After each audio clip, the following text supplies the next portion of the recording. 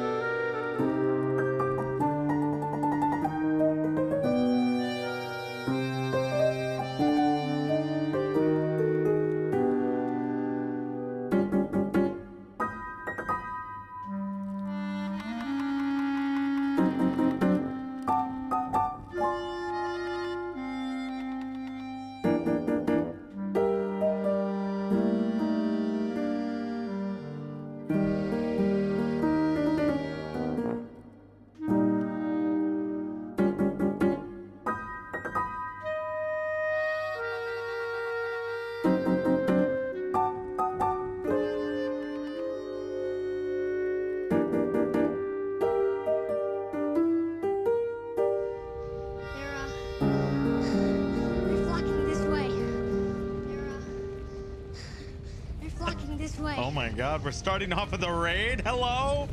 Hello? Oh my god. Hello there. Hello. Hello, everybody. Welcome in.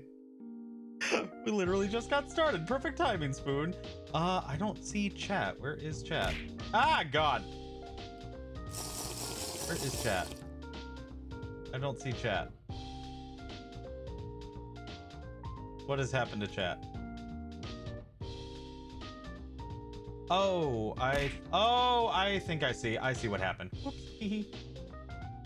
There we go. There's chat. It's because I just redid the streaming setup to get a higher resolution. So yay. Hello. Welcome in, everybody. Hello. Hello, Nini Q. Hello, Spoon. Hello, Taxes. Hello, Feather. I think I saw Brute in there somewhere. Yes. Hello. I did see Brute. I saw Grarl. Hello, everybody. Welcome in. Welcome in. Let me give a shout out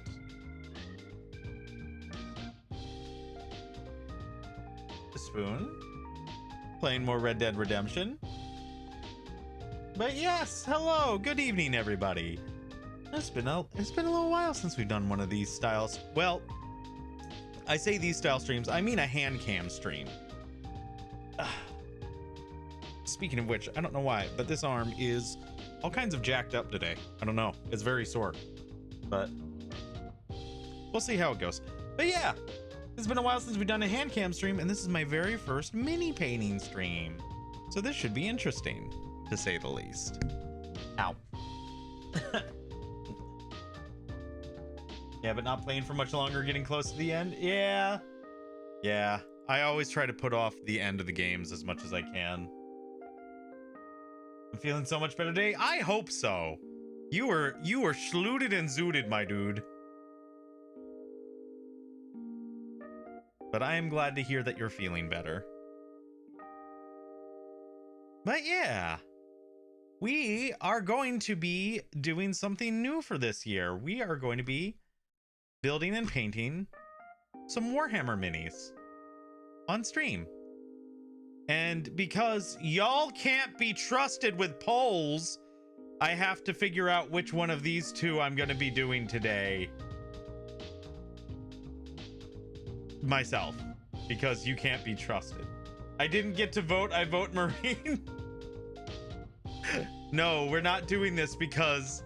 We're not doing more polls because someone's just going to tie the poll out of spite. Spoon!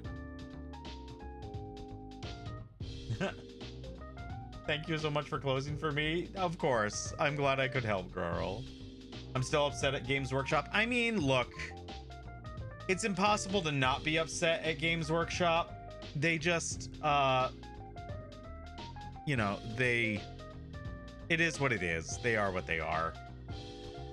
But, hello, Peach. Welcome in. Hello. But yeah. So we have these two here. We have the Noise Marine, we have the Goff Rocker. The Goff Rocker is a classic. It's an orc. We have the Noise Marine, which is pretty great because it's based off of an old school one. The only problem, the Goff Rocker is going to be much easier to paint. The Noise Marine is going to be significantly more difficult to paint.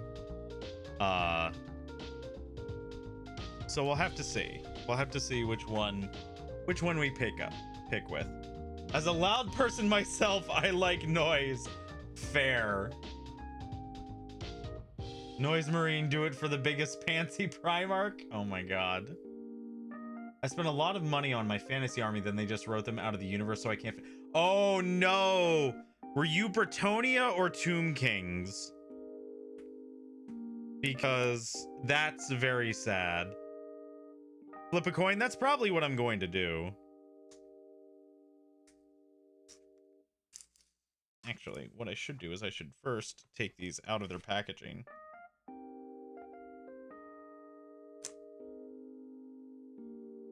Even older, I was Lizardmen. Lizardmen are... What? Lizardmen are still around. They're just Seraphon now. They're totally still... They're still playable. I like Lizardmen slash Seraphon just fine. Yeah, they're still there, Brute. They're, as a matter of fact, I think they're actually reasonably powerful. Yeah, they just changed the name. It's literally the same thing. Like, hang on, I actually picked this up.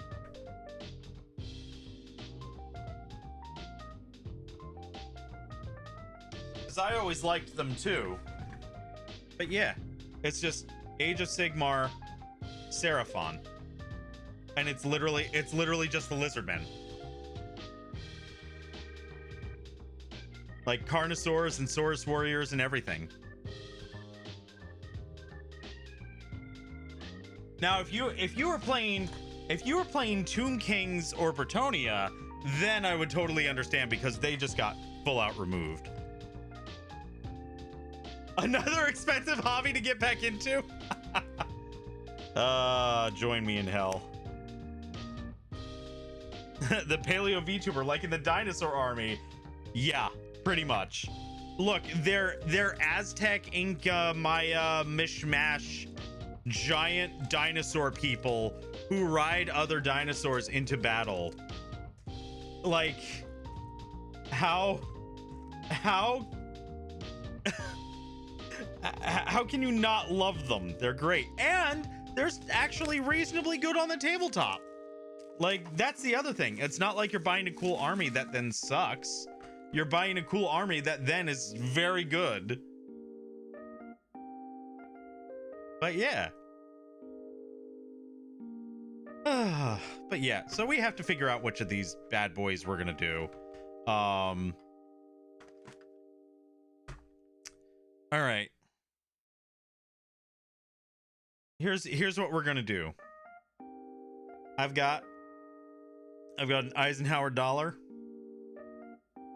We are going to flip and figure out which one it is. Heads is the Noise Marine. Tails is the Goff Rocker.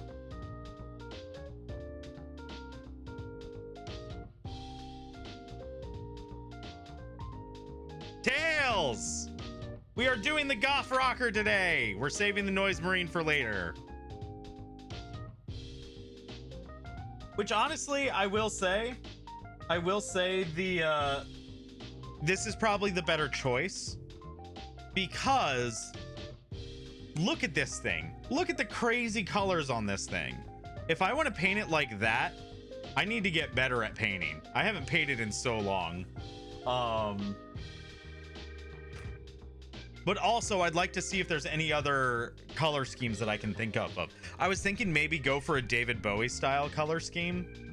But I don't know. I'm not sure which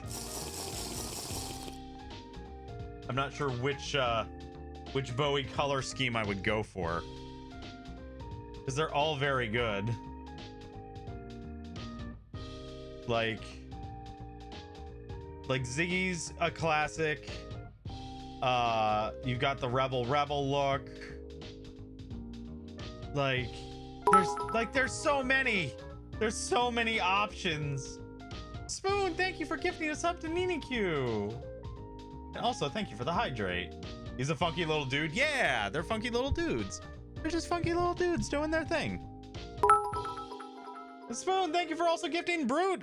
Sub. I used to wipe the table of my friend's Bretonia army with my Lizardmen, but I also had enough minis to field a 6,000 point army? Hello, Brute? What the hell? That's so many minis. I love the speaker he's stepping on. Yeah, the squig. The squig speaker is very good. It's very good. But yeah. So we've got little pallets. We've got water, which is over here that you can't see on screen. But we have that for our... Oh, God! Thank you, Feather, for the fossil flood.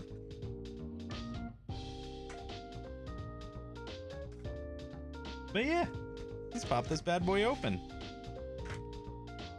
I'm not sure exactly how much customization you can do on this. Because I imagine he... Oh, actually... Why? This is, quite frankly, ridiculous packaging. Why would you package it like this? Okay. Cool. Let's see. So I printed this little thing up the other night to hold minis for painting. So the mini that's in here is an old War Machine mini that I have that I never got around to painting because I moved and War Machine kind of died. But it holds it pretty well. It's just rubber bands and it does a good job. It's pretty cool. But I need to make sure that this will fit the base of this. I think it should. I just bought a webcam for my model stream. Hell yeah, let's go. What model did you get? We're going with the Goff rocker. We're going with the orc. Which also I mentioned, oh god. I'm kind of glad that we went with the orc because I want to come up with a better design, like color scheme for the Noise Marine. But yeah, let's make sure that this will hold the base, which it will. Yes, excellent. Very good, very good. Fantastic. All right, so first parts first. Let's get to building. I'm waiting for my Behemoth Zoid to get here, so I'm going to build my Liger Zero kit. Nice! That's a good kit. All right. Let's see here.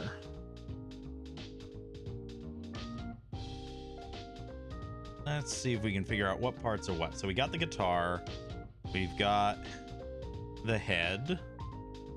We have the torso. That's the squig. That's the front half of the squig speaker. We got his boot with the other half of the squig. We got the little bandolier. We've got the grenade microphone and the guitar strap. Okay, that's actually a lot more pieces than I thought. Uh-oh. I was in high school. I only had to pay $150 a month for car insurance, $100 per month on my car payment, an average of $40 a month on fuel. But I worked a job that got me $1,200 a month as my paycheck. Guess where most of the disposable income went? I can't possibly imagine.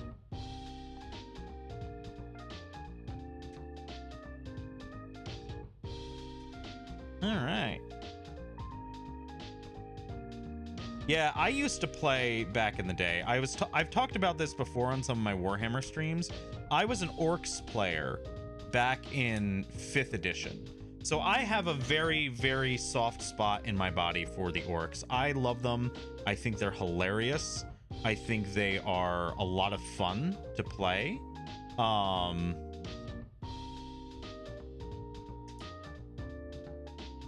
And I've always enjoyed them as a faction because they're silly. They're just silly little guys. And by silly little guys, I mean crazy war hooligans that you know, terrorize the entire galaxy. But you know, you win some, you lose some. But yeah. No, I've always had a soft spot for the Orcs, and when I saw they had this orc rocker kit, I was so tempted to get it because I've been feeling the urge for Warhammer again since Darktide came out, and it reignited the bug in me. Hence why we've been playing Space Marine and why we're doing this stream.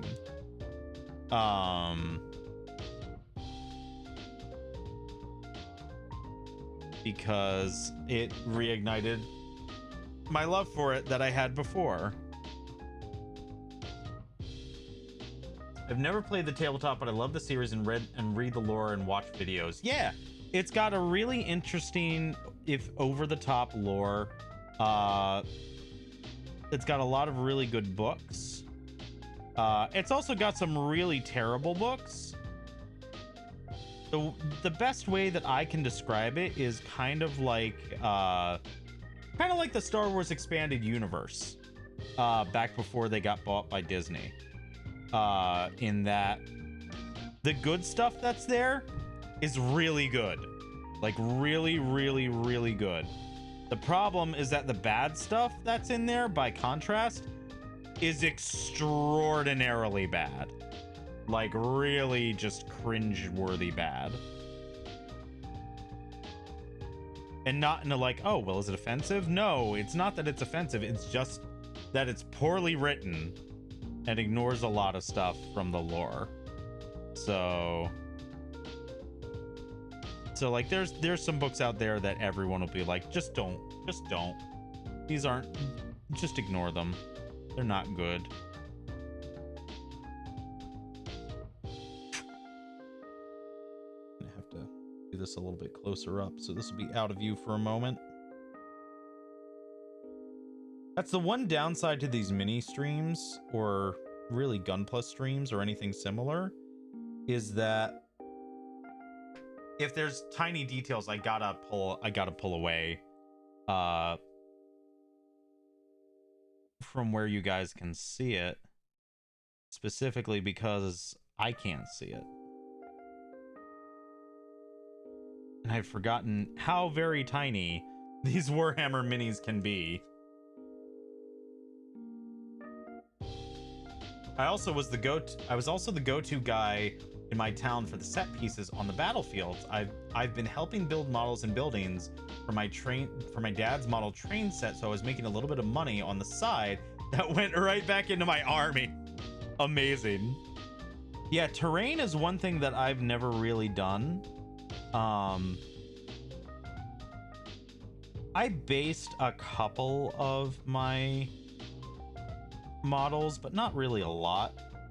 The key thing for me was that I mostly just got into it more from a lore and collecting side of it, but I wasn't that great of a painter, and I was terrible at the tabletop game. So it was limited to what I would do with said models, but I just enjoyed it. It was a fun hobby back in college. And there was a local game store that wasn't too far away. I had to take a train out of town to get to it, but it wasn't that long. It was like a 40-minute train ride. 30-minute, 40-minute, something like that. It wasn't too bad, but it was close enough that I could go there after my classes on like Wednesdays or whatever, and stop in and play a game or two and then go back home. And I would get home at like 9 or so. So not too bad. But yeah, it was nice. It was nice to be able to do that. And I do kind of miss that. But unfortunately, I now have many bills to pay and other expensive hobbies. So my likelihood of actually getting an army together to play on the tabletop is very slim. So for now, it's mostly just going to be, you know, doing it for painting and fun. I've got some old Seraphon / Lizardmen models that I want to paint on stream. I forgot how much this can hurt your hands. So I've got some models that I definitely want to paint on stream that I've had for years. But they have to be stripped because they have the old paint jobs on them and they don't look very good. So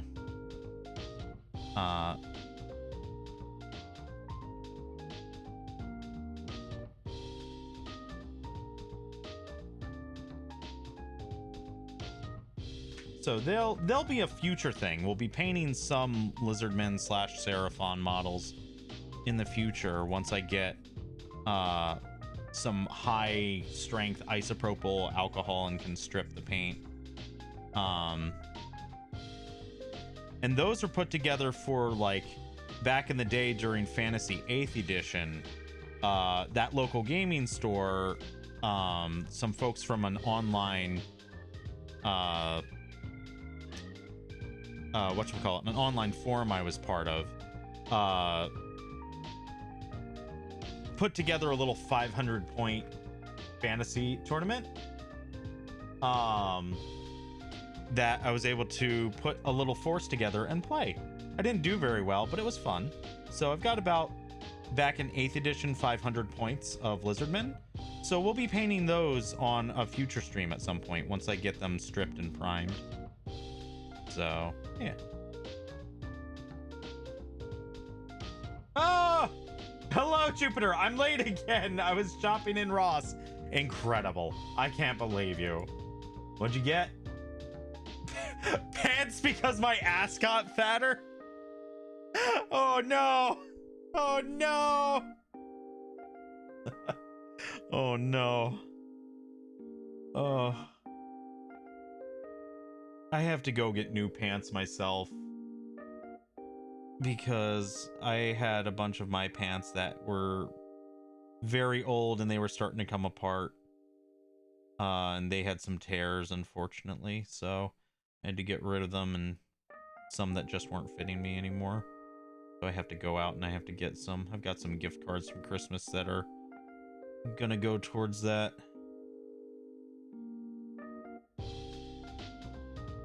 Oh my god. She says that like it's a bad thing. It is if your clothes don't fit you anymore. Hang on. Oh my god. I just want to read chat. Why is chat so small? Here we go. I'm gonna move chat over here so I can have chat as a separate thing. There we go. That's a little better. Sadly, there were no shops close by in Durango at the time. For official tournaments to even buy the minis, we had to drive an hour to Farmington to the Games Workshop store in the mall. So 3 of us major players that lived in Durango set up our own tables that other people can. That's cool. That's neat to do. See, like that's cool because it starts to foster like a small community. And that's always nice to see.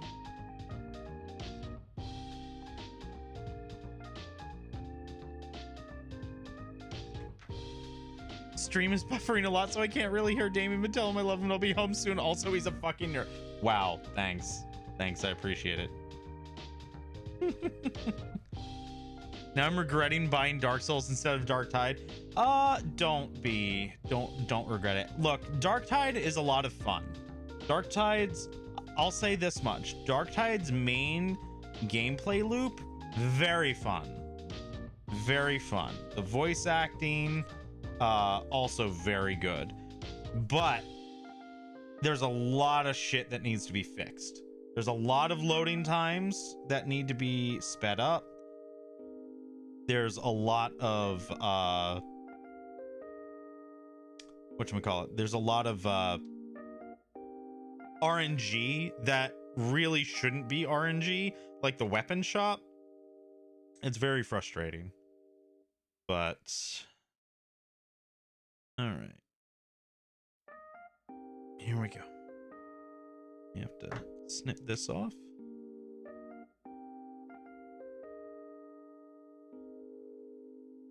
I hope that did what it needs to do. But the super glue. Never regret buying Dark Souls. Accurate. Accurate. And I gotta say, the original Dark Souls is the best. It is the best one, for sure. There's no getting around it.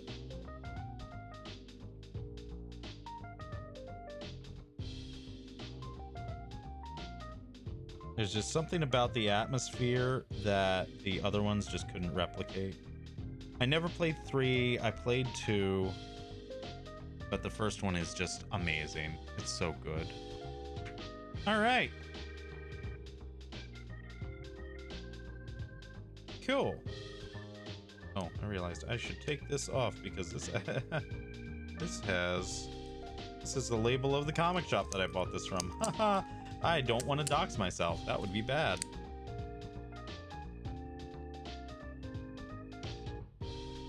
Alrighty, there we go. Yeah, so this is just the insta-cure. Just super glue. So that's gonna be interesting. Hopefully I don't get any of it on my hands. By the way, Damien Jupiter said, I read it, Grarl. I read what Jupiter said. Oh my god. Oh my god, Peach, shut up. Not you too. Alright, let's see. So we need to dry fit these together. See how they go. Okay. Okay, so that goes together like that, and that makes the torso. So...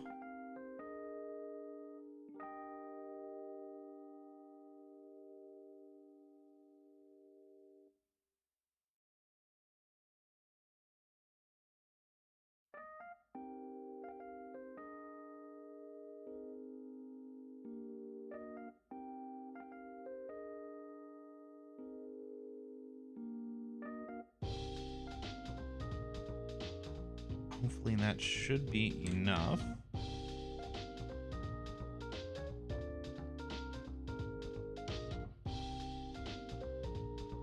Yep.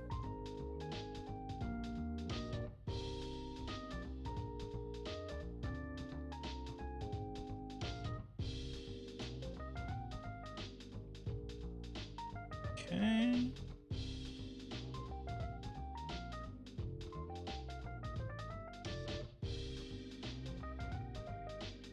There we go. Good. So that bit's glued together. And then we're going to do the squig for the foot.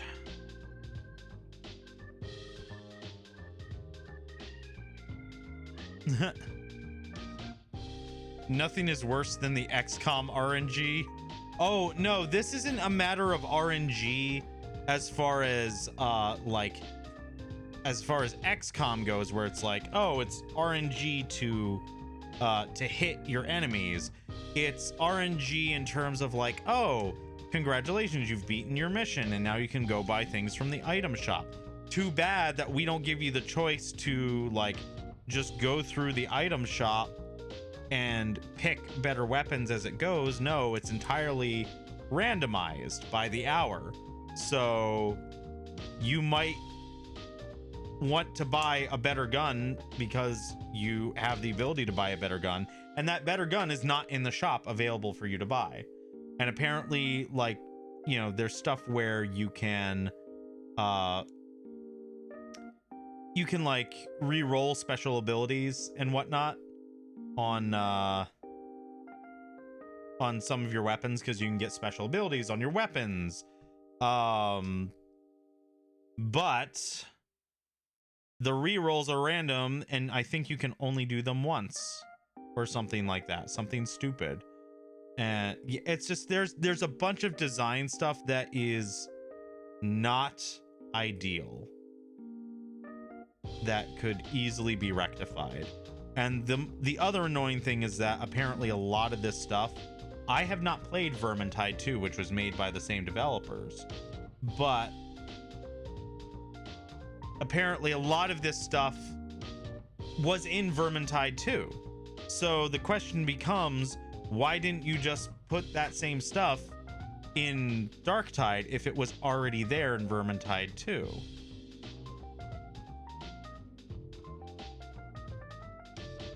So that's the thing. It feels like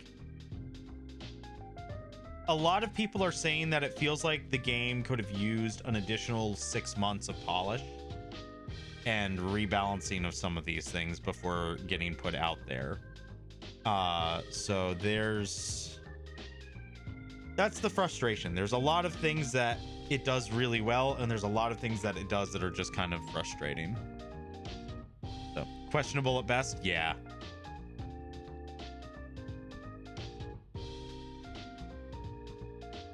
Unless that was in response to Grarl.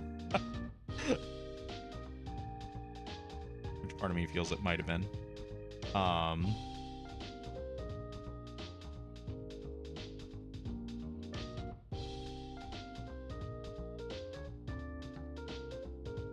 on.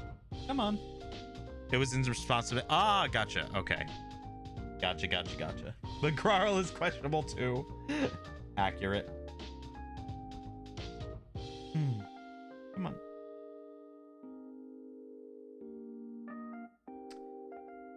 So I will say we are definitely not going to be getting through painting the entire mini in one stream, because it's not going to go on for that long. But we will at the very least build it and get it primed and at least get some base coats on tonight. That's the goal for tonight. And then we'll probably do more of this in the week. Ow.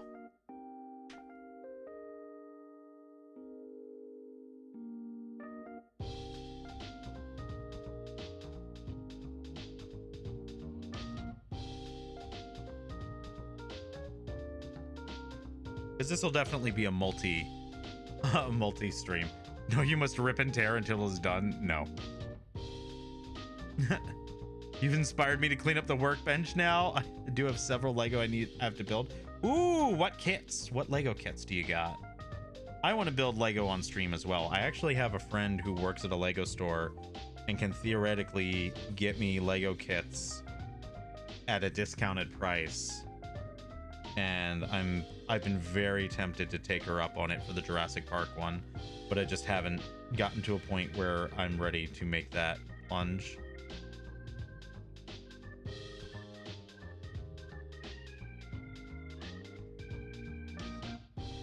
But that's on the list. Hello, Oswaldo. Welcome in. Those Lego kits to make the flowers are so pretty. They are. They're so pretty. There it is. I was wondering where your customary intro was, Oswaldo. You forgot to do it.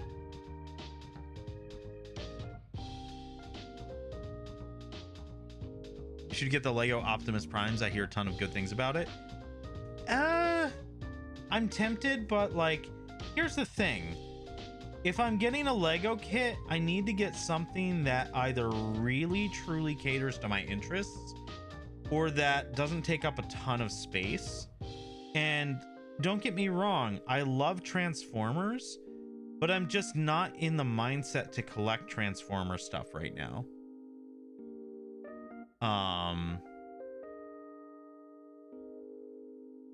But Jurassic Park is one of those things that you can ow, my hand. You can get some, what am I trying to say? I don't know. It's one of those kits that like anyone will be like, oh snap, it's Jurassic Park. I love that scene. Whereas Optimus Prime, it's like, it's a Transformer. You know, like if it feels like Jurassic Park would make a better display piece and conversation piece. But yeah, I don't know. We'll see. I also have to save money, which I know is very funny coming from someone who's currently in the middle of doing a Warhammer painting stream. But I need to save some money to pay off some credit card bills and save up to go visit my friend in Japan that I haven't seen in 8 years. All right. Oh, what are these kits? Lego 10265, Ford Mustang GT, and the big boy steam locomotive. Interesting. Okay, let's see here. How does this fit together? So he goes in there. Damien, I need to save money. Also, Damien, check out my new minis. Accurate. But see, here's the key thing though, is that these in the long run are not horribly expensive because they're one-off ones, and these will keep me occupied for a little while. And also,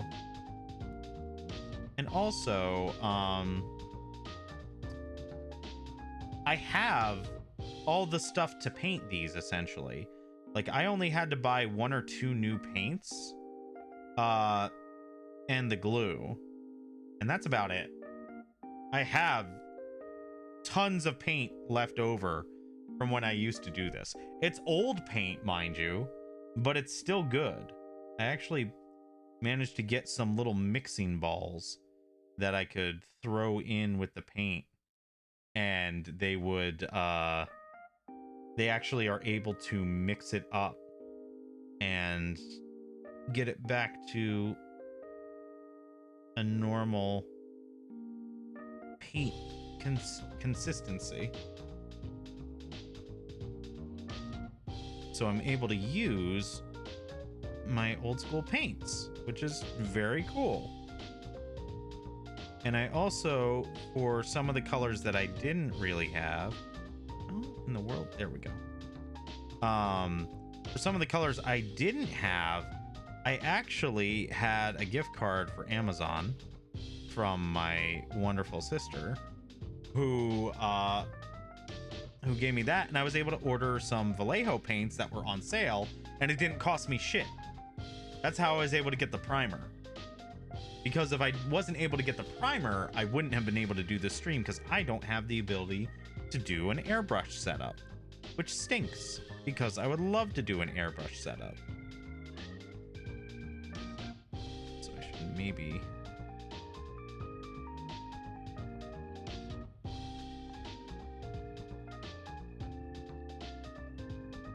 just do that in there and give it a much stronger bond, because this is one of those pieces that feels like it's gonna shatter into a million bits the moment that I squeeze on it.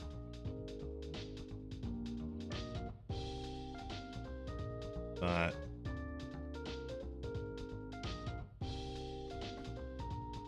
I also need to finish fixing that Amiga 500A. Interesting.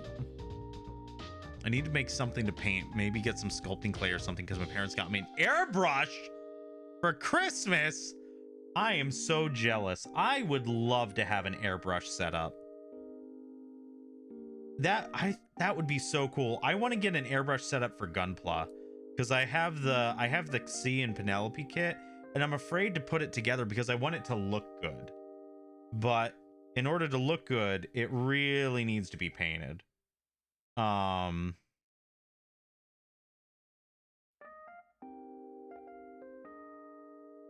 So I would love an airbrush kit, but unfortunately my apartment does not have exactly the best setup for anything that requires ventilation, which is very frustrating.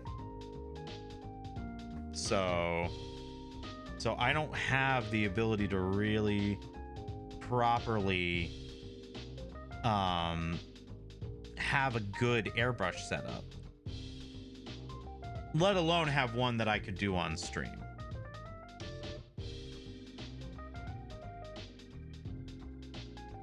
All right.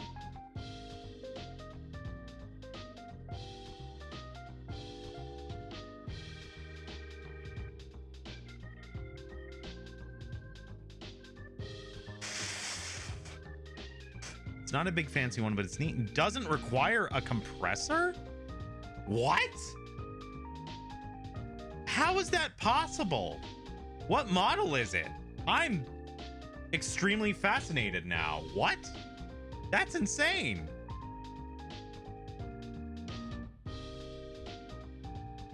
It's an issue I'm having as well. I live in a very small apartment, so finding space to actually use it feels like an exercise of utility. Yeah, I feel that. I feel that. I should go. Oh, thank you for stopping by, Laser. I hope you have a wonderful evening or night or morning wherever you are.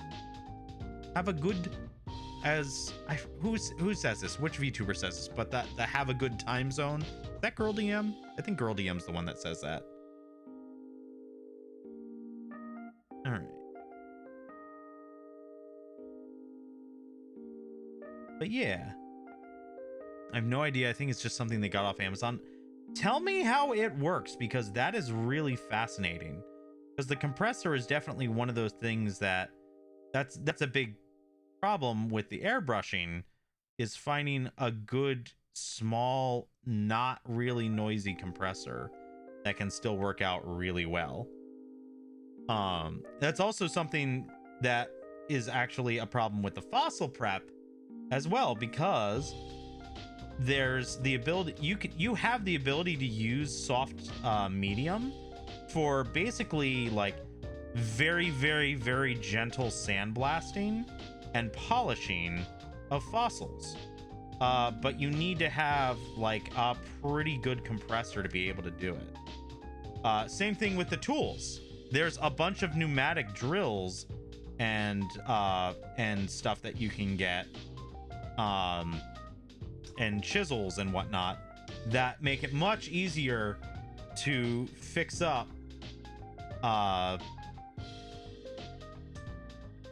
fossils and prepare fossils, but the best ones require an air compressor.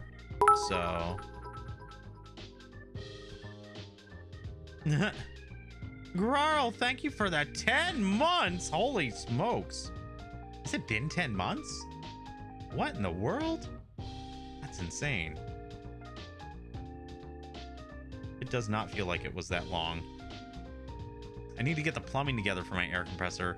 Then I could think about getting an airbrush. Ventilation is not an issue. I have an extraction hood for my soldering that's DIY. I could just throw a filter in front to catch the overspray. Yeah.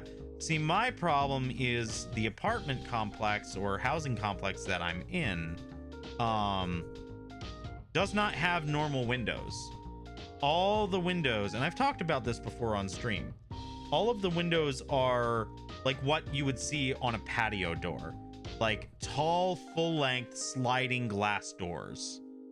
I meant to say 10 months. Oops. Aw.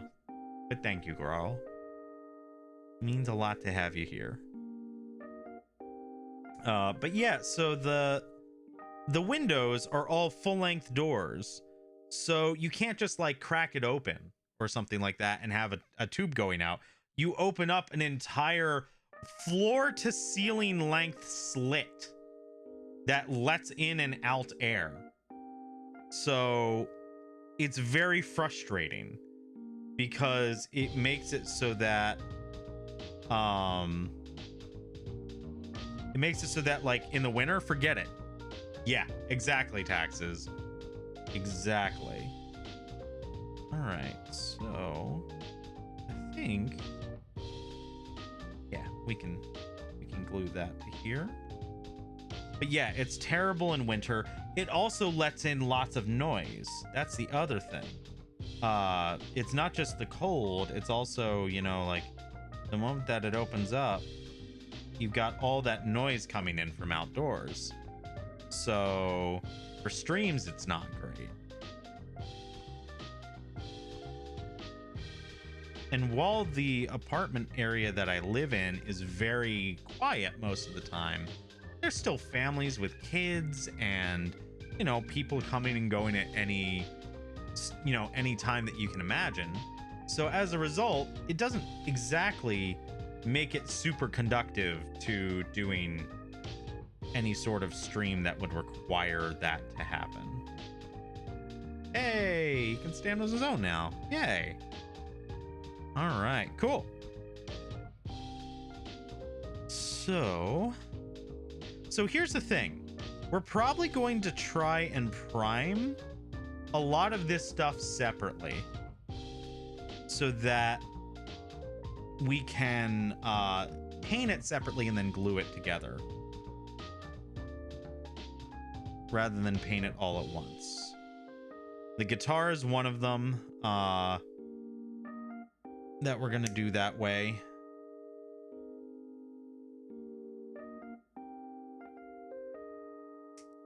Because that's an interesting enough piece that we might want to do it that way. But let's see here. Okay. I think I see how this goes.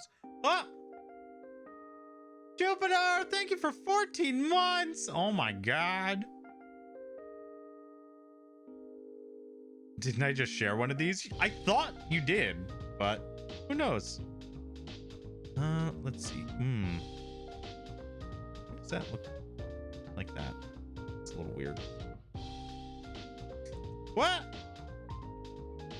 Also, I'm home. Welcome home. Welcome back. I feel like airbrushing where you live in an apartment is more suited for content creators that primarily do YouTube because they can edit out noise and do voiceover harder for stream. Yeah, for sure. For sure. Absolutely. I have 1 a.m. Maccas and I ain't sharing. Oh my god. Oh my god, Spoon. Thank you for the 5 gifted subs. Holy crap. Oh my god. Oh, you just did that to do a hype train. I see what you're doing. Oh my god. But thank you, Spoon. Thank you for the gifted subs. Wow. I'm gonna be lurking while I have you on the TV and assemble the couch. The couch. It's finally being built.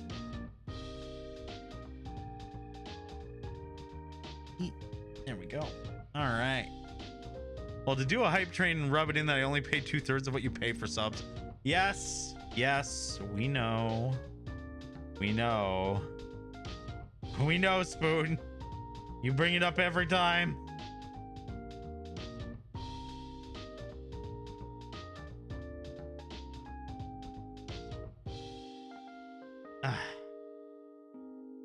I also got my beanbag. Hell yeah. Maximum co's, baby. Let's go. You've brought that up before. Yeah, taxes, thank you for the 250 biddies. I distinctly remember you bringing up that fact before, Spoon. I know you've mentioned that. Maybe you forgot.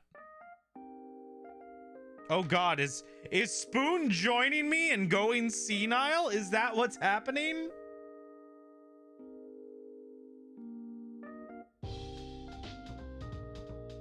No, I distinctly remember you talking about that a good couple months ago. Absolutely, I remember you discussing that. Thank you for the 3 biddies, Jupiter. That's all I have left. Oh my god. Spoon for gore? Spoon did for gore. I know that Spoon has talked about this before on stream. And not just the last time. I distinctly remember it happening several times in the past. Alright, so... this goes over here.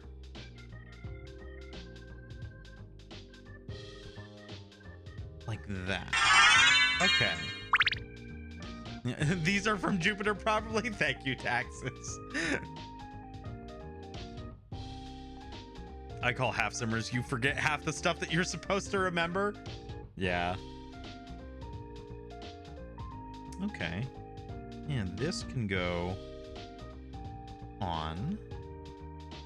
We can definitely glue this on.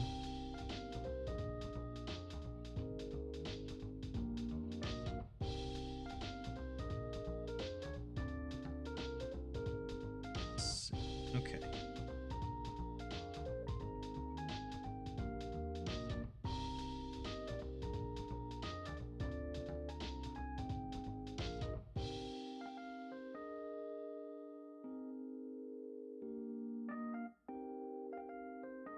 Okay.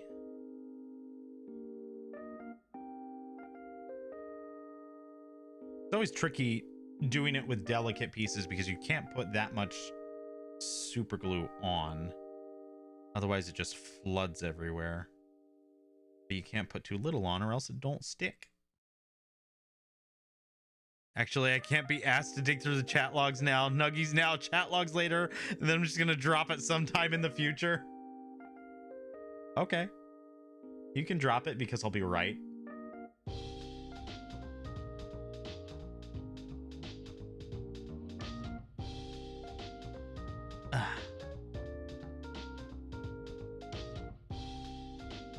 We also have some bits. Thank you for the 400 bits. All right. Looks like that's on there pretty good. Now we'll do the bandolier. I'm actually pretty sure he hasn't said that fact before. I swear I remember him talking about the fact that it was less expensive for him before. I swear to God, I remember that from previous streams. I think it was one of the earlier streams too. Like one of the really early streams where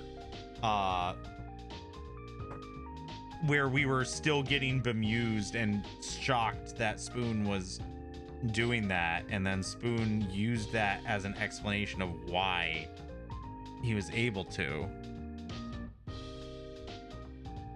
Do you maybe remember when they did a giant sale on subs here? No, it wasn't that. It was before. This was last year at some point that I remember you talking about this. That's the thing. This was not like a recent thing. This was months ago that I remember this happening. All right, let's see here. Yes, I believe that's the way that goes on. Yes, it is. Okay, cool. Yeah, it was a long time ago, but I distinctly remember you talking about this before.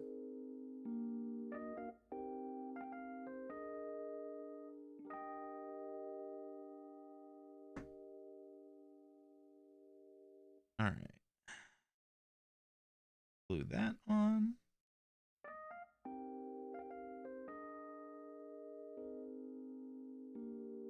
Okay.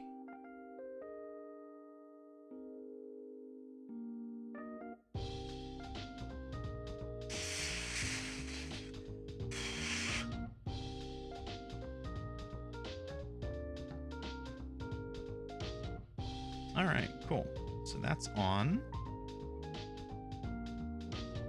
Beanbag so comfy, I'm never getting up again. But you have to get up. You have to assemble the couch. Comment hello. Thank you for the 13-month sub. Damien, your hands are so big on my TV. The big hands. The large hands. Who needs couch when you have beanbag? Just make an entire couch, but nothing but beanbags. I'm assembling couch from floor. I mean, fair, but it sounded like you were in beanbag.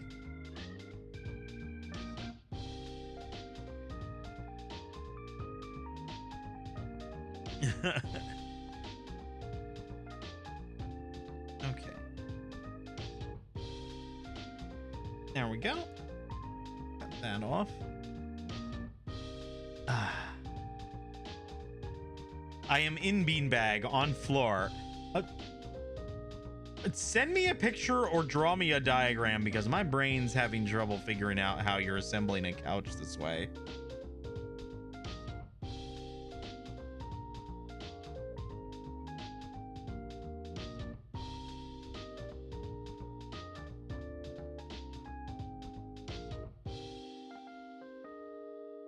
And where was there's that? No, I understand, but Jupiter is in the middle of assembling a couch. Therefore, I'm wondering how Jupiter is assembling a couch while also sitting in a beanbag on the floor.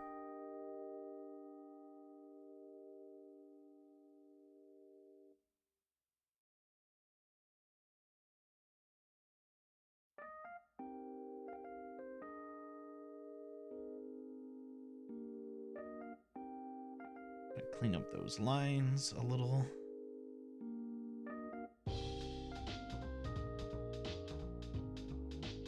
Smooth that out a bit. Yeah. You know what? I'm not even gonna bother. I'm not even gonna bother talking about it anymore.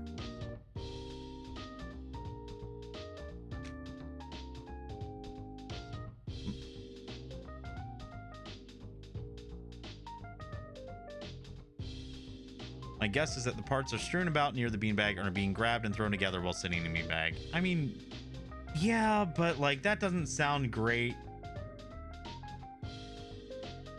to like make make a couch in. It's not. All right. Okay. Pick sent. Hello right. there. Okay. All right. I understand how you were. I understand how you were laying them out. Hello, Mr. Loki. Welcome in. But I understand how you are currently laid out now. What I don't understand is how on earth you're putting the couch together, because typically putting a couch together like that requires getting up and moving and not staying in a beanbag. Just because it isn't a good idea doesn't mean I'm not doing it. Okay, that's, you know what? You know what? Fair. You know what? Fair. I'll give you that point.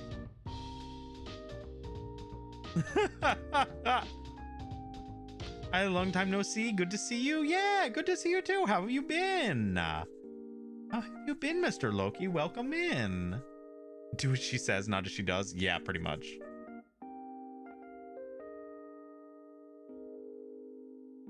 They may not remain in the beanbag the entire time. Okay, there you go. That's fair. See, that was the thing, is my brain was like, but I've built furniture before and you can't remain seated in a beanbag. It can't be that, because that would be dumb. It's Glass Onion all over. No, don't spoil Glass Onion for people. But also, yes. Speaking of which, Glass Onion, fucking incredible movie. Oh my God. The Knives Out movies have been amazing. They're so good. They're so good. If you haven't watched Glass Onion yet, please go do so. It is worth it. I finally got around to watching it last night, and it's everything that I wanted from a sequel to Knives Out. It's so good. I haven't even watched Knives Out yet? Taxes? Oh my God. You and Vanya, my God. Yeah, Jupiter, I forgot to mention this. Vanya hasn't seen Knives Out yet. So I told her the next time we're doing a movie night, I'm kidnapping her and making her watch Knives Out. What is Knives? Nini Q, what? Oh my God. Okay, so, oh my God. I don't know what to do here.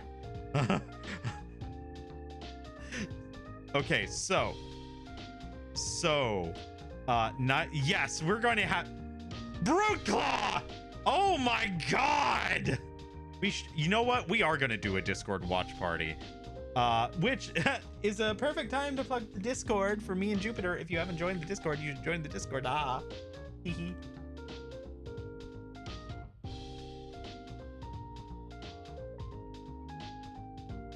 You should join the Discord. But yeah, we should absolutely put together a fucking watch night. That would be amazing.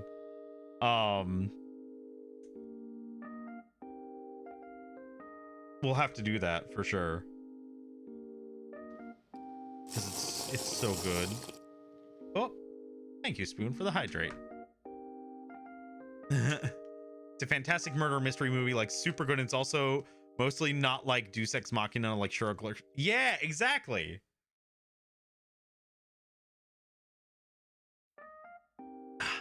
Big sippy. But no, it's very, very good. It stars Daniel Craig as Benoit Blanc, the detective, amongst many other well-known actors, and it's fucking brilliant. Like, seriously, it is absolutely brilliant.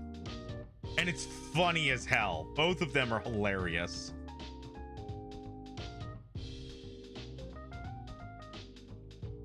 I remember seeing the trailers for it before it came out. It looked great and never got around to it.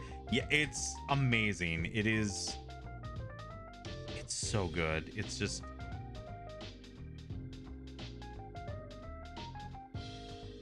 like, it's at the point now where, like, I'm sad that Rian Johnson directed The Last Jedi.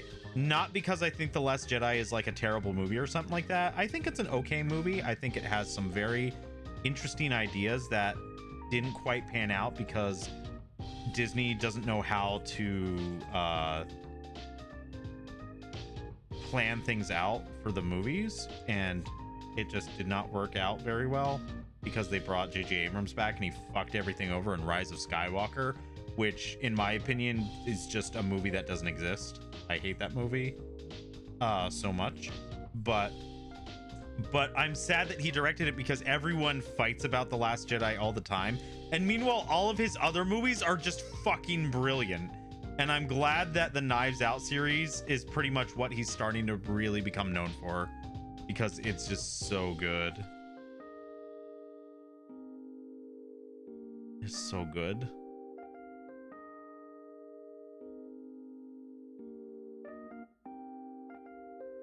And also the other thing that I like about it is Daniel Craig. Like, the other thing that I really love about the movies is that, like, Daniel Craig, as well as literally all the actors, you can just tell by watching the way that the movie goes that they were just having a fucking blast. They were just having an absolute blast making it and just having tons of fun. And that to me is one of the best things that you can see in a movie, is when a cast is just clearly having a ball.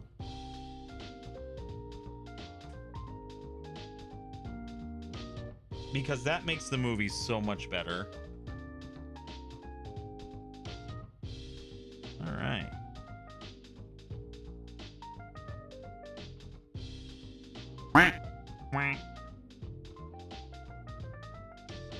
For recommending movies, I recommend The Menu, good mystery thriller. Ooh, I'll have to look that up. I have not heard of that one.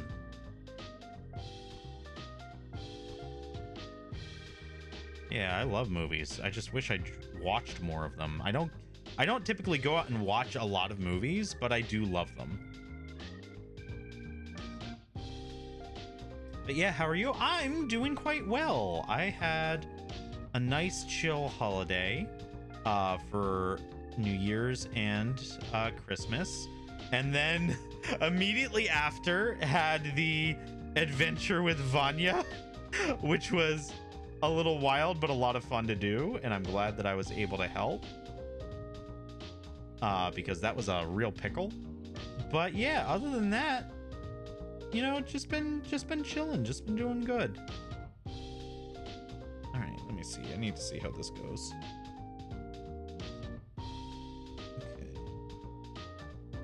Okay, so that goes in like that. We're gonna wait to glue this in. And we're also gonna wait to glue the head on, because we're gonna do the painting on the head. Okay, so we're gonna do the painting on the head, the guitar, and the hand separate from the main body. So give me 1 second. I have to grab one more thing that I had forgot.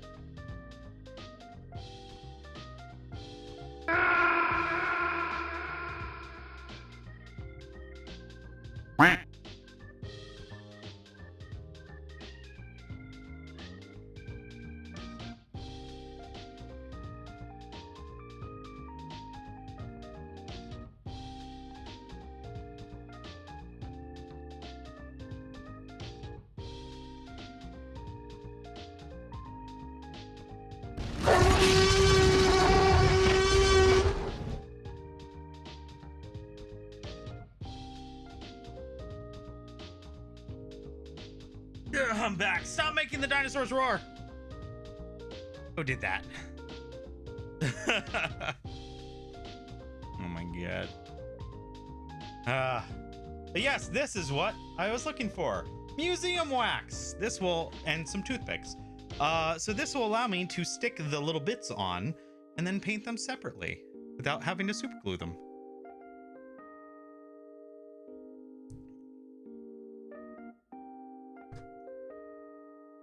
Also, yeah. All right, let me see here. Where? Oh my god! Fucking goddamn it, Spoon. All right. Let me catch up with chat while I was gone. I honestly need to catch up on more modern movies and mostly just rewatch stuff I already own a copy of. Lots of rewatches of the Bourne movies, The Martian, and John Wick. All good movies. All good movies. Movie night at my new place, y'all are invited. Hell yeah, let's go. I rarely watch movies unless someone drags me into one. I either prefer to slowly and leisurely make my way through a series or binge a whole ass series at once. TikTok shows me movie clips and I go, wow, that looked cool. I'm gonna watch this now. But do you actually watch it? That's the question.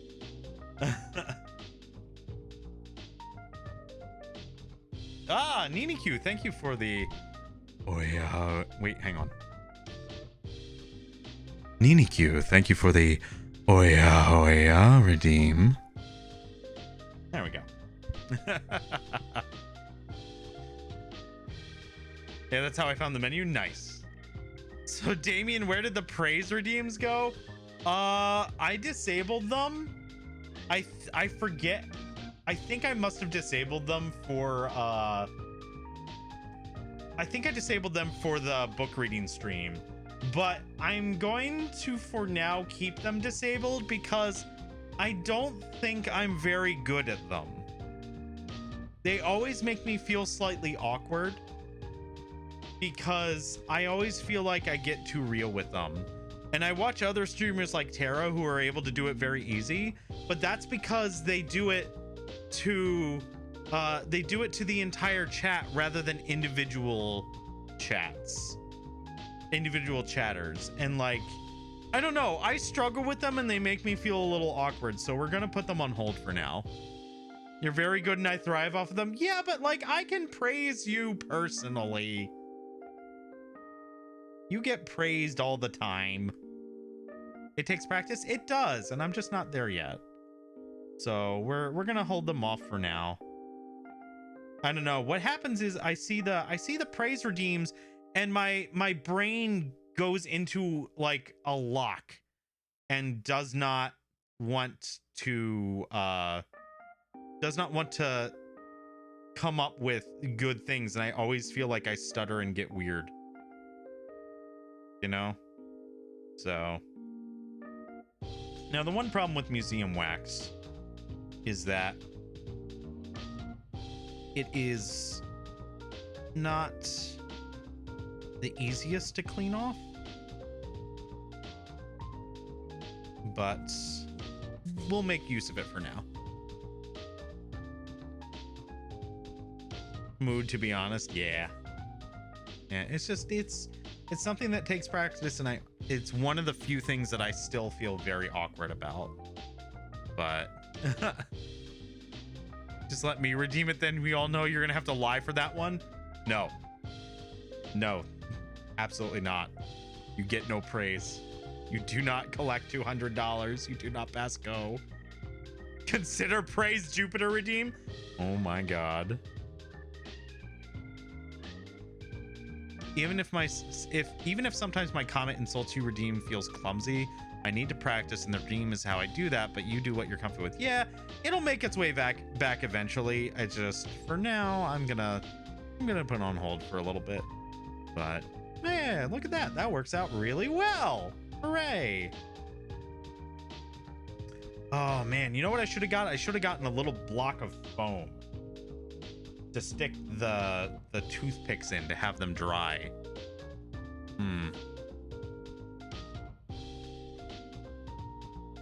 I'm pretty sure that's already free. Can I suggest an insult spoon redeem? No, because you would thrive off of it.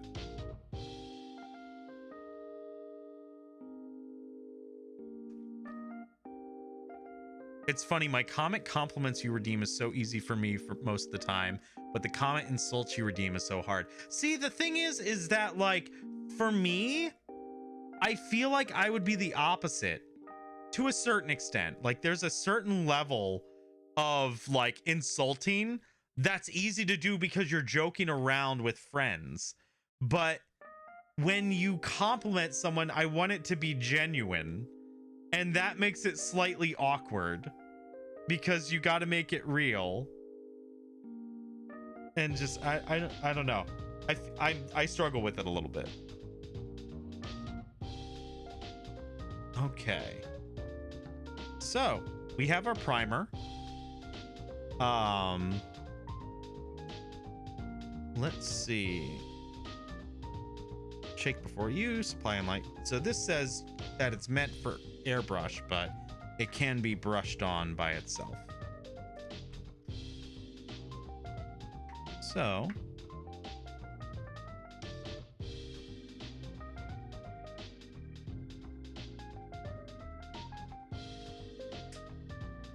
there we go.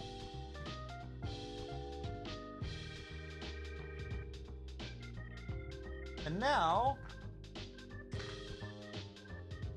comes the fun bit of finding which of these many brushes to use to apply the primer. I think maybe that one. Time to go through. These are all very old brushes. You can see this is an old, like, I don't even know what this was from. This was from something, but I used it as a mixing pot for my paint because I didn't have a palette at the time. I just hung on to it. I've got some pipettes for water. These things, for the most part, are probably just fucking wrecked, but... what? Oh, God. Number them individually and use a random number generator? Do you want me to be here all night? Because that's what this would do.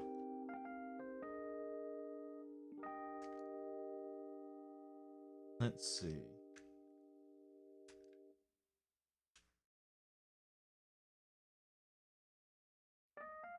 I think that feels like a good, decently stiff brush. So we're gonna go with that one. Let's see. So middle ground backhanded praise redeem, amazing. Almost timed you out with my thighs. Wow, Jupiter. Wow. Why would I ever let dad leave? See, the funny thing is you think you have a choice. Okay, let's see how this goes. It has been a hot minute and I'm slightly nervous, but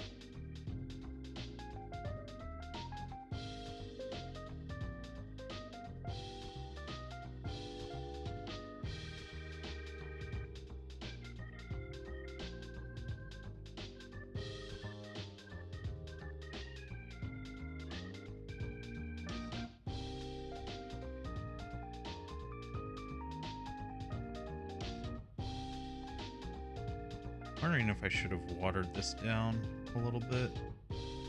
Probably should have. The thing is that the primer dries and kind of clings to it, so I'm not sure.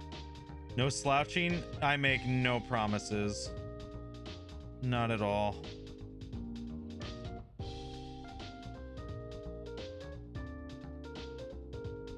Actually, I'm gonna grab a little bit of water here.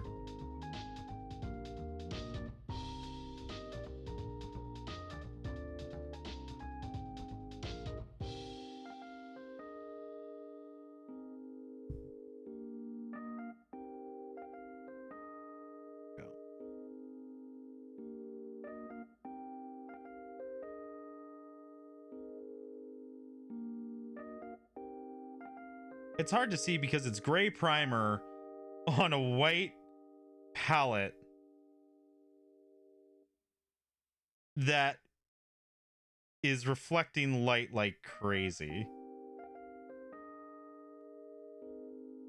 But once we get to the actual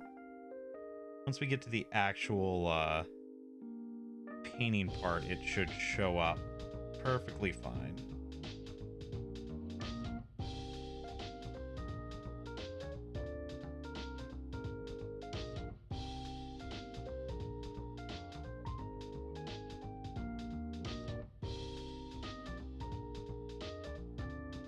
This museum wax is not working as well as I was hoping it would.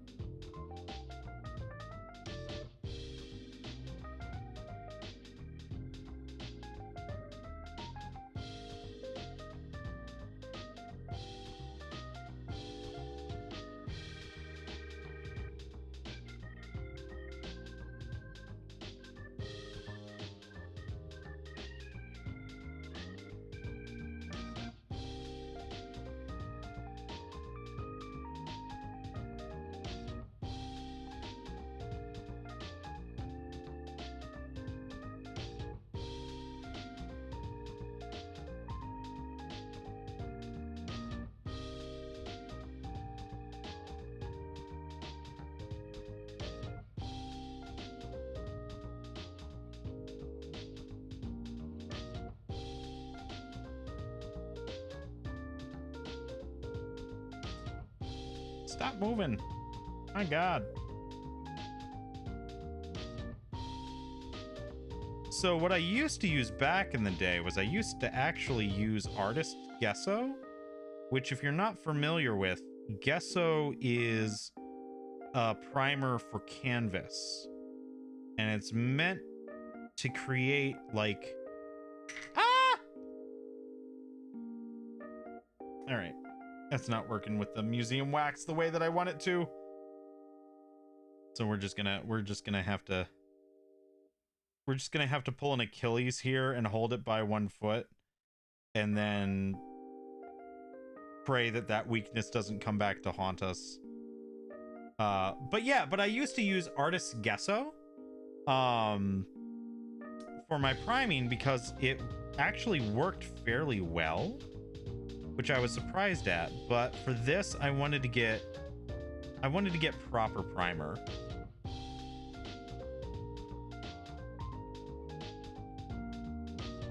And use. Hopefully it will work the way that I want it to.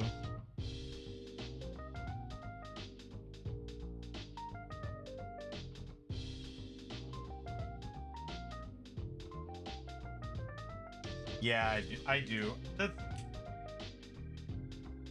The thing with the museum wax is that it can be a real pain in the butt to clean off.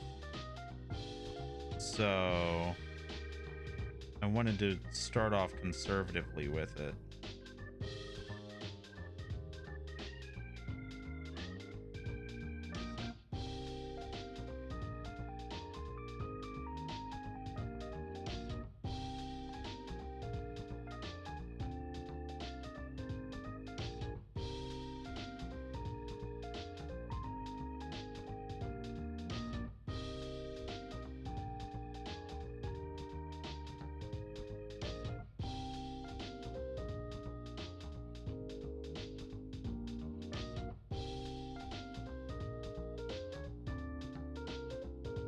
Oh, that's what I forgot to do. I forgot to get paper towels. I'll have to do that after this.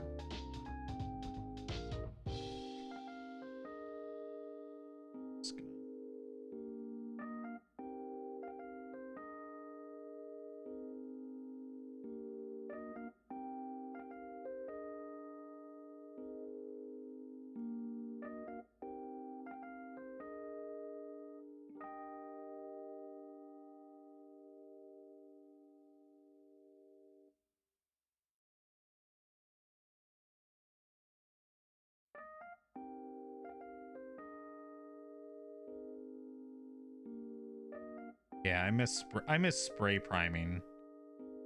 If I was able to do it, I would have done that instead, but between the fact that it's winter and it's damp outside and it's cold, the spray prime, and I don't really have a place to properly spray it, it wouldn't have gone very well.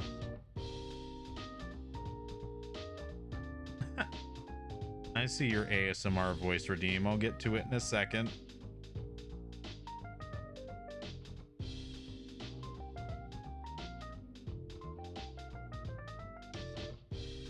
Got a little space heater here, so I'm using that to kind of help dry it a bit. All right.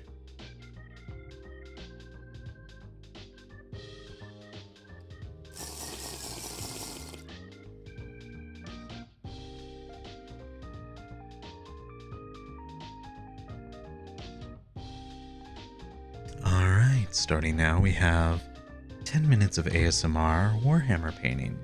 Thank you for the ASMR redeemed taxes, and Spoon, thank you for the hydrate redeem. Let me pop our little guy down and get a nice little sip.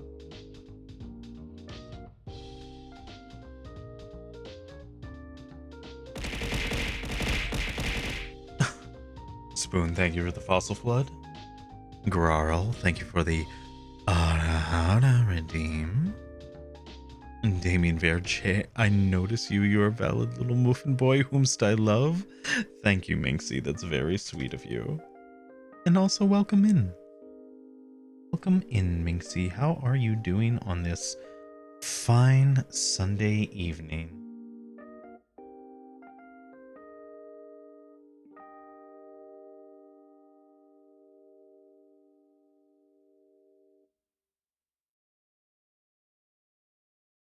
Now look here, I'm trying to assemble a couch.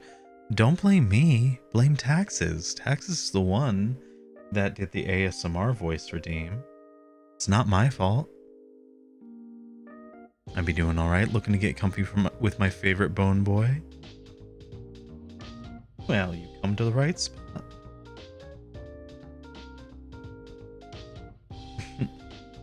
Taxes did nothing, Taxes just lives here. That's a lie, and you know it.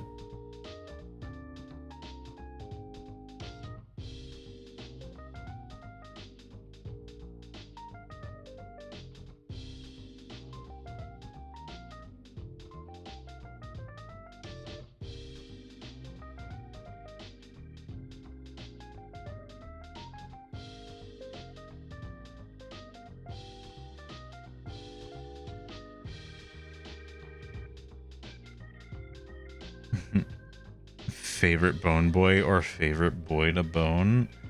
Jupiter, please. We're trying to have a cozy stream, not a sussy stream. At least not yet.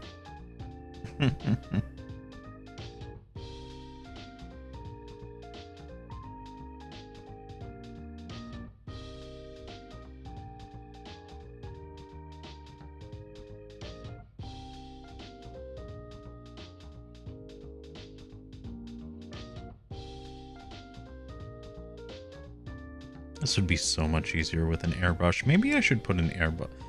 Maybe I should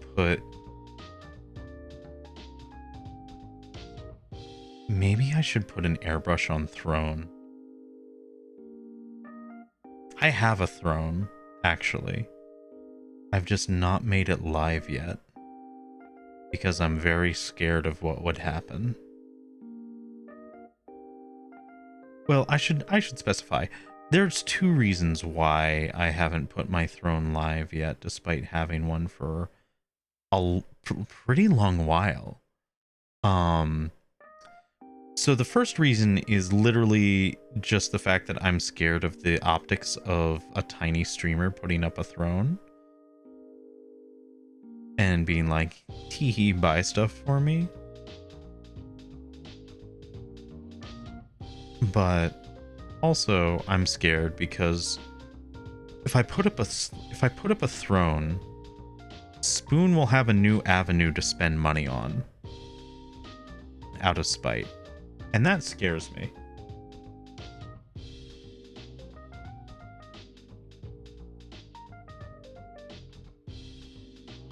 And I don't know if I want to give Spoon that power.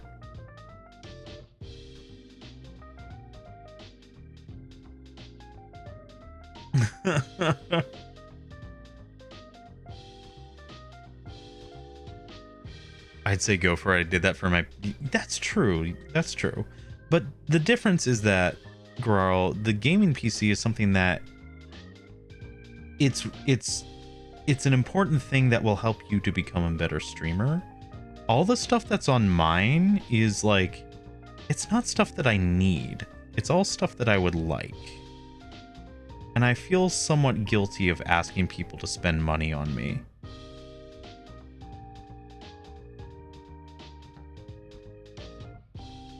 I don't know. It's okay. It's the problem of being... It's the problem of being someone who likes buying gifts for people, but then feels really weird about having gifts be bought for them.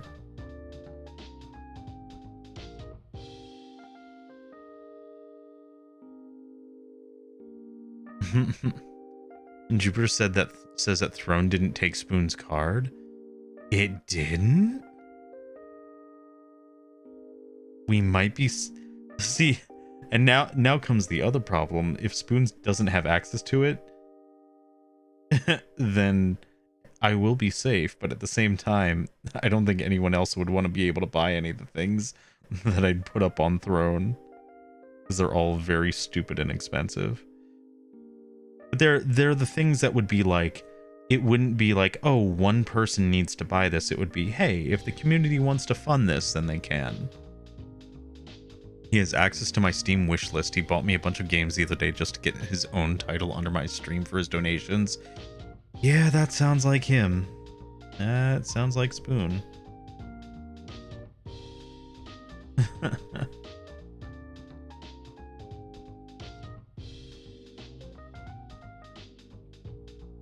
Yeah, Throne's been kind of weird. I know it didn't give Dina a PayPal option, only pay for card. Interesting.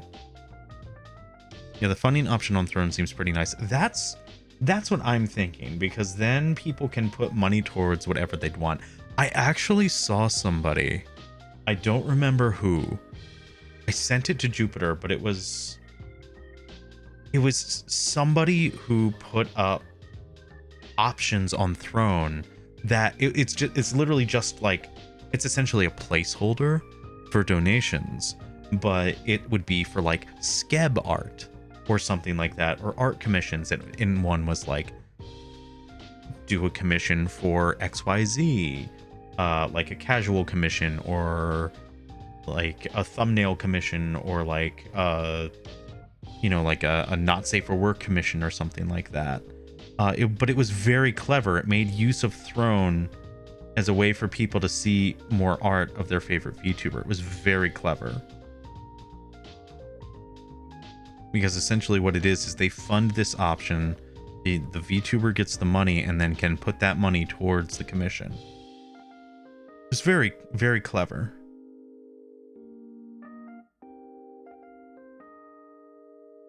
The paint on primer is actually going on really nice. I actually really like how this is working. It takes layers, but it's looking good. I didn't really understand the whole gifting thing until I started streaming, and viewer mine bought two skins and brought you 2 skins in League of Legends.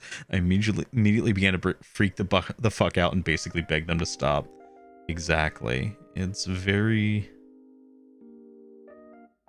easy to be on the other side and be like, teehee, we're bullying the streamer. But once you're on the side of the streamer and you understand the panic of like, no, I don't deserve this popping up, it's suddenly you understand very quickly why the streamers react the way that they do.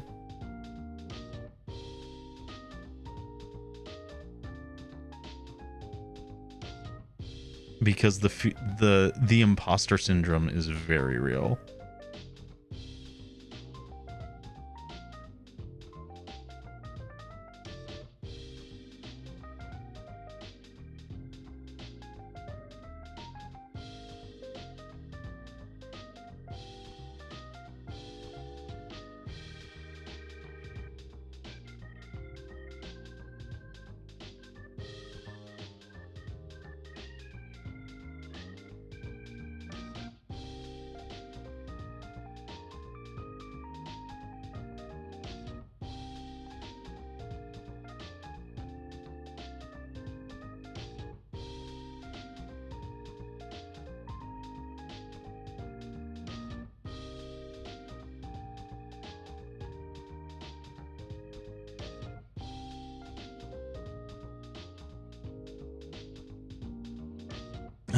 Yeah, a bunch of American sites ain't gonna take my card. Rip. Okay, now I'm adding some stuff on Throne. All of this is giving me some ideas. I'm glad it's helping someone. Ah. Our timer is done. So now I can talk normally again. Hooray! I'm free.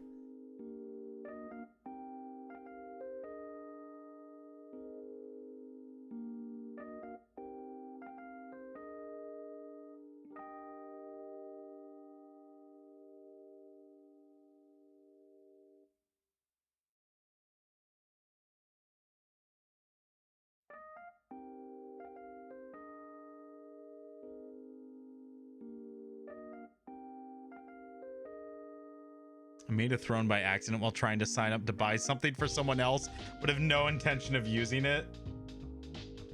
Yeah, I kind of use it as a personal wish list for now, just because I haven't gotten around to making it live yet. So it's just kind of a place where I'll put things that I'm interested in this. It'd be nice to get this one day.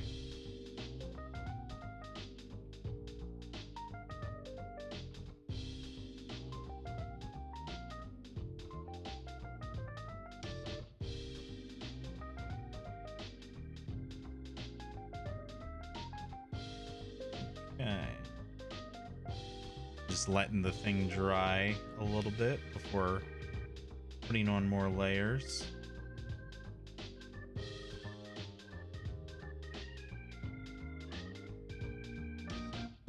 Probably once I'm sure that the 1 foot is dry enough to hold, I'll go ahead and I'll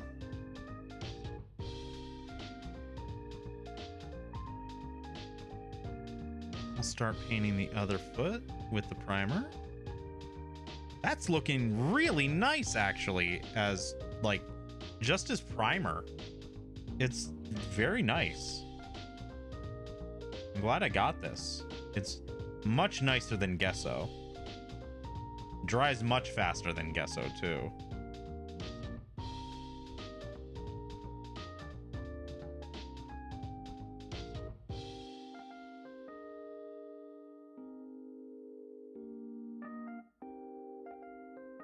Because if this were Gesso, this would have been done off of stream.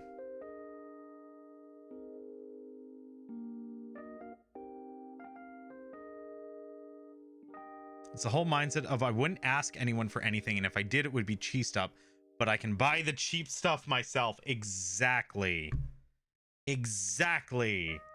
Like, the stuff that you want that's expensive, you refuse to ever ask anyone for. And the stuff that you would feel comfortable asking people for is cheap enough that you can just buy it yourself. It's the struggle is very real.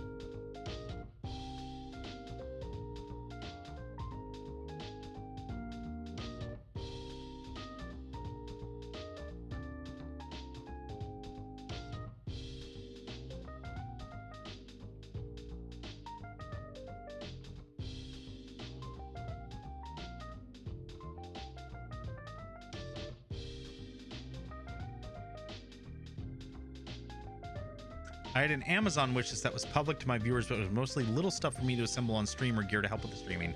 Yeah, that's one of the things that I would like. That's the other thing, is that there's some stuff on my throne that's like, oh, teehee, here's some anime DVDs that I never got around to buying that I'd love, or something like that. But for the most part, if anyone was going to buy me stuff, I'd want it to be stuff that I could use on stream to make the streams better. So I tried really hard one day to sit down and learn to accept things from people. Maybe I should set up a throne, but then I'd be so shocked if anyone. Yeah, same thing. It's one of those things of,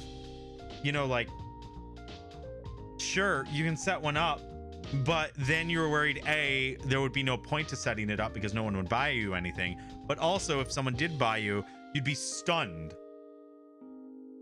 So yeah, I don't know. This is why Christmas is stressful in my family. Everyone wants to know what you want, but I typically buy everything I want that's cheap enough to say I want. Yeah, exactly. And you feel guilty because the other stuff that you do want is too expensive to ask somebody to buy. You know? Like if you ask someone for the stuff you actually like want and can't get, they're going to look at you like, wow, you greedy bastard.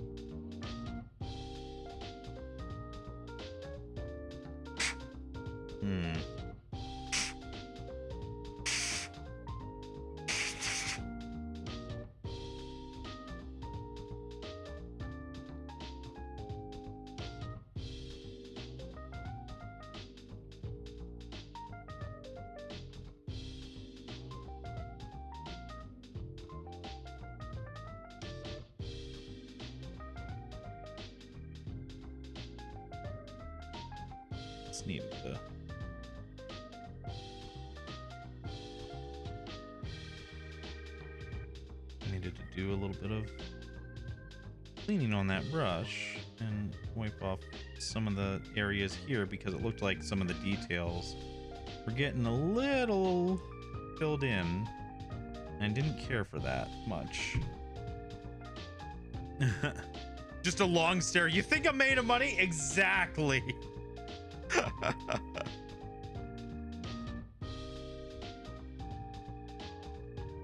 Would literally be two different websites, and one would always be international shipping, and then you would have to deal with import tariffs. Yeah, fuck that.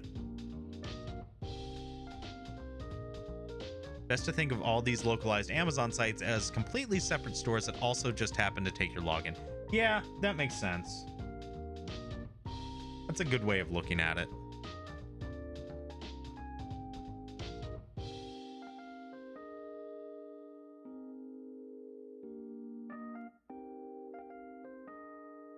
Okay, it's a little bit better.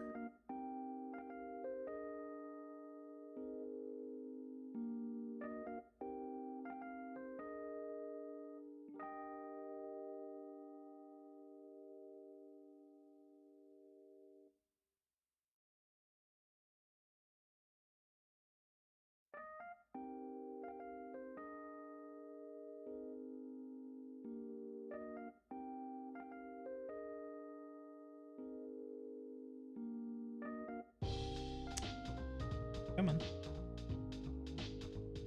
Let's get you nice and painted up so that I can get you actually painted up.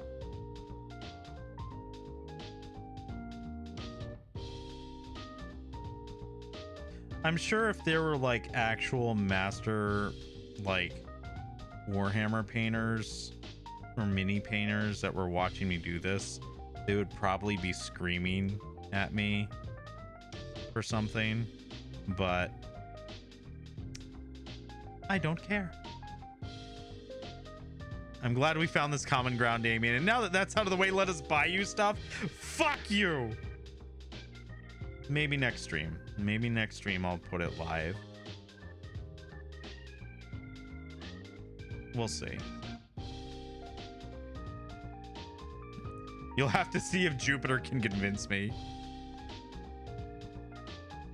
If anyone could, Jupiter would.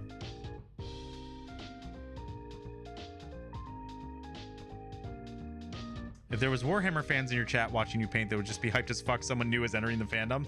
See, the thing is that it's not necessarily someone new entering the fandom.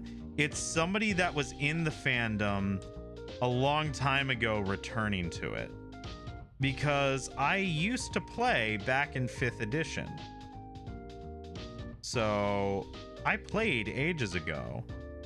Back before the Grey Knights got their updated codex, back when they were still using their 3rd edition codex, where it was basically just the Inquisition with the Grey Knights. They weren't two separate things.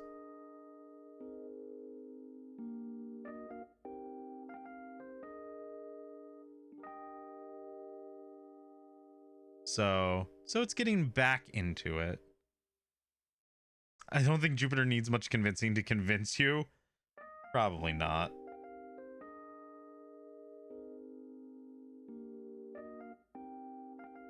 But yeah, it was... Warhammer was a lot of fun, though. I enjoyed building model kits. There was a forum I used to be a part of called Daka, which I think is still around. Which I think is still the largest Warhammer forum. That has like a bunch of tips and guides and whatnot, and updates about things.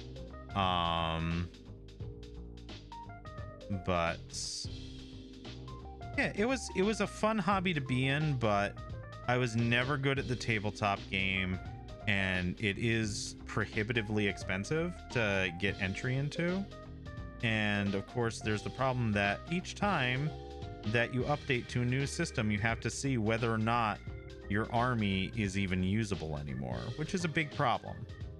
That's a frustrating problem to have. I'd have to pull out my codex, but it's either 2nd or 3rd edition. I've got some 3rd edition codexes still. I don't think I got rid of them. I'll have to check, actually. I can look under here and see, because I've got a bunch of my tabletop game stuff under here, and I think I still have my old codexes.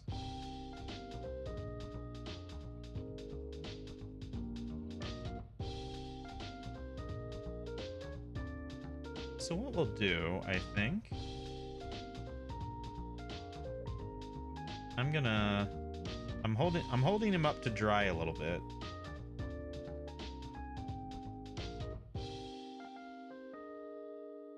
Okay, that I think is okay enough that he can maybe stand alone for a moment or two and dry.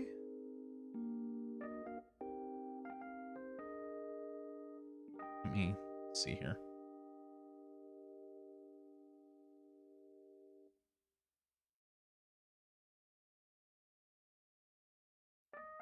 Oh, I should actually get some paper towels to put my brushes on. Teehee. Thank you, Spoon, for the hydrate.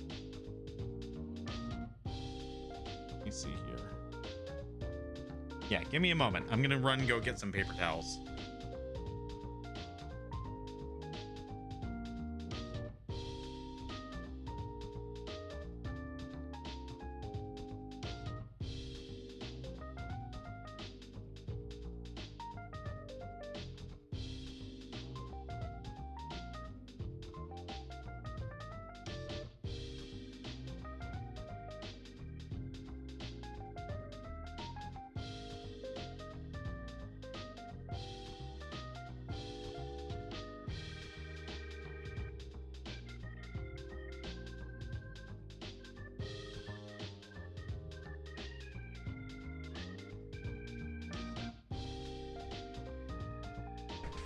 Okay. Paper towels. Have been gotten. I'll hydrate in just a moment. Just need to do that. And where was my other one? Susan, there you are. I think that was the one that I was using. Yes.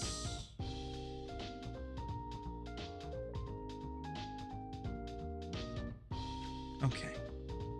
All right, we're gonna put that there and let that dry. In the meantime, before I move on to the other bits, I want to see what codexes I have. They're all under my computer desk because my computer desk also has a whatchamacallit, a bookshelf. That's the word. That's where I keep my old codexes. The nerd. It's also where I keep all my D&D books.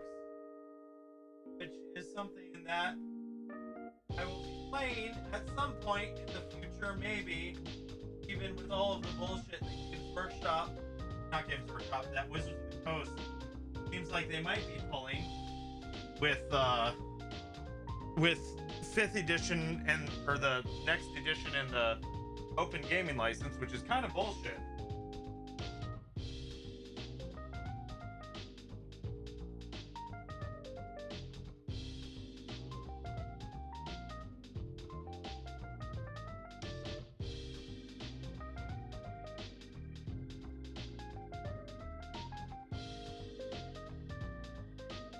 Okay, I only found 2.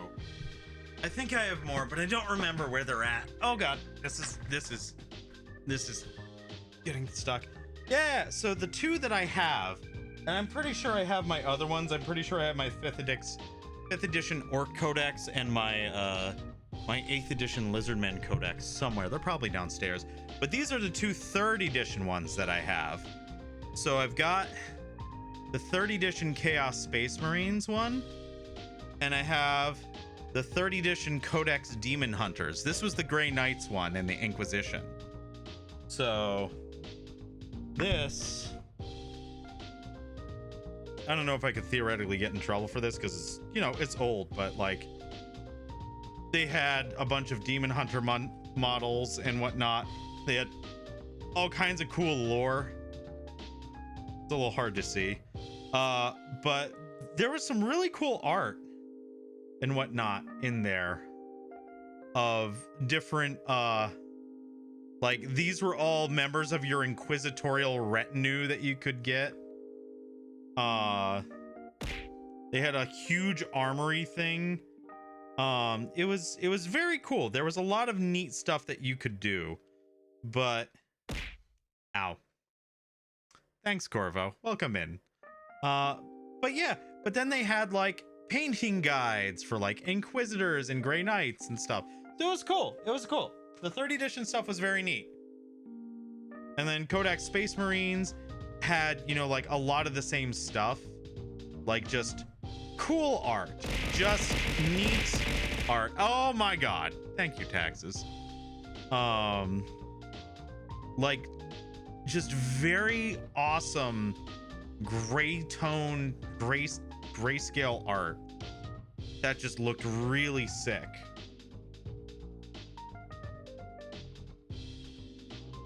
So like, I don't know, the 3rd edition ones were like just, they were very cool.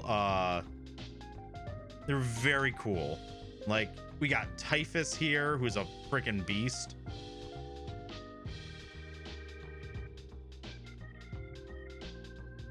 And then we've got some of Cabal, or yeah, I think Cabal likes the Thousand Suns Space Marines. So we got some of the old school ones. But yeah, and again, just like some painting guides and whatnot. Just neat stuff. Neat stuff. And I always liked it. I always liked those. So yeah, it's cool. It's cool looking back at them and seeing how they've changed compared to the recent ones. It's also a little heartbreaking to see because there was so much variation back in like the 3rd through 5th editions. Like you could get really crazy custom stuff going on with some of your models, but Thousand Suns are such a tragedy. They really are. Poor Thousand Suns. I understand literally nothing about Warhammer, but it all looks cool as fuck. It's fun. It's an interesting universe that's very over the top. It has some very cool stories in it, and I personally get a kick out of it. It's always been fun. But yeah, I have a workbench now. It's not all cluttered with half-finished electronics projects. Yay! Success. All right. Now we're gonna, this actually probably is a bit too much for the head. My half-finished electronics are in a cardboard box. Yep, that sounds about right. Mine was probably 3rd edition. Then it had color scheme ideas for what clan of lizardmen you were in. That sounds like, I don't know. It would depend, because like when I got into it, it was 8th edition, and that was about 2009, 2010. I want to say maybe, yeah, like more 2010, 2011. But yeah, so it might have been an earlier one. I'd have to check and see. I'd have to look and see if I can find my Lizardman book. I think I probably can. I think it's probably downstairs. I just don't know for sure. But yeah. Let's go ahead and we'll start priming up the head here.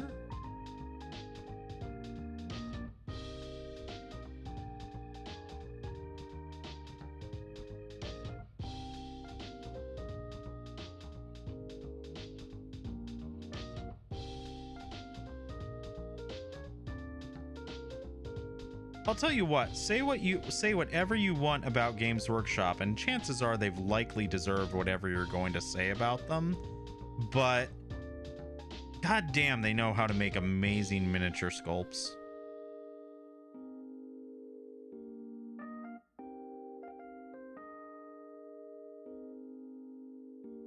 Like, if there's one thing you can't fault them for, it's how well sculpted their miniatures are.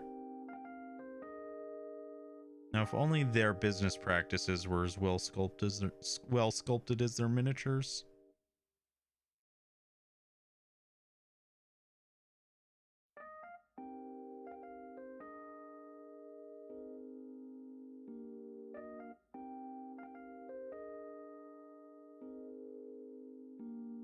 Damien's chat always makes me feel so young. It's great here. I'm glad to hear that. I'm glad that my old age can make you feel young again.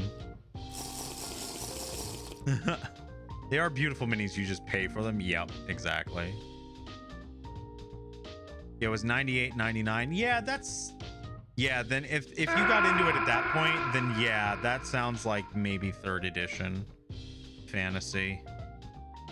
Maybe 3rd or 5th edition. 3rd through 5th, maybe. I don't know. I'm not sure. Games Workshop is like how I am with Halo. Toxic and abusive, but I keep coming back because damn, the product is fine.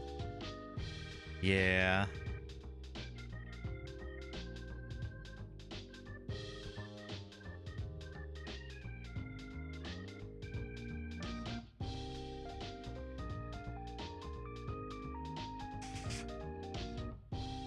Let's see, I just want to make sure I'm not accidentally painting over any details that I don't want to paint over.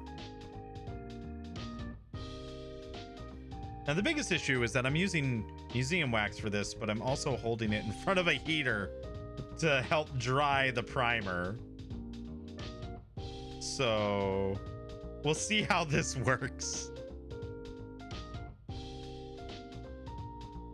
I should really invest in some blue tack or something like that. Speaking of Halo, has anyone seen the new pack they're dropping for Valorant? New skin pack? No, I have not. What is it? Is it a Halo crossover? That's ridiculous. I feel old everywhere else I go. Bunch of Zoomers everywhere.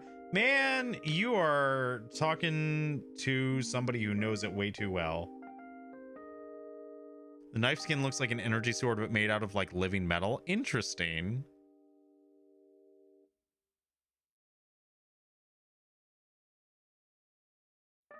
I remember when Fable 2 came out and the pre-order was that you were able to get an armor set that looked like Master Chief and a sword that looked like the energy sword. And everyone was like, yo, you can totally be Master Chief in Fable now. That's so cool.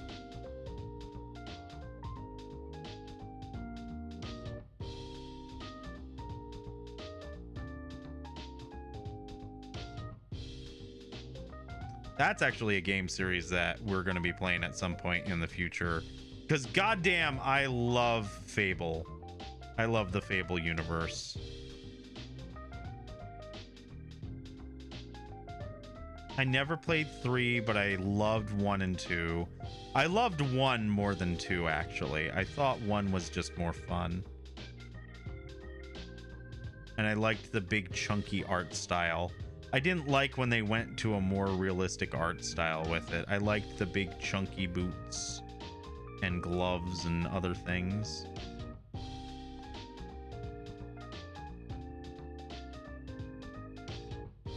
I would have to break out my original Xbox or buy it on something else in order to play Fable. They have it available. They have Fable The Lost Chapters on Steam. And like, it's the OG. It's not just the anniversary. I did not buy the anniversary version because it's got the updated graphics. That brings it more in line with like Fable 2 and Fable 3. And like I just said, that's the thing that I loved about Fable 1 was the big chunky graphics. So I made sure to buy the one that was not the updated anniversary edition. Because I wanted those chunko graphics.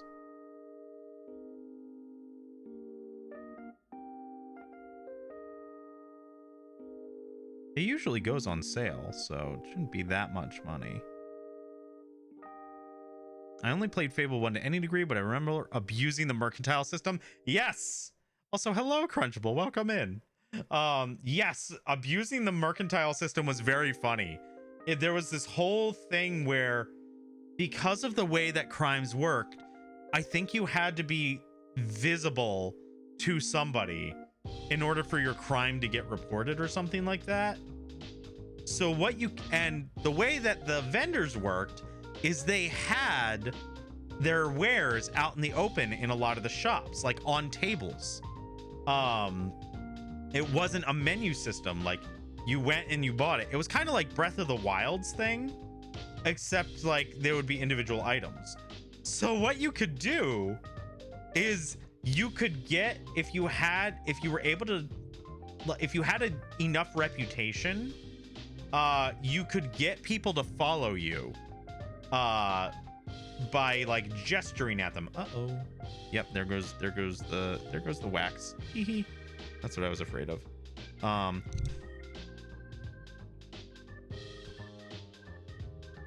Yeah, I'm gonna have to get blue tack at some point.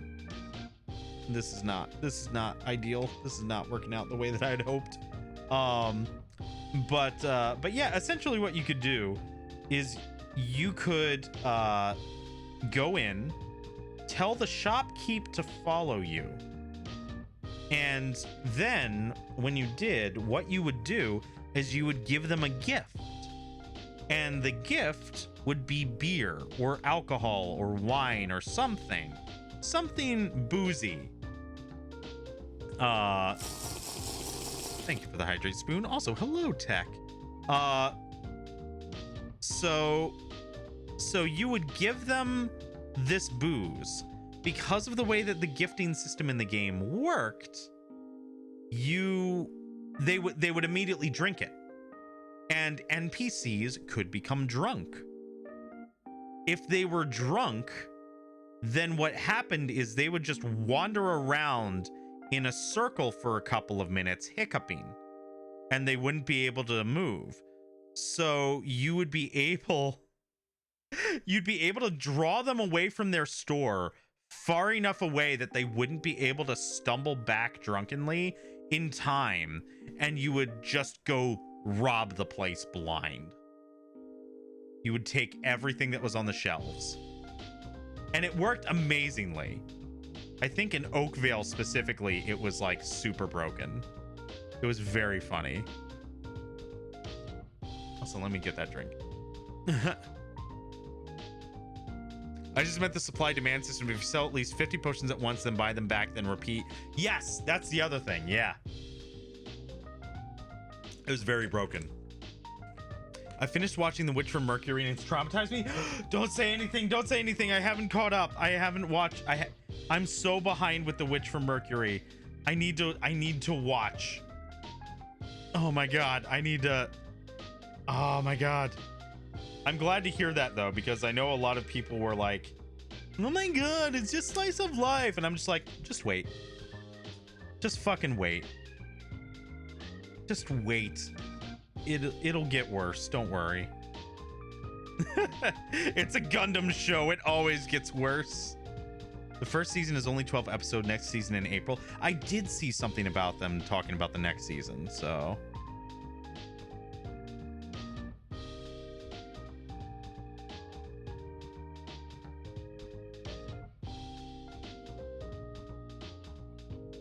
Slice of life Gundam? For a little bit, and then. Guess I have to remember that for when I get around to playing Fable. Them shenanigans are right up my alley. Oh, Spoon, you'll love Fable. The morality system is completely ridiculous.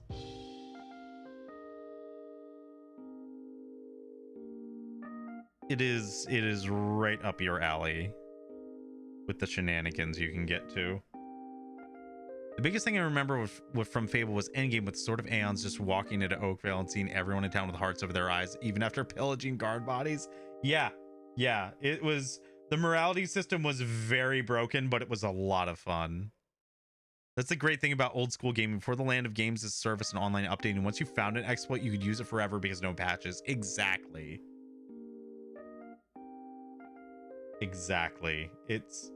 That is definitely a thing that is missing from today's world of gaming that a lot of people don't really understand.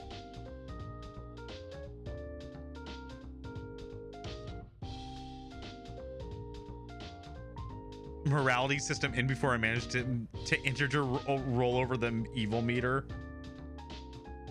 I don't know. The entire point of the game is that you've got the hero system, but all hero means is a champion with great power.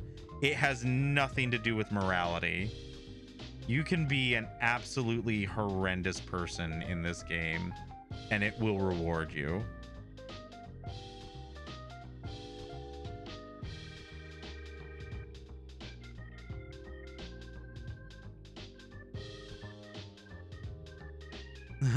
Oh, holy moly, the Trails of Cold Steel anime has started. I guess I'm lurking because I need to watch this. I'll be back later. Okay, Tech. We'll be here for a while. I miss my childhood back with my PS2 just popping in a disc and having it work forever. No broken launches, no waiting for updates, just at a game. Well, here's the thing, though. Yes and no. Because the thing is that if you had... like, yes, absolutely. You could have it where you would have a game and it would just work and nothing would be changed and it would be great. But if it was busted, like if there was some game-breaking bug that they had not managed to catch, you were fucked. There was no way to get that to work unless they released an updated version of the game, and they never would because people would stop buying it. So, like, there were, like, it wasn't all happy fun times. Like, a perfect example.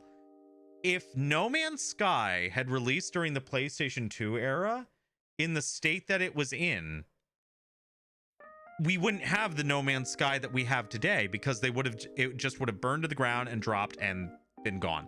That's it. So that's the thing. Is like there was give and take for sure. And especially if it was a port from another system and there were bugs and you only had the system that it was ported to, you were screwed. You were absolutely screwed. You would either have to go get the original system it was made for, or or you just had to live with it. It was, so there was good and bad. There was always a give and a take. And it's just a matter of whether or not it was worth it at the time. But it certainly was a lot rarer because things were much easier to make and code for. Like, sequels didn't take multiple years to come out.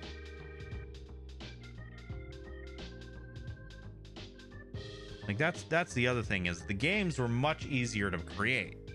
So you could have way more games in a shorter period of time. So I feel like that kind of thing was much less likely to happen back then, though. The limitation of not having the option to fix it later made most studios actually do it right the first time. That's true. To a certain extent, that's true. But every once in a while you would get some game breaking bugs that would just not be good. Typically they happened in ports. That's where a lot of those issues tended to crop up, was in ports to other systems. So that was kind of the major thing, was if it was porting to another system, you had to be really careful about it.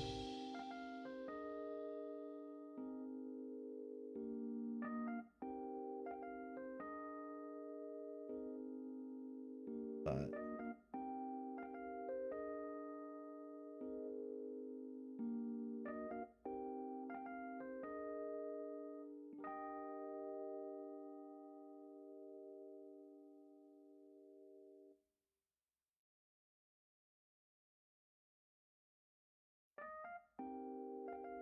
I think the head is about primed. So we're going to go ahead and let that dry.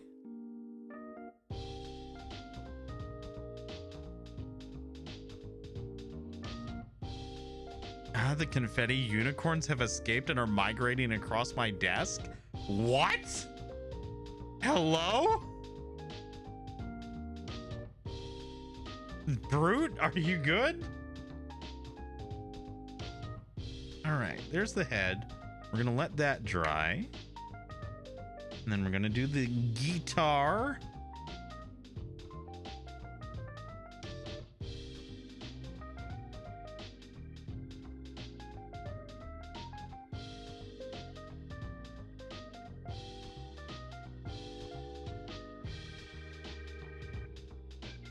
Brute Claw got glitter bombed a while back with confetti unicorns, and it was not me, although I did have a small hand in it.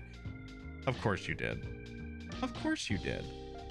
I would be shocked otherwise.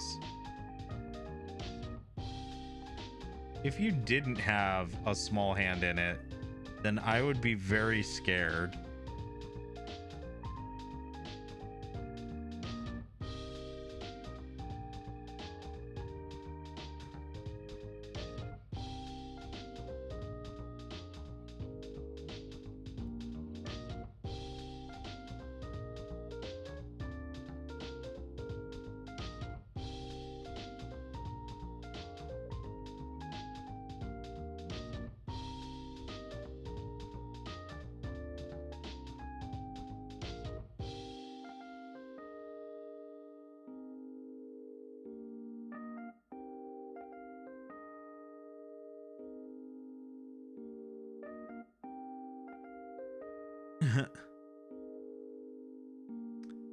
Lady G and Spoon sent me a housewarming gift when I bought my home in 2020. Oh my god. The chaos they helped created.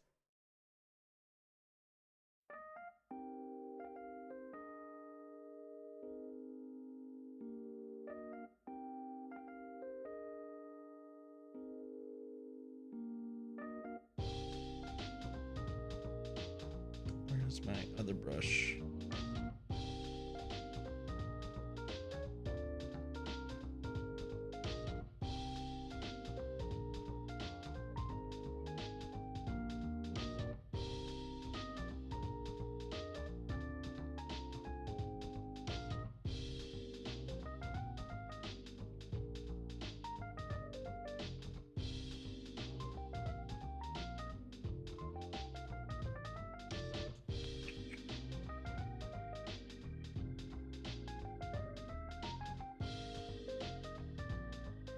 Okay.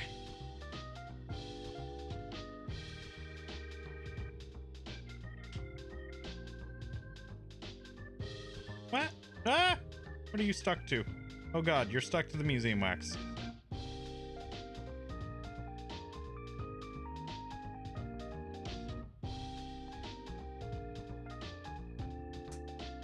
Okay, we're good. Everything's fine here.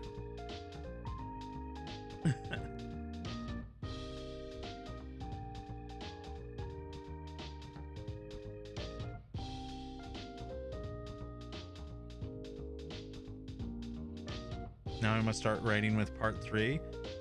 What What are the lyrics that you're writing again, Oswaldo? Remind me. I know you've said it before and I can't remember, but I remember you saying what they were for.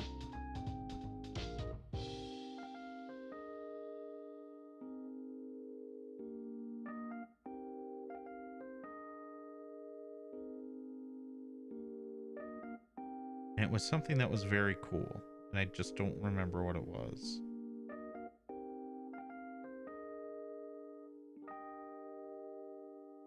Basically been giving bits and now writing for an EP album or whatever. Nice!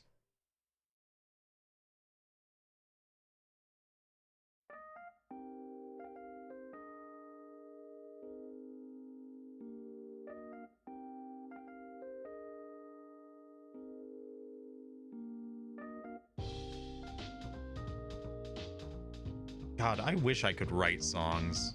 Writing songs is like, that's an entire other art form that I will never be able to understand. It is wild to me how people can come up with lyrics and not be like, this has already been done 50 times and I know it. Like how are you able to separate all the stuff that you've already heard and listened to and gotten like ideas and references from and like make sure that it's like your own? And it's like, I don't know, man. Like writing music is an art form that I will never be able to do, but I am like amazed at folks who write music. Like not even just lyrics, but also the actual music itself. Like composing music is wild, man. It's been a while since I've cleaned up this office. It feels weird having a clean desk and all the computer parts put away in the storage shed. It's not just a walkway to the computer desk. It's less of a cave and more of an office. Nice. It's a good feeling, right? Like when I had to go rescue Vanya from the airport, I was like panic cleaning the apartment so that it actually looked sort of nice. And once I was done, I was like, wow, I forgot how nice it is to have an apartment that actually is like not a disaster.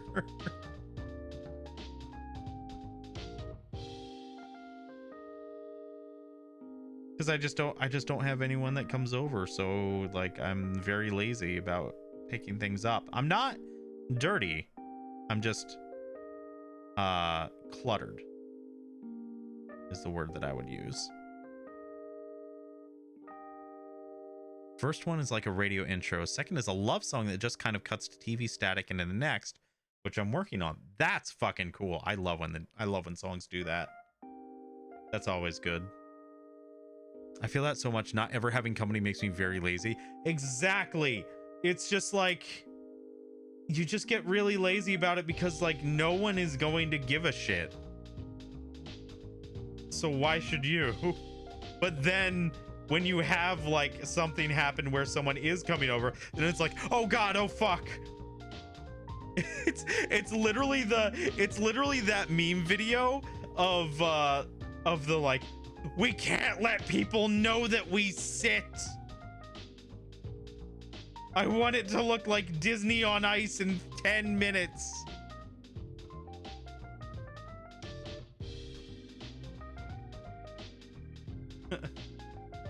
Have you made your bed? No? Then throw it away. It's already too late.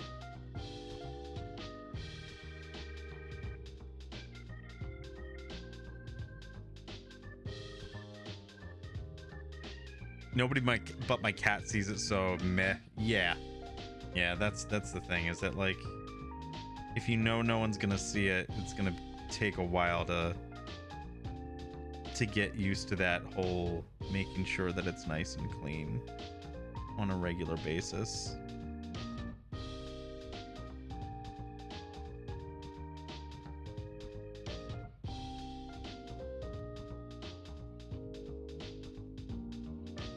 I gotta say, this primer, very nice. Very nice. It's very relaxing to have a brush on primer that actually goes very well. I'm glad that I got it.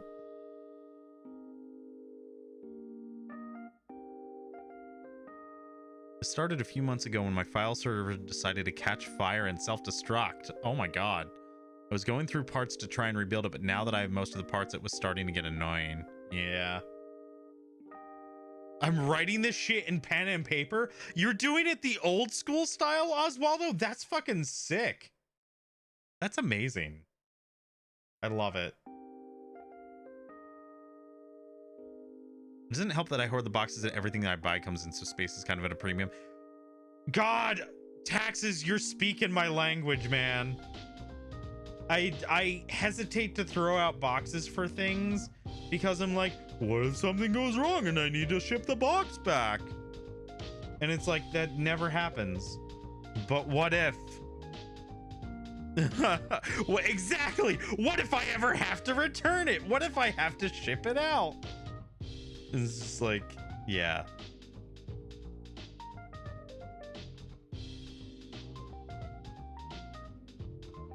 Yep. You know me, taxes. We are kindred spirits. What if I move? This will make an amazing gift box. Yep. Exactly. You understand. You know my pain.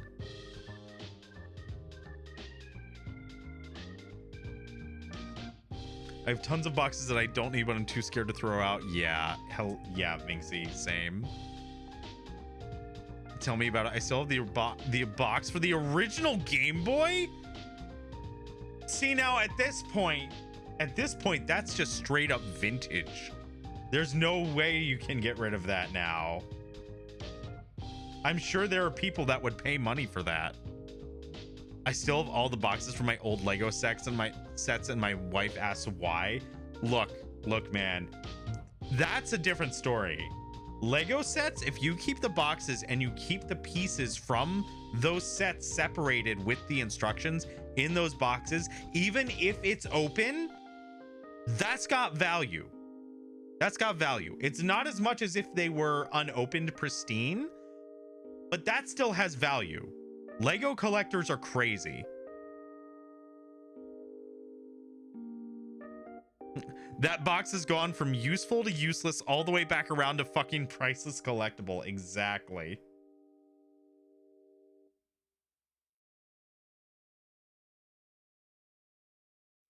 They are assembled and on display. I would still personally say it's smart to hang on to them. Lego's an entirely different world. Lego collectors are bananas.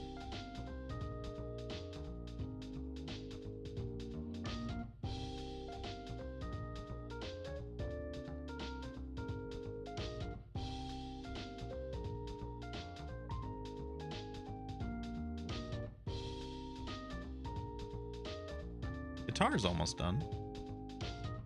I have tons of boxes from the things I have collected. And like, I really should throw out these model kit boxes. But then I'm like, what if I sell them? Or I really love the box art.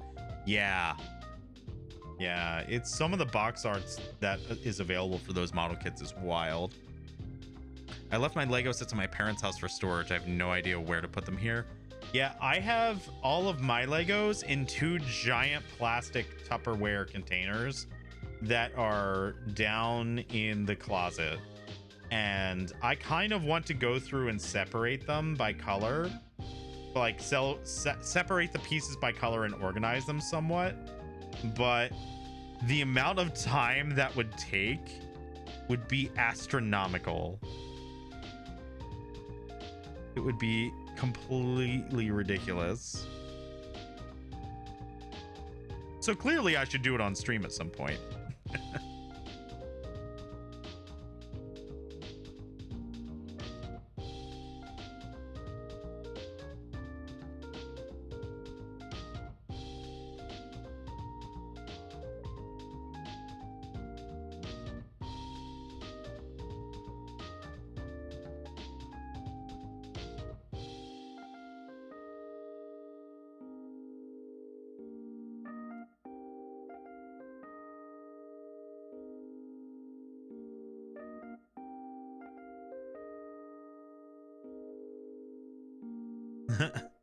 Gotta get some content out of it clearly. For real though, like, oh my god, this is the one problem that has come from streaming. I can't do things casually anymore. I don't have like separate non-streaming hobbies. I'm always like, oh, this is a cool game. I want to play this. I have to do it on stream so people see my first reactions to it. Or something like that. So it's, yeah, it's one of those, it's bad, man. It's bad. Once you get into the streaming side of things, it's very bad. Like with my SH Monster Arts, I have the boxes flattened and the plastic trays throughout. And I ain't gonna sell them, but I'm like, but what if? Yeah, exactly. About 3 weeks it took me to separate 2 of those big rolling boxes full of Lego into small containers sorted by color. The pain that took. Oh God, I can imagine, Spoon. I can imagine. That would have been horrendous. But at the same time, how satisfying though. How very satisfying must that have been?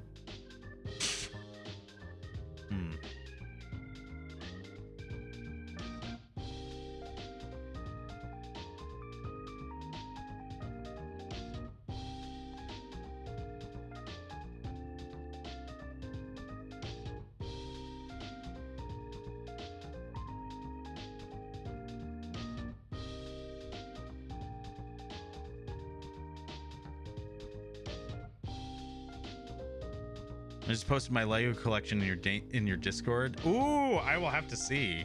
I'll have to take a look. I have those kind of thoughts, then I remember I don't really stream and the thoughts fade.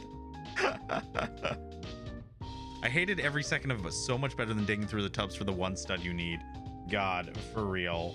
There's no worse pain than not being able to find the single stud that you need and not being able, and like only finding it later after you've already gone through everything multiple times and now you're looking for something else.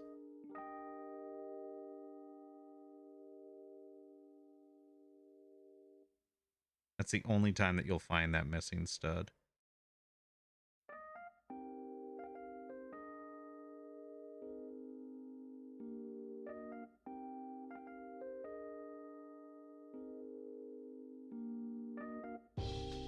So give me 1 second here.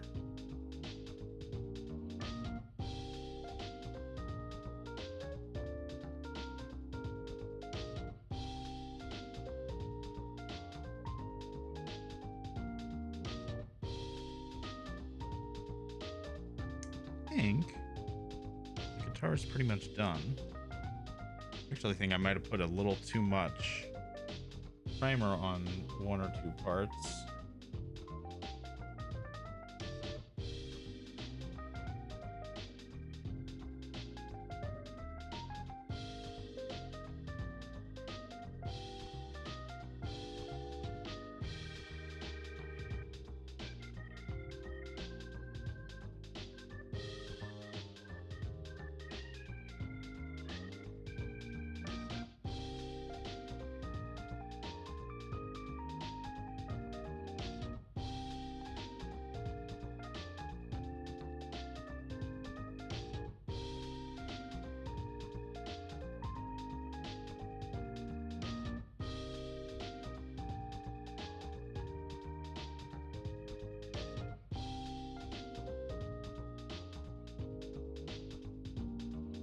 Yeah, I definitely accidentally put a little bit too much on, or a little too thick, I should say.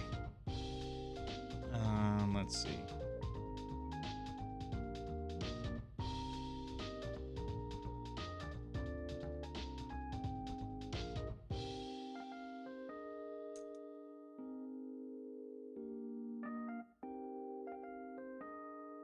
I wonder if there's a coffee table book for like Gunpla artwork, because if there is, I'm throwing away my... Actually,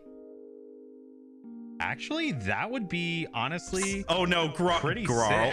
Grarl, I see what you're doing. Fuck you, don't you dare. Oh, it's Spoon. Ah. I was like, what the fuck? But... but no, honestly, that would be like... that would be a sick art book. They should absolutely make that if they haven't. You should get in touch with Bandai and see if they would make it.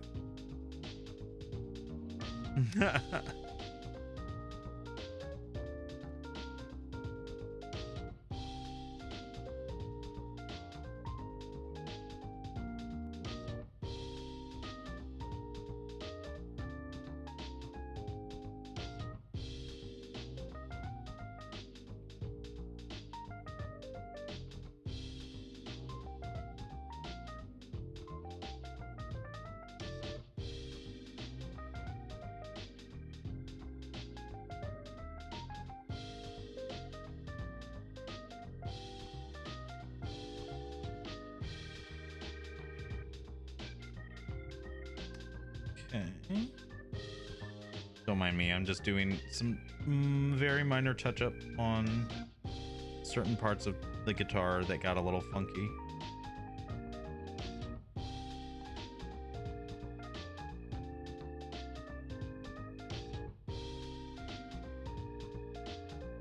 I can throw out my Zoid boxes because I just found a box that's full of the box art. That's amazing.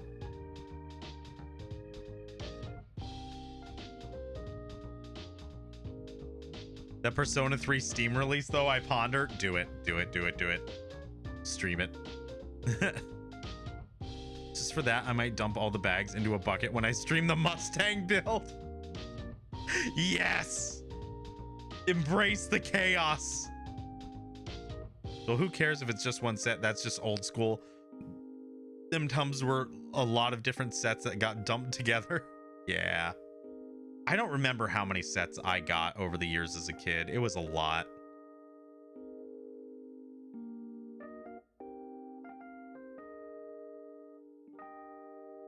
Okay.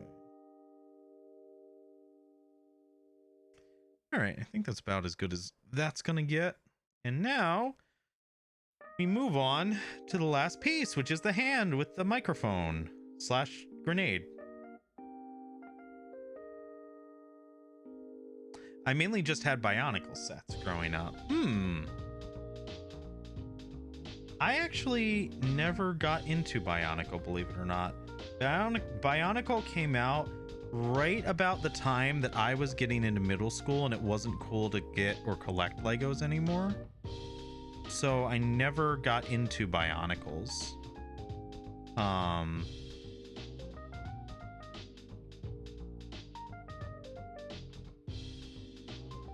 So that was a whole era that I missed out.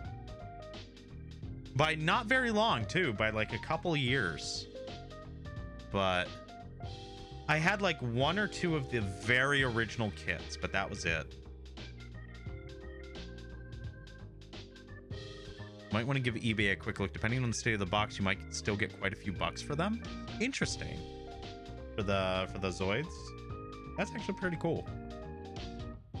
I took apart and rebuilt my Bionicles so much that the joints started snapping.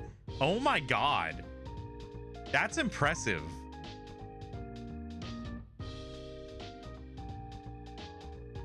Like, that's actually genuinely very impressive that you were able to break like A, Legos in general, and B, Bionicle. Like, yes, those joints could be a little weak, but like, that's wild.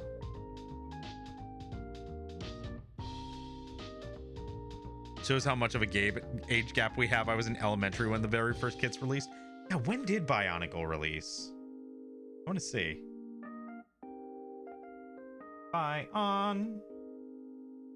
Nickel. When did you release? 2001. Yeah, I was in middle school. I would have been in 7th grade. Let me see. It originally launched in 2001 as a subsidiary of Lego's Technic series.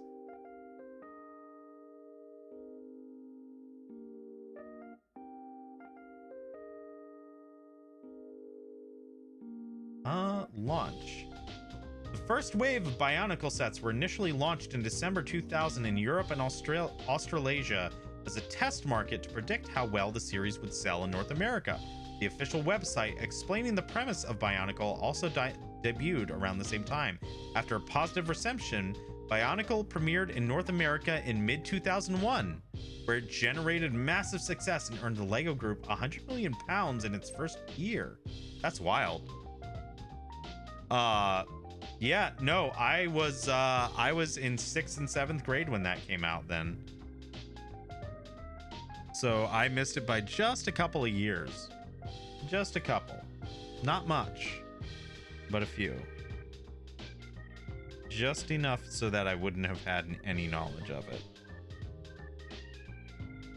Beyond, like, cursory. I'm pretty sure I remember my parents getting me 1 or 2 kits, but that was right at the time when it was like the interest of it was waning. And I was mostly doing like video games and getting into Halo and stuff like that.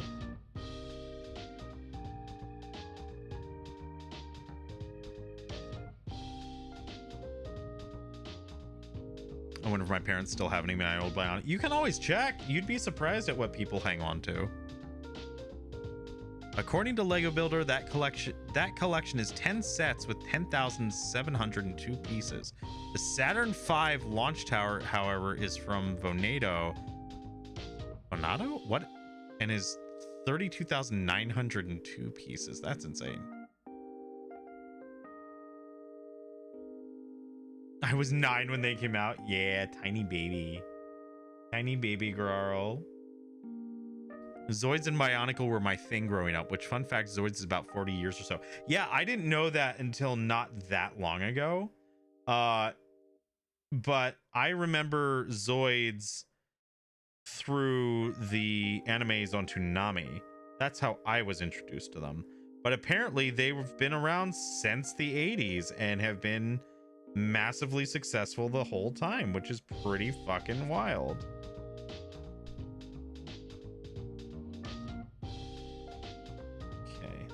Good. Grow as a tiny baby. Damien, I was 3 when Bionicle. You're an even tinier baby. Oh my god, you fucking babies.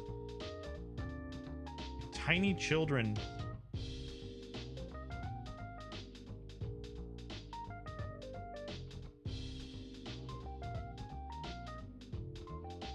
I was 12/13. Which is weird to say. I was still covered in Downy fluff. Yes.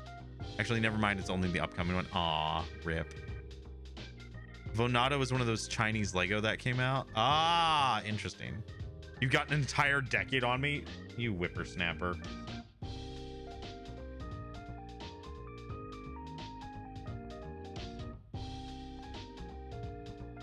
Okay, I think that's about done. So we'll let that dry.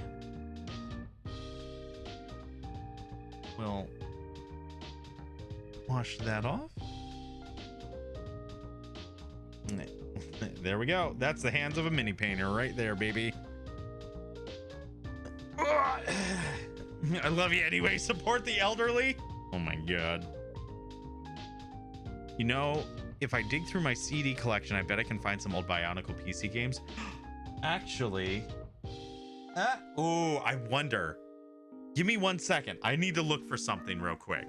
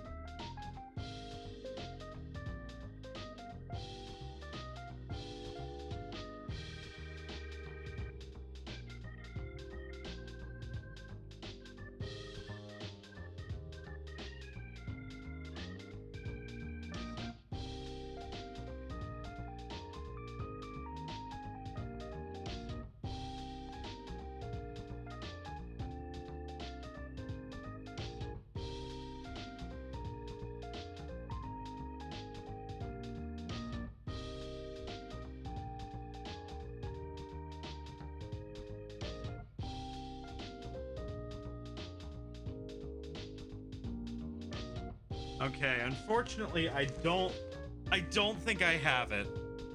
I don't think I have it still. I'm not sure where it ended up, but I don't think I've got it still. But I actually have, or we used to have, the CD installation for for Lego Island, if you remember that. So, but I do have some other old games. I'll have to turn these around. And yes, they're in an old CD binder. But I've got Alien vs. Predator 2. You know, Battlefield 1942, the original. And the Road to Rome expansion pack. I've got Star Wars Rebel Assault, the original one, as well as Rebel Assault 2. I've got StarCraft, the original. I have Chaos Island, if anyone remembers this, like weird RTS strategy Lost World game that came out. Oh man. The orange box, back when it got its name because it was actually in a box that was orange. AVP is how I got my screen name. Ah! It all makes sense now. It all makes sense. I think I still have the original install disc for OG Unreal Tournament from '99. I had an Unreal thing in here. It was, where is it? Here we go. Unreal Anthology.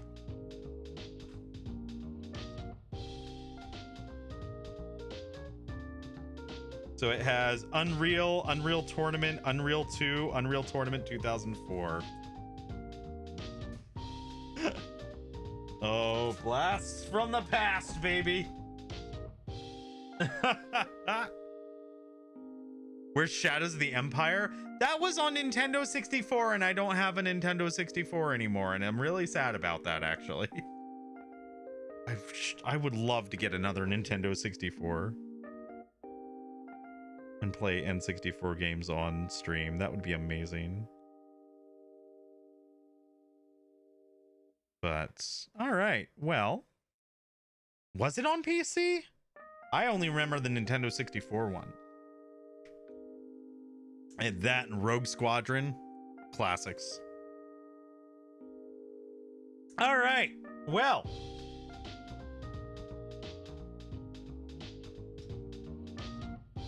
Well, this I think is dry enough that we can paint on it. So we are going to start painting. First, I'm gonna get me some museum wax.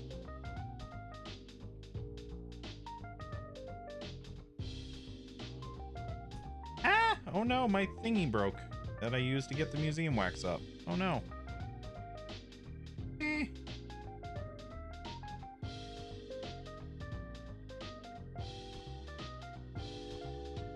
I haven't had an N64 since I was like 6, so my list of retro consoles I need to pick up. Yeah, I had a Nintendo 64 for the longest time. That was my original console, and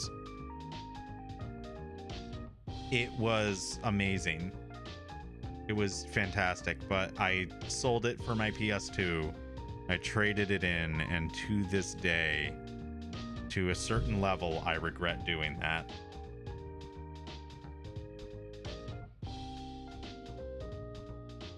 Because that console was so good. The Nintendo 64 was so freaking good.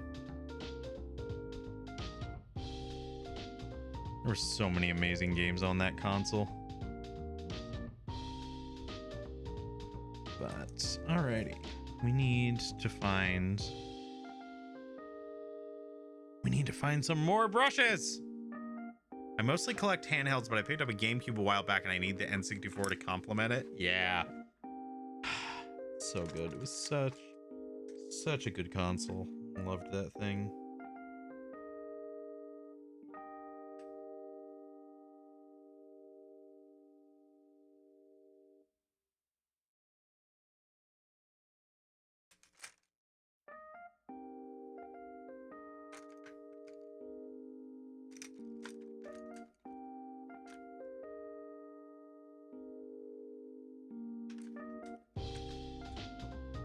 I have forgotten how many brushes I had.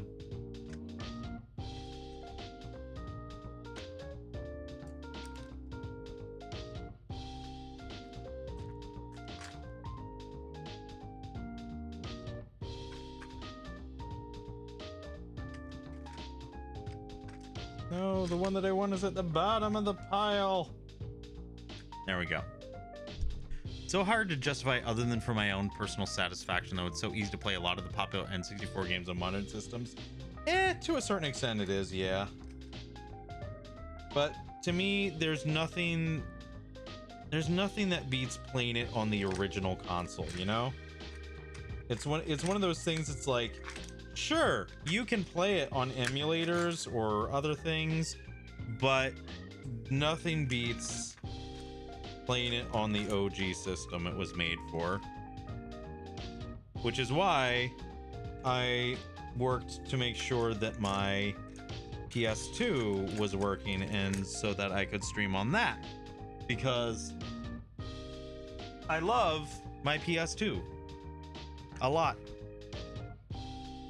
Pops head out of a bunch of boxes being unpacked and stuff assembled from. Oh, hello, Limes. Welcome in. Love Warhammer models, but they're expensive and I don't play. Yep, that's why we're only doing the fun little painty ones right now. But, all right. Now it's time to get started. Actually gonna this over here out of the way, because that's the primer. And we'll move this here. We'll move the brushes. I need to really get some organization going for this thing if I'm gonna keep doing this. Ah! Okay, let's see here.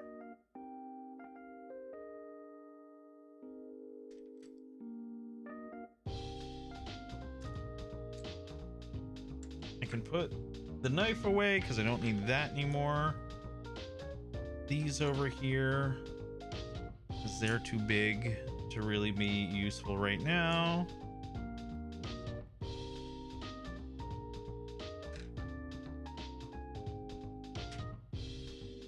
Okay. All right. Now comes the fun part of figuring out what the hell we're actually going to paint this thing. I've got a few Tyranids and a Carnifex. If I had friends to play with, I'd get into Kill Team. That's what I was debating doing, was getting into Kill Team, because you don't need a lot to get into Kill Team. So that's something that I'm looking at. Let's see. I'm trying to figure out which one to start off with first, and I'm thinking probably the jacket.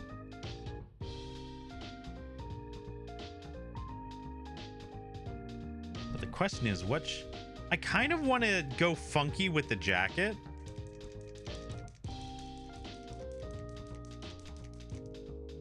So I'm thinking maybe we'll do like purple? Either purple or red. I think let's do red.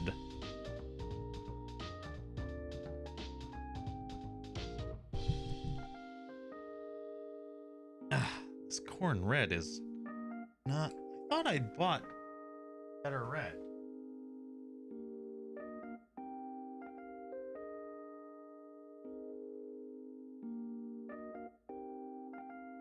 Where the heck did my other red go?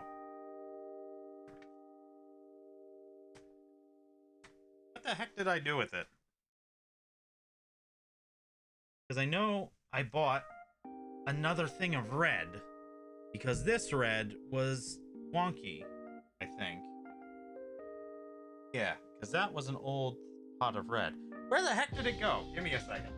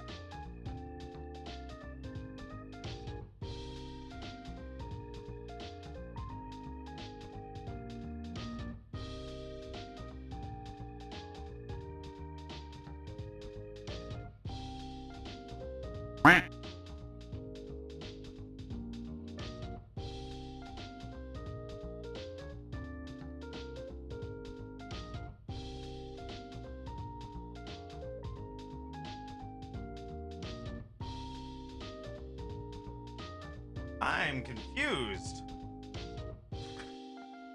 I thought I had bought a new thing of red, but I can't find it. So rats, we're rats. We're the rats. We pray at night, we stalk at night. We're the rats. Damn it, Daddy, and I gotta fill up my backlog list even more. Ha ha ha ha.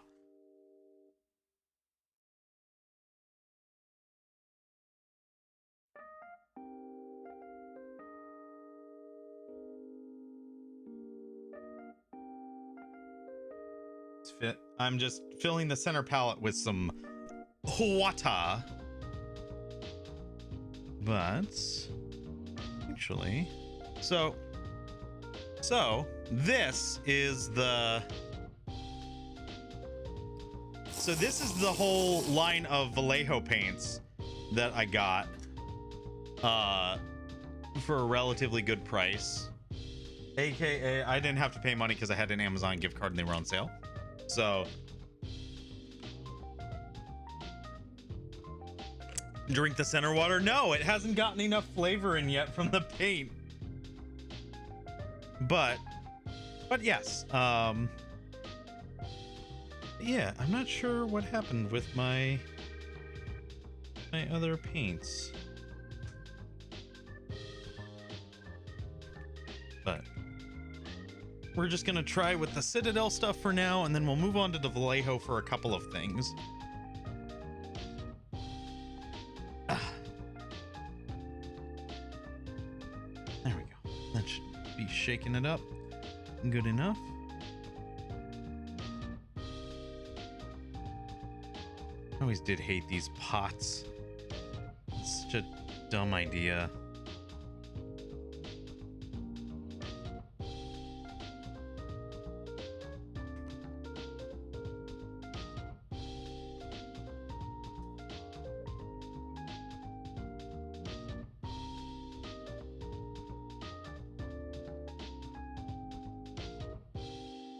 No, stop spraying paint everywhere.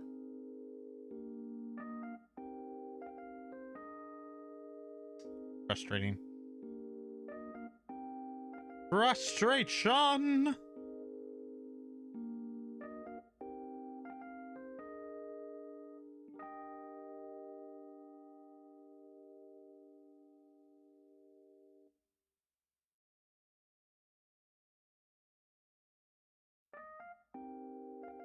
Well.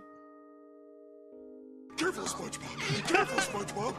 Careful, SpongeBob! Careful, SpongeBob! Careful, SpongeBob! All right. I think we'll actually start from the bottom up. We'll start with the squig.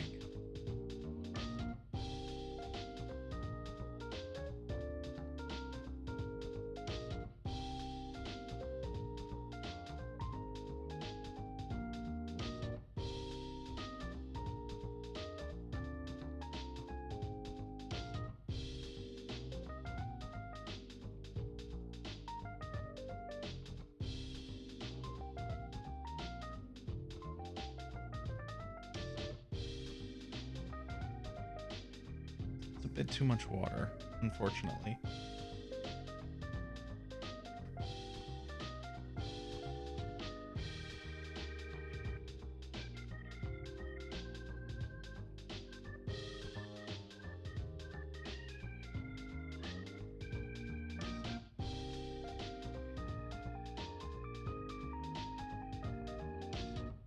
You're sending your paints and then there's that.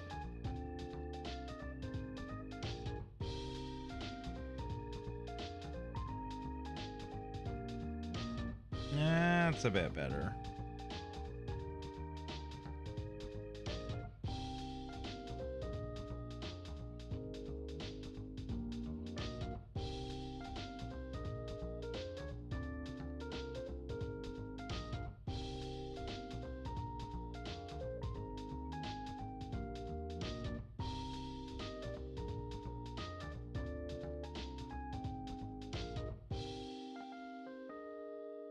Come on.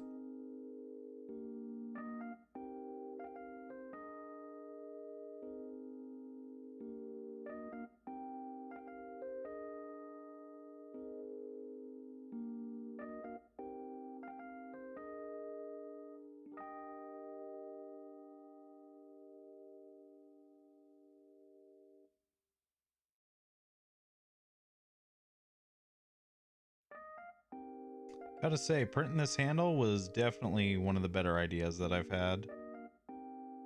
This makes things much easier as far as holding it.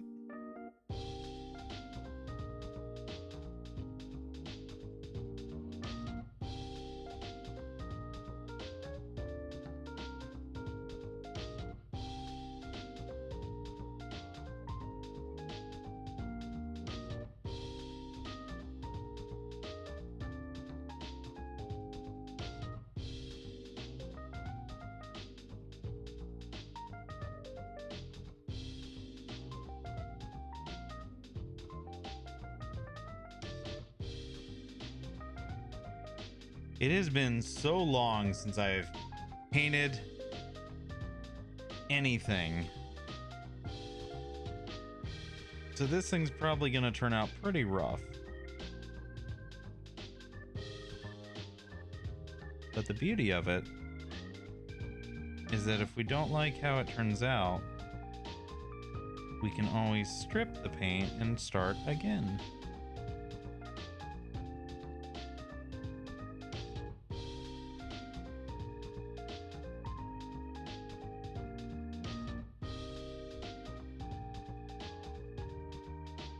Can actually turn. Uh-oh. Can actually turn the light down just a bit. Also see if I can zoom in a bit.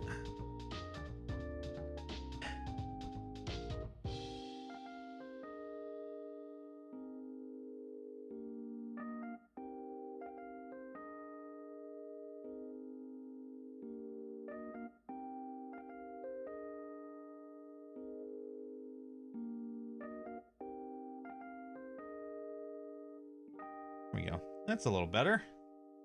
Hey, you guys can really kind of see what's going on. Neat. A little bit. I might still have to turn down this light a little bit.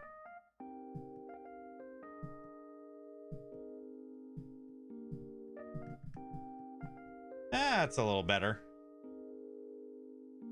That's a little close to reality. Oh, I missed the hydrate. Thank you, Spoon.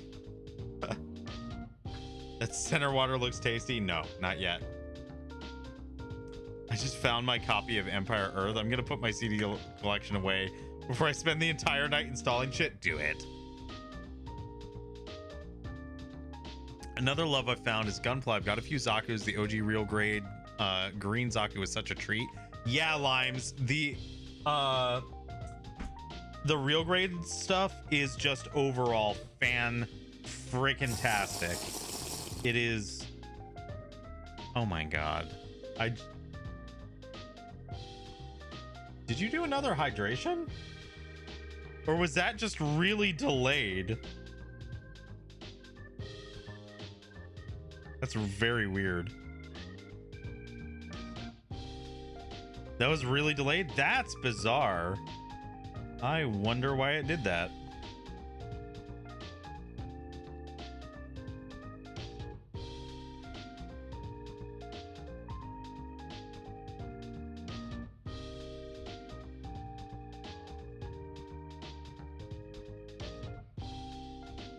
That's so strange.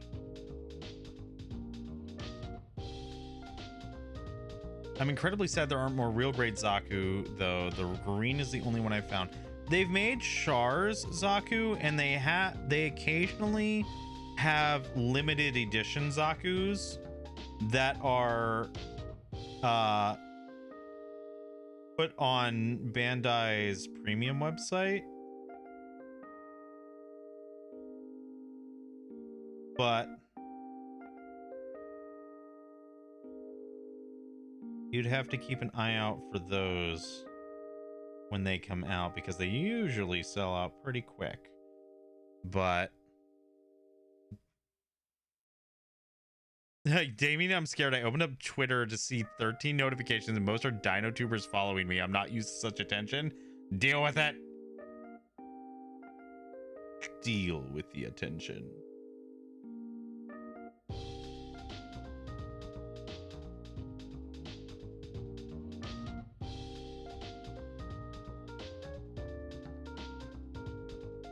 Oh shit, it's Corral Brown. Oh shit. I'm still waiting for the RG Psycho Zaku. Oh my god. That would be ridiculous. Also, hello, Frost. Welcome in. I'm glad you could join us.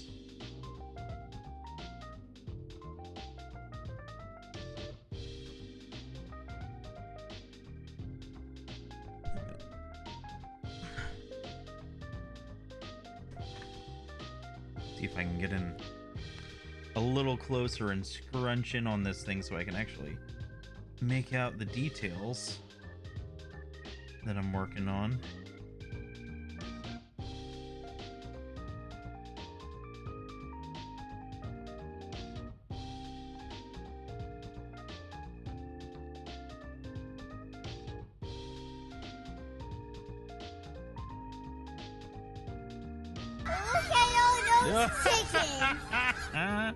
They do have Char's Zaku 2 custom, but it's just a recolor. Yeah.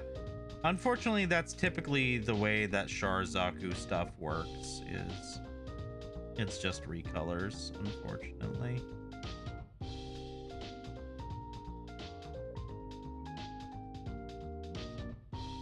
But that's the problem with the Zakus. With really any Zaku kit, they tend to have the issue of it's just going to be a recolor, because there's not that much that you can do to differentiate a lot of the Zakus from each other. It's mostly add-ons like backpacks or weapons as opposed to other stuff. Whoa! Naked Wrecking Balls! Welcome in. Thank you for the follow. Welcome in. What a name. I'm gonna drop a lurk for a while. Got D&D in half an hour if you end before I get back. I hope all you lovesies have a wonderful night. Have a wonderful D&D session, Taxes. I hope it goes well. And thanks for lurking.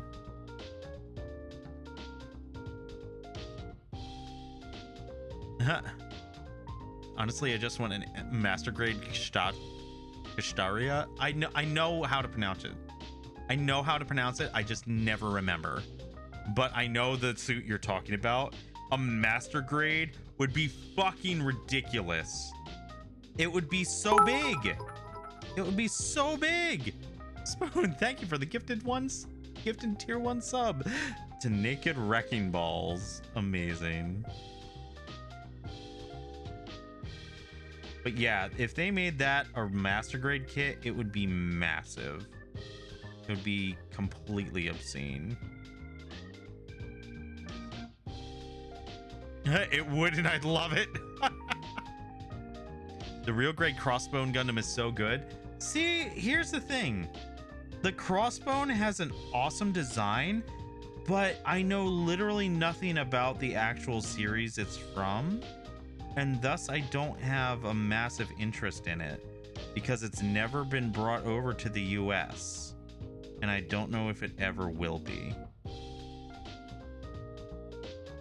And I've never gone out of my way to really look into it. So I just don't have a huge draw to the Crossbone, but I know a lot of people do. And I have heard that the real grade Crossbone kit is very, very good.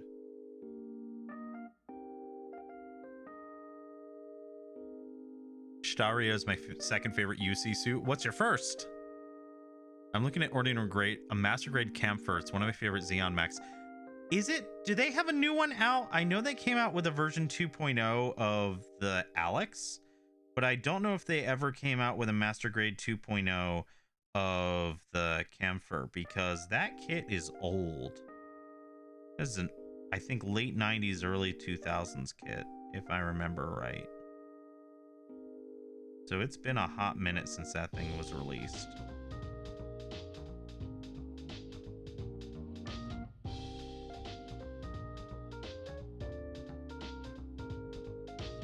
I sadly didn't. They just reissue it. Yeah, that's kind of what I figured. All right.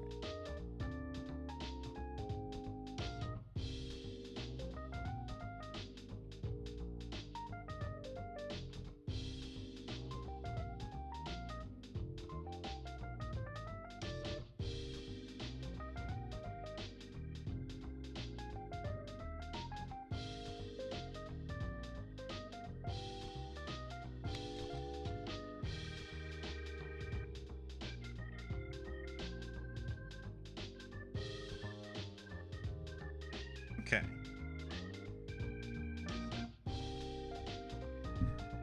All right, we got that. I want to see. I really like the plainer looking kits like the Jagan. The Jagan is an amazing just unit in general. And it's funny because it's never performed particularly well on screen. But it is an amazing kit and unit. And they have so many awesome kits. It's like the gym's cooler, bigger brother. Alrighty. So next, I think I'm gonna start swapping to the Vallejo kits.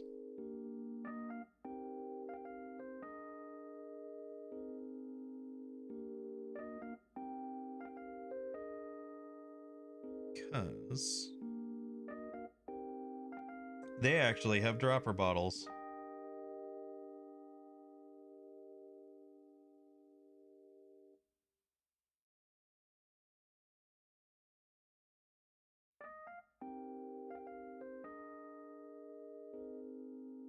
Which are very useful.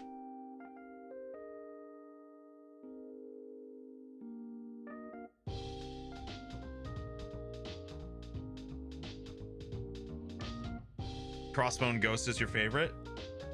I'll have to look at that one up. I'm not sure I'm familiar with Crossbone Ghost. But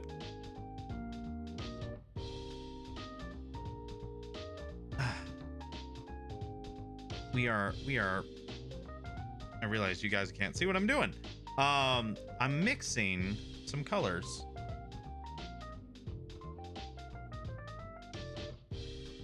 To try and make kind of a dark metallic iron bronze kind of look.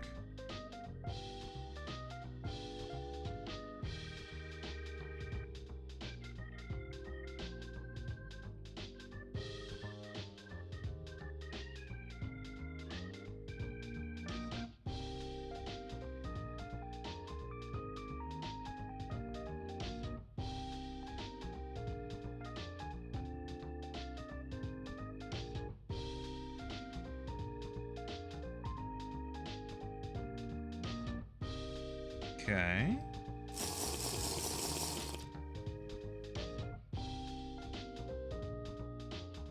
I think we need more of the silverish look. Thank you for the hydrate. Brute! The center looks like a strawberry shake. God, now I want a milkshake.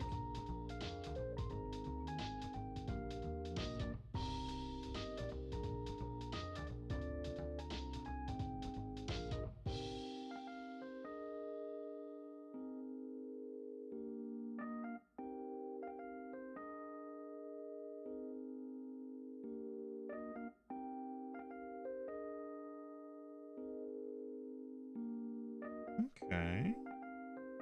It's not looking too bad.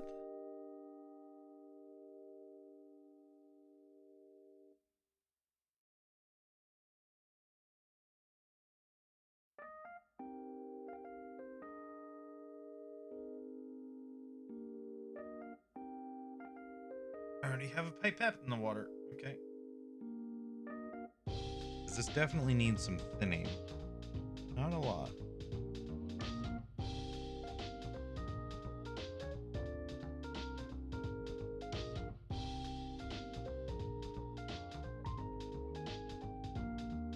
Yeah, actually, I'm really liking how that looks.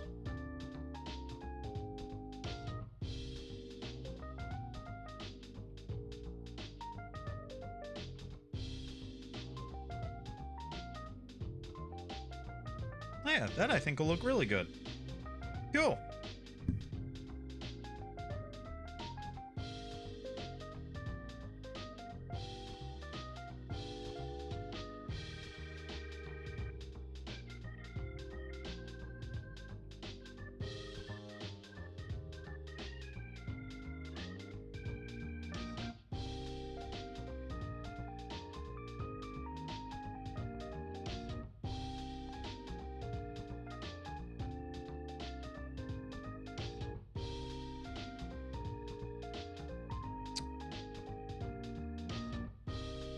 I actually really like how that looks.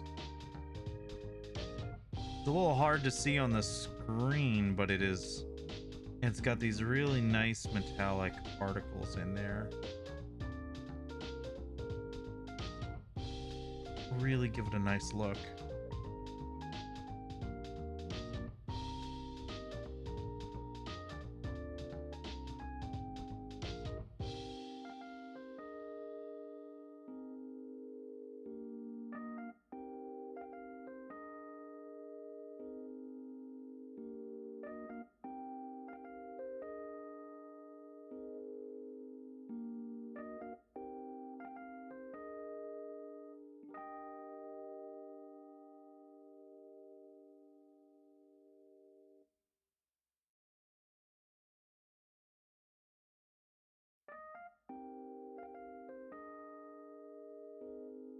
Trying to avoid the teeth, but I don't know how well I can do so.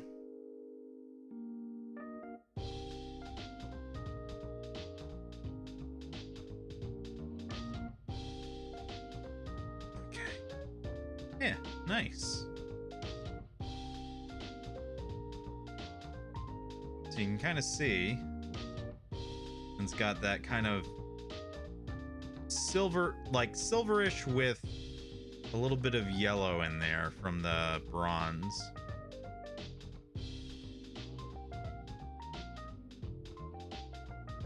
Nice. That'll look good. We're mostly just going to be putting down the base coats. We're not going to be doing the details or anything tonight. Because that's going to take much longer to do.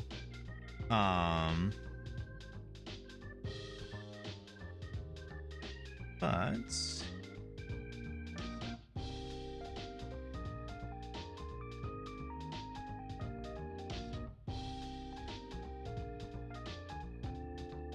why get a milkshake if you have the center water? The bigger Gundams with the wings and ton of pieces are cool, but they're a little too fanciful for me. No, I understand what you're. I understand what you're going for. Like it's nicer to have ones that are a little more rooted in like as close to reality as you could say a Gundam could theoretically be. Like, I get what you're going for. So I need to keep needing to adjust the focus on the camera.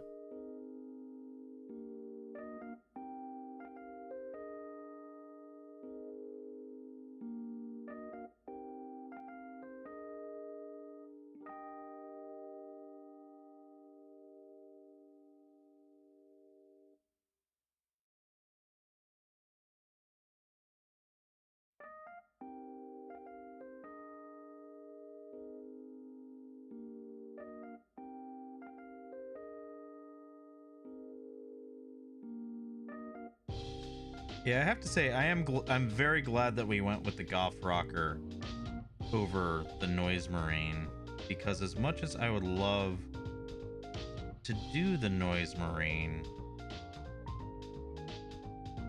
I feel like I have to get back into the rhythm of it, and the rocker is a great way to do that because the orcs don't have the crazy colors to the same extent that that Noise Marine does.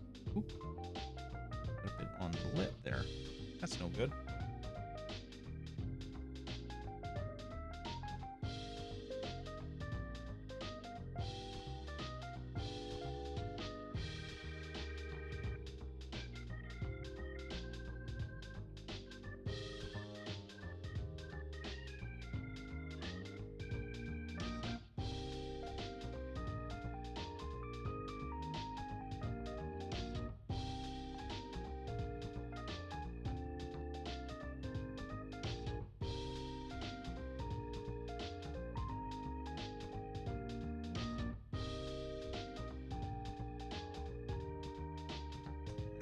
Yep. More paint.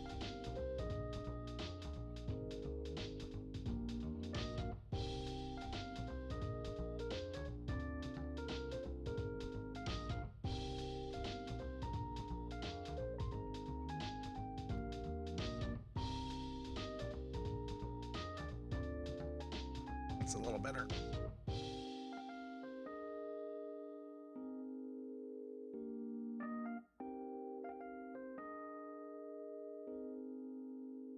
Okay.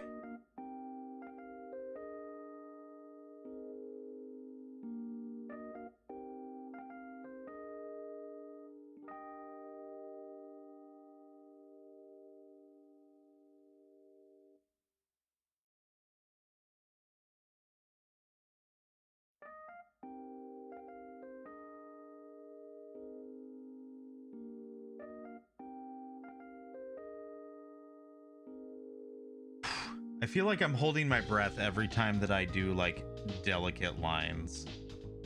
Okay.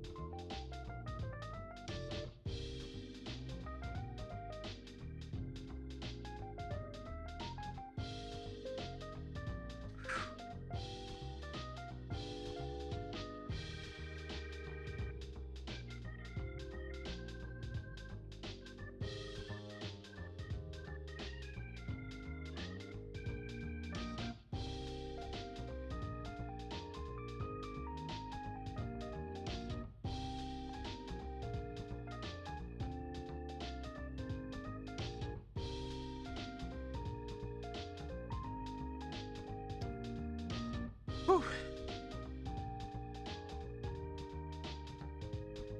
Yeah, I'm definitely like holding my breath every time that I'm doing something that's a little close to something else.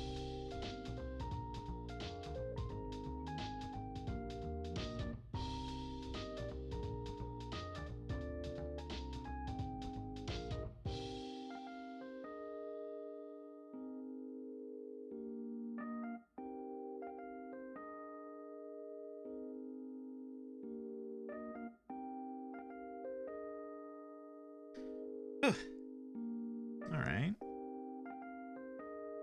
Got that.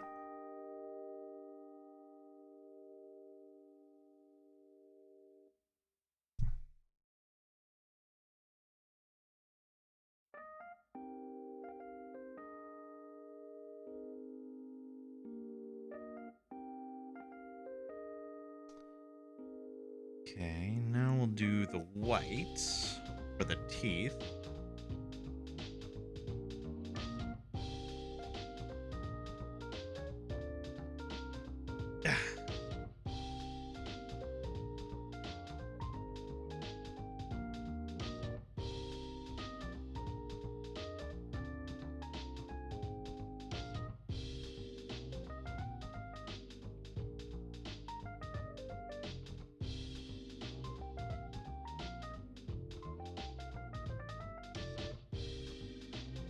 Okay.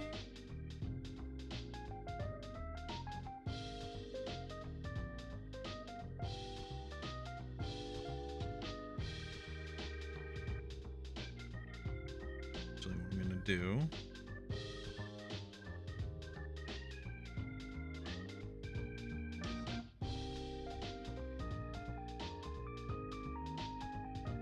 You know.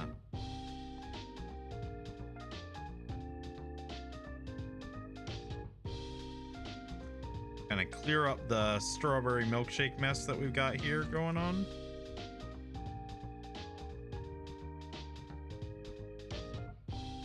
So that way I can have clean, not red water.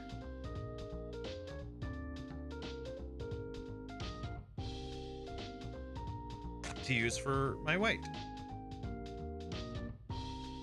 I'm finding more VTubers, Dino VTubers out of the woodwork. Just found another T-Rex and what looks like a Stegosaurid. Nice, nice. I've definitely noticed a higher rise in Dino VTubers recently, and I'm very excited about it.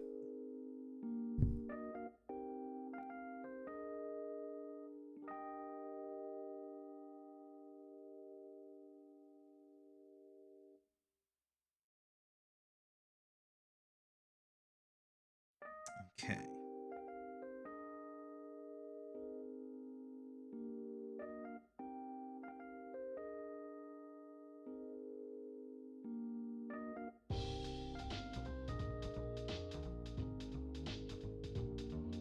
Gonna need more paddocks for the park? Yep.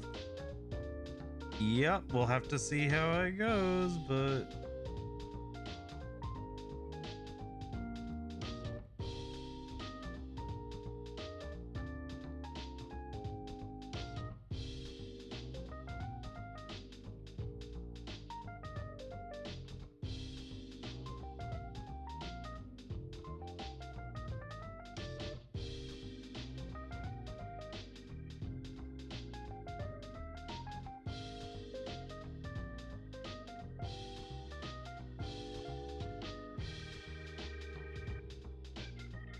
Probably get a finer brush for this.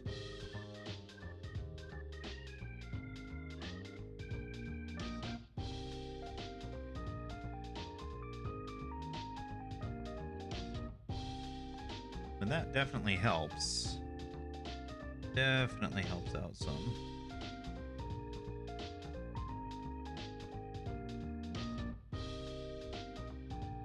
Oh no! It's coming off the wax. Get back on your wax.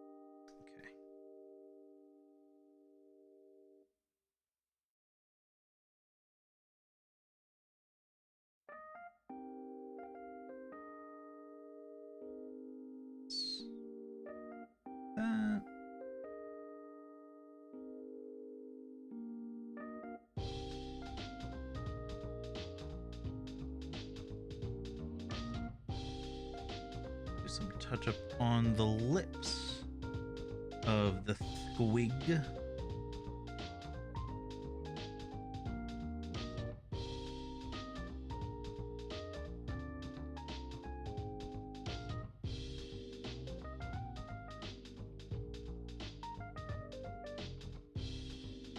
Okay.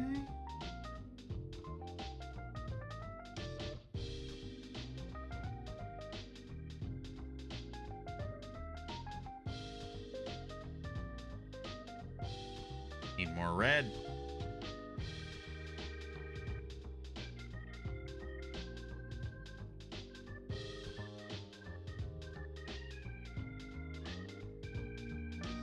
Not a lot, but more.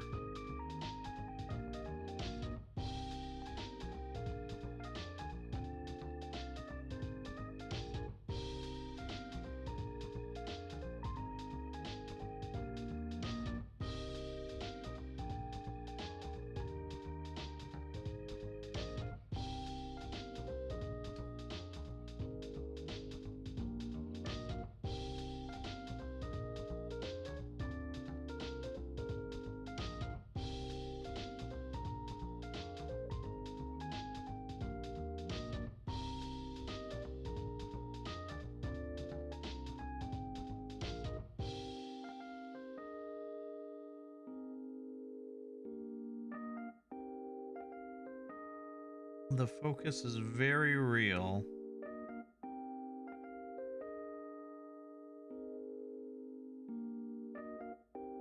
Yeah, all right.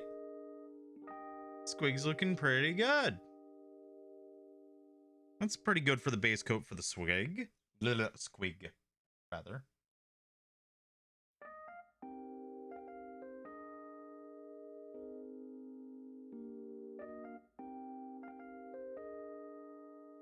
Now, we'll move on to the boots. And I kind of want it to be a little flashy. So like on the box, it is a Goff rocker. So the pants and the boots are both black. But I kind of want to make it more colorful.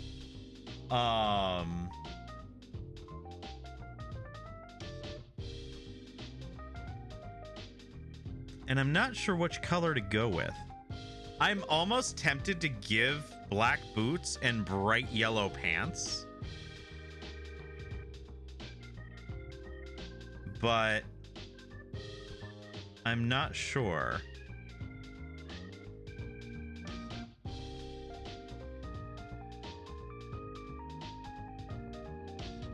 Or,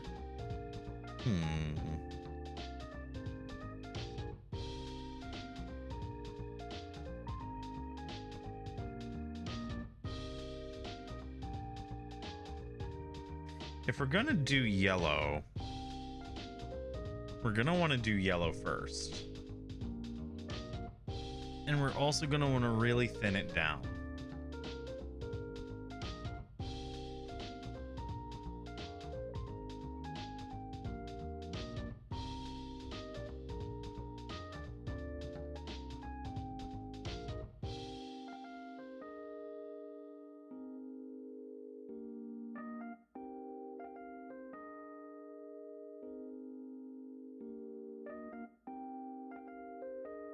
Why is yellow always so chalky?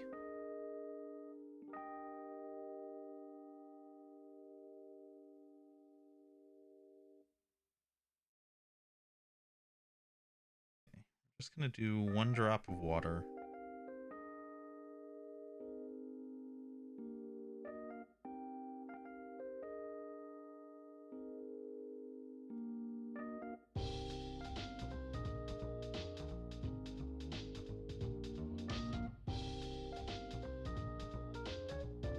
So fun fact, did you guys know, I learned this just the other day, apparently Peter Cushing, aka Grand Moff Tarkin from Star Wars, collected historical miniatures and would paint them and play them.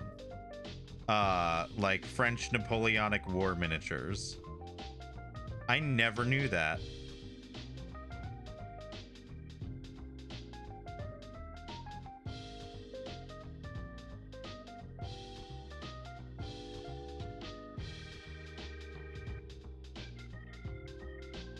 More drops in.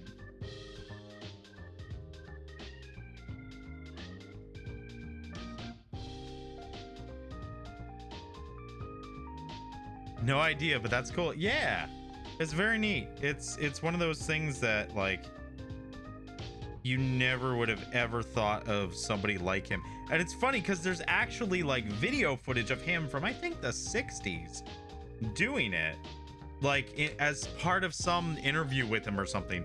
And it's so funny because he's dressed up all in you know, like fancy upper class British respected actor dress, and then he's sitting painting tiny little miniatures. It's very funny.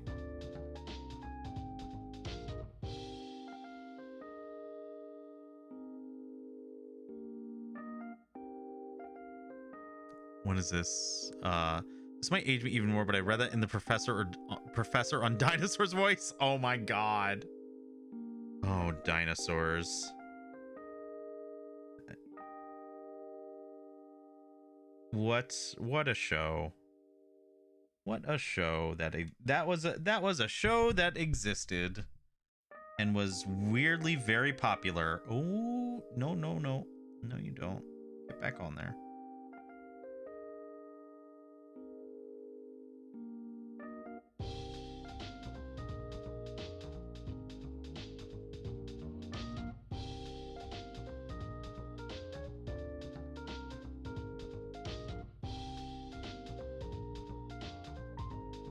Not the mama. Oh my god. I don't even remember what the baby's voice sounds like.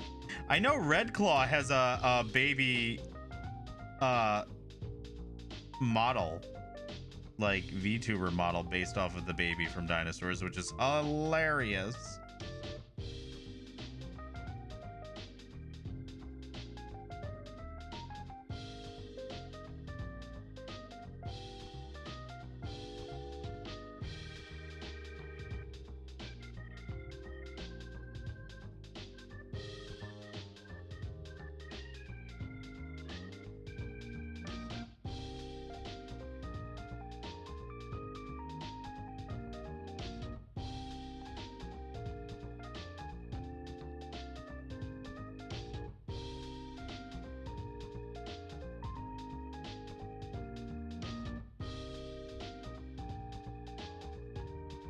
So one of the things that I was debating while getting back into this stuff was I've never actually made a Space Marine army, and part of me was very tempted to be like, you should do that and paint Space Marines on stream because everyone likes Space Marines. And then it was like, well, what chapter would I do of Space Marines? And I was looking through, and I was reading up on different chapters, and I learned about the Lamenters chapter, which is an offshoot of the Blood Angels. And their whole shtick, and this is partly why I want to do them, because I find it both like a little inspiring, but also kind of absolutely hilarious. The Piss Boys, yes, exactly. So their whole story is that they were founded as part of this founding of Space Marine chapters, some point mid timeline with Warhammer 40k. And the problem is that every chapter that was founded in that founding was cursed in some way. Like, some of them had extreme mutations. Some of them fell to chaos really easily. But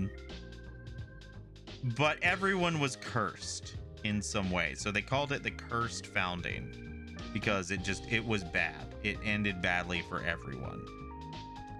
The Lamenter's curse is that they've got the worst fucking luck in the galaxy. No one wants to be their friend. If they do make friends, those friends inevitably betray them. They never get reinforcements. They're always under strength. They go into horrible battles and like come out with just barely enough people alive to keep their chapter going. And it's really funny to read about. But the inspiring thing is that despite all this, they've never fallen to chaos. They've never truly gone against the Imperium. They were tricked at one point to maybe sort of go against them, but once they realized their mistake, they relented and repented. And they were forgiven. They had to do some stuff, but they were forgiven. But they just have absolute fucking the worst luck in the galaxy, and it's very funny. But their color scheme is bright yellow with a checkerboard pattern with a heart, I think, on it, on their shoulder pads. And it's like the worst possible design to want to have to paint. It's a disaster.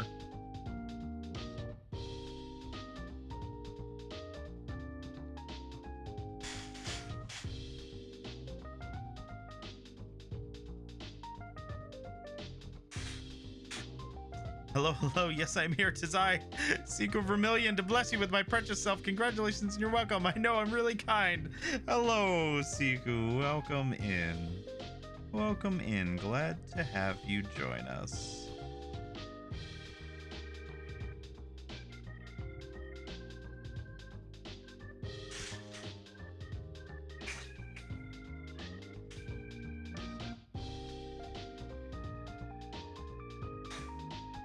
Don't mind me,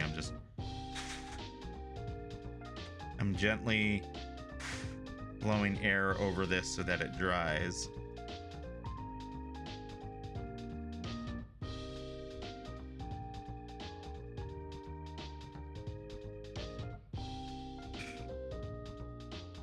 But yeah. All right. That's not a terrible start to the yellow.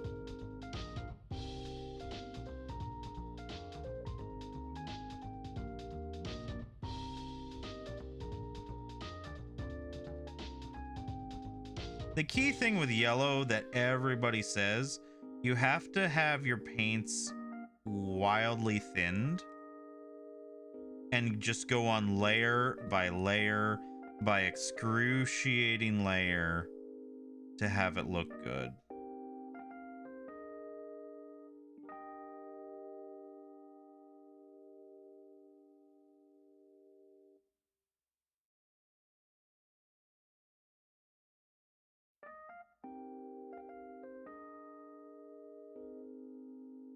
It is very tedious, which is why I'm now questioning why I wanted to make these pants yellow.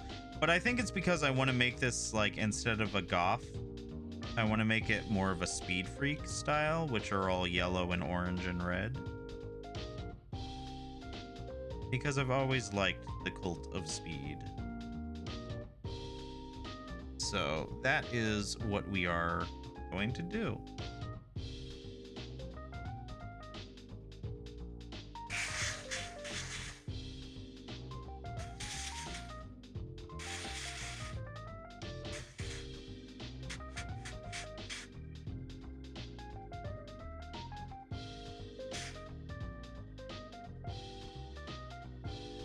I keep thinking you're saying goth rocker. That's essentially what it is. It's just goth spelled with Goff. Because they're Brits. because they're orcs.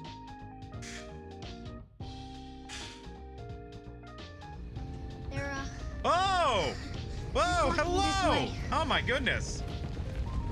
Hello, Raiders! Oh my lord, hang on. Hello, welcome in. Let me quick clean this off so I can give a shout out. Hello, Raiders, welcome in. Thank you so much for the raid. Let me give you a shout out here. Vampirette. Is it Vampirette or Vampirate Odessa? Hello! Welcome in. Let me give you a shout out. Hello, everybody. What were you up to? Thank you for the raid, everybody. Welcome in. My name is Damien Verde. I am a paleontology VTuber. I tend to deal with things like Jurassic World evolution. I have done the occasional fossil, the occasional actual real life fossil preparation stream, which I have a fossil of a fish right here. This is not one of the better preps, but it gives you an idea. But we have done that. We have done Jurassic World Evolution 2. We also do Apex. We do a bunch of retro games here, like PlayStation 2 and original Game Boy games. And we do stuff like Gunpla and now Warhammer. So yes, welcome in, everybody. Thank you for the raid. Parodi, thank you. Or Purodai, thank you for the follow. Amber Jellyfish, thank you for the follow. I like your beard, thank you. I like my beard too. Vampire plus pirate. I was just streaming some crafting, building a wooden pirate ship, and I saw your painting, so I wanted to check you out. Thank you, welcome in. It's a pleasure to have you. Thank you for the follow, Vampirate Odessa. Real fossils, yes, real fossils. What is that alert? So, that alert is a blushing trilobite. It looks... I know what it looks like. It looks kind of like a poo. I understand. But it's meant to be a trilobite.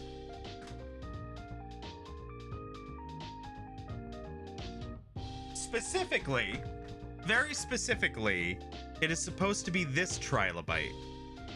It is a drawing of this trilobite, which is the very first fossil I ever had. This was a museum gift from my dad when I was about 4 or 5 years old. I have had this ever since, and therefore I made my little alert my trilobite. So there is a reason for it. So yeah. And just so happens that that particular trilobite looks like a poop. Exactly. Thank you, Minxie. But yes, so welcome in, everybody. I'm glad to have you here. We are currently working on this. We are working on the Goff Rocker Commemorative Series model, which is, as you can see, an orc that is playing the guitar and singing. I don't want to know what, but it's sure to be entertaining. But yeah, so we are working on that tonight. It is definitely part 1. This is going to be a multi-part stream. But yeah, we built and primed the miniature tonight. We have the rest of the pieces. I put my finger in water. So we have the rest of the pieces over here. We're kind of zoomed in. So that's the head. That's the guitar. And then we've got the hand with the microphone / grenade. But we are going to be painting a lot of them separately and then attaching them later so that we can get the best look. So yeah. I feel like he'd be singing some Motorhead. I would say that's a good guess. I would say that would be a good assumption. But yeah, painting mini scares me. It's a challenge. It is definitely a challenge and an art, a true art. But it's very fun. I've always liked it, and I'm happy to be able to do it on stream now. Although it is very dangerous because the last thing I need is yet another expensive hobby to get into. So that's going to be interesting. He's singing songs about the wog. Yes. But what songs? What if he was singing How much was the mini? The mini was about 38, somewhere between like $35 to $38. Warhammer minis are unfortunately expensive. And this was especially expensive because it was a limited time series.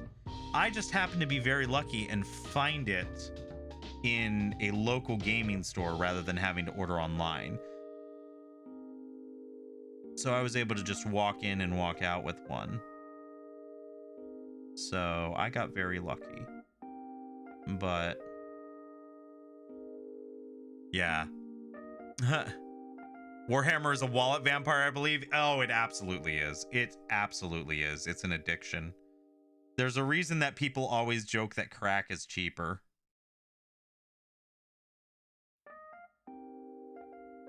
But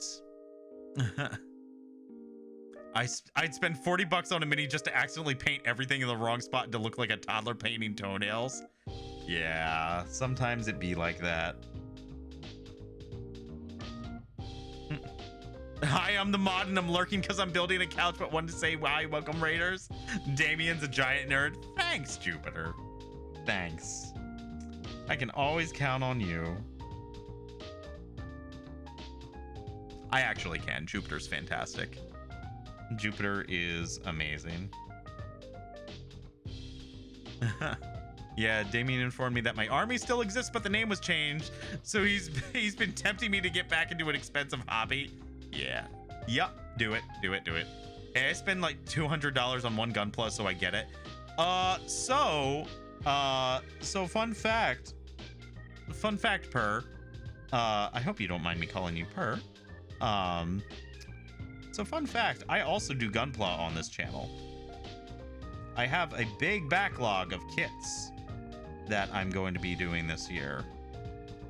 I say big, it's not massive, but it's large enough that it will keep me occupied for a while. So let me see if I can. Do you? I've been trying to get us up to do Gunplas on stream. Yeah, I do.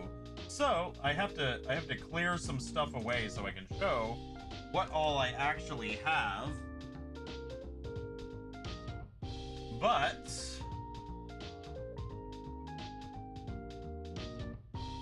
here are the current kits that are in the backlog. We have, I'm gonna have to zoom out here a bit.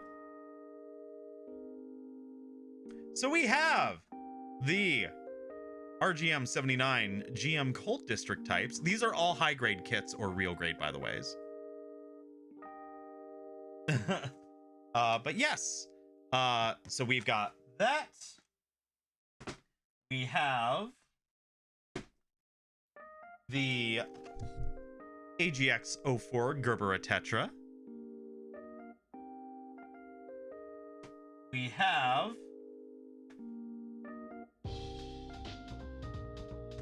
this, I don't know if it's gonna fit. We have the Messer from Hathaway.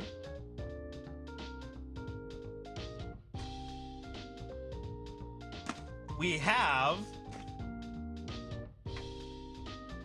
the real grade Tall Geese.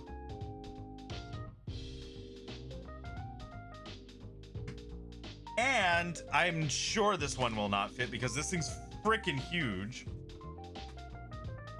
We got the new Gundam, baby. Also the real grade. And then this is not actually a Gunpla, but I'm including it because it is made by Bandai. We have this to make on stream yet. We have a Tyrannosaur kit. So we've got plenty of model kits to keep us busy in the future. We'll be having fun. Yeah, and technically I also have one more kit that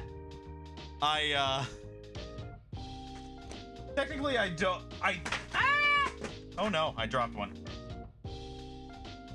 But yeah, I technically have one more kit that I don't have up here to show on stream because it is way too big but I have the high grade Gundam's C, I think is how you pronounce it. That's how I've been pronouncing it. Versus the Gundam Penelope special effects kit, which is the box for it is quite literally the size. It is larger than my computer.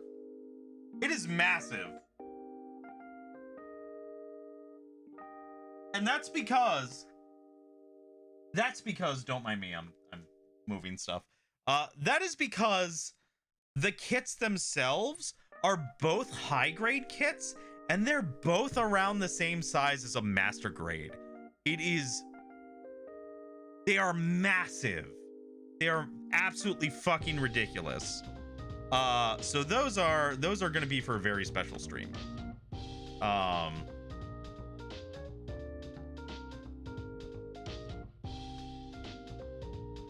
But I'm nowhere near confident enough to do those yet.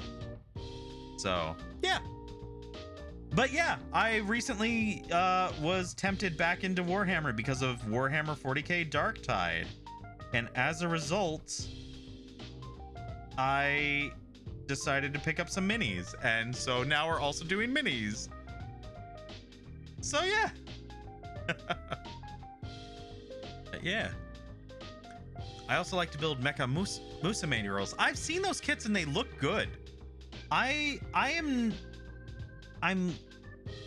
hesitant to buy anime girl kits simply because I'm not really a huge fan of having them displayed in my home per se, but that's simply for me. I prefer more the mecha, the fossils, stuff like that. But I have seen those kits and they look like amazing kits to build. They look like they're very well done and highly posable, which is very impressive.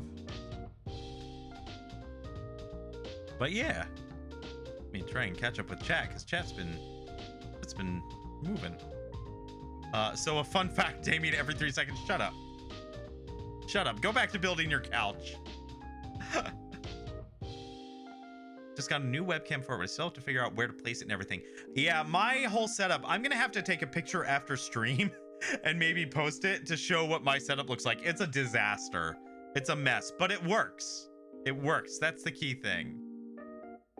Yeah.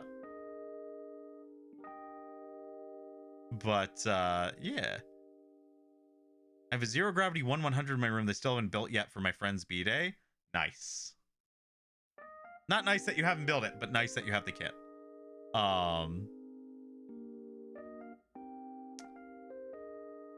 I want the Messer. Yeah, the Messer's supposed to be in another amazing kit. Everything that I've seen says it's fantastic, so I'm excited to build that at some point. But that's a big kit. That's a big kit. That's going to require a dedicated stream day for. But these are good streams, very comfy. I'm glad you like. Better not build that T-Rex when I'm not here. Oh, I'll let you know when I'm building it. They're very frustrating, but I love them. Oh, the Mecha Musume. Nice. Because I don't have the time. Wait, why don't you love me enough Ion to build me a Gunpla? Because I don't have the time and I don't have 1,000 to 2,000 sandpaper sand stuff. So I've actually found these things. These are little sanding sponges that I found. They're actually decently expensive, but they work really well. And I like them because they're flexible, but they have some firmness to them because they've got like foam behind them. So they're actually really nice. I like them a lot. But yeah. Is your cam hanging off your monitor? So I have a whole arm setup that is holding my camera up because I'm not using a webcam. I'm using a high-end Sony pocket camera that I've had for several years that can output to HDMI, and it does a very good job. So I've been very happy. Those are what I use. They work. Yeah, they're really nice. I really like them a lot. Yeah, they are pricey. They are pricey, but they do a good job. Oh my god. Oh my god, Minxie. Thank you. Okay. So first off, welcome to the new people you're gonna get to experience Derpian. My true form.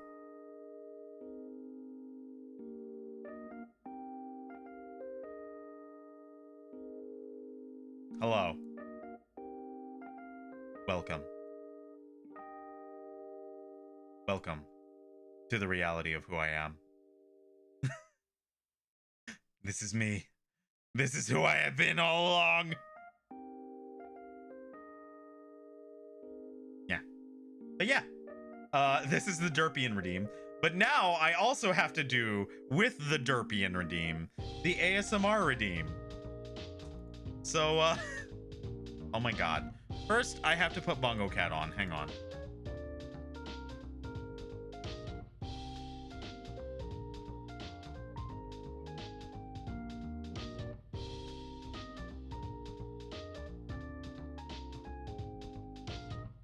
Yay. It's true from don't let the fancy suit bells and whistles fool you. This is a true VTuber model. It is. It is. This is who I truly am. But now I have to do my ASMR redeem in Derpian. So get ready for that whiplash. Ow. All right, 10-minute timer. Starting now. But yes. This is the ASMR voice redeem. Thank you, Minxie, for doing that and giving us this terrifying vocal dissonance between this and Derpian. But I hope that everyone's having a wonderful night tonight. Sunday night, nice and chill.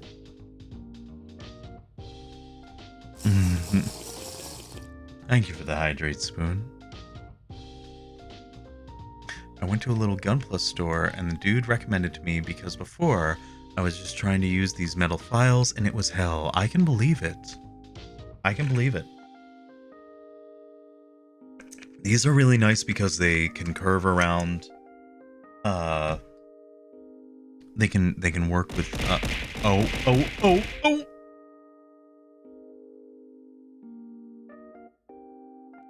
Thanks. But yeah, they can warp around curved edges, and it helps out a lot with Gunpla. And as it turns out, 40K models.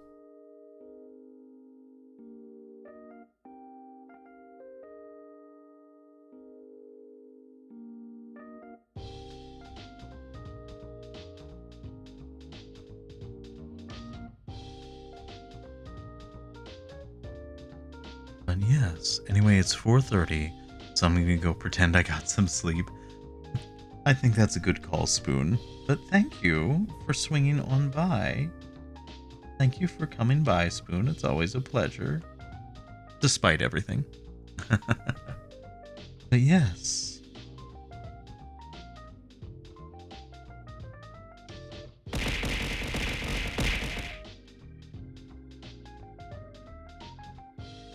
Really? Really? You're gonna do that to me? Thanks. Thanks a lot, Spoon.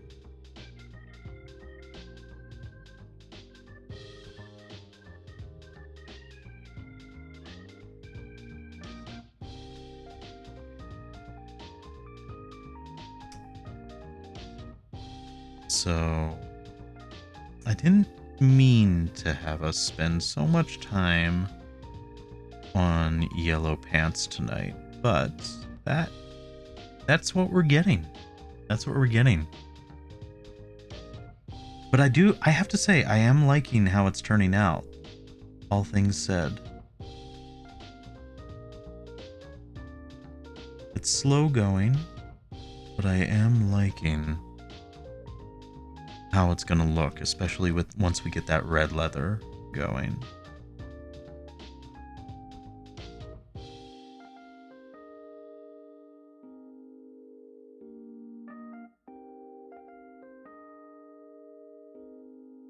And I'm really liking how the Vallejo yellow looks. It's very bright.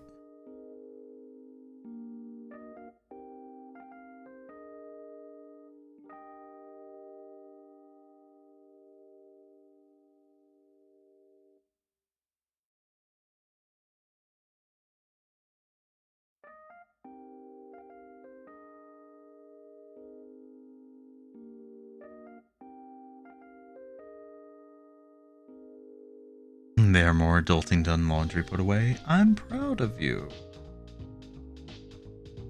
I'm proud of you. Adulting is hard. It's good to get it done.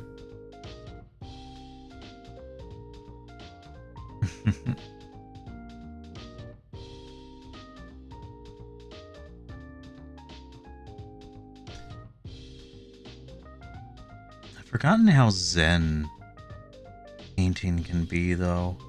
That was always my big draw to it, was that it's nice and calming. It's just a nice focus. You know?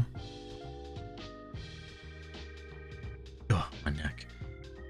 But yeah, I've been enjoying this. It feels good.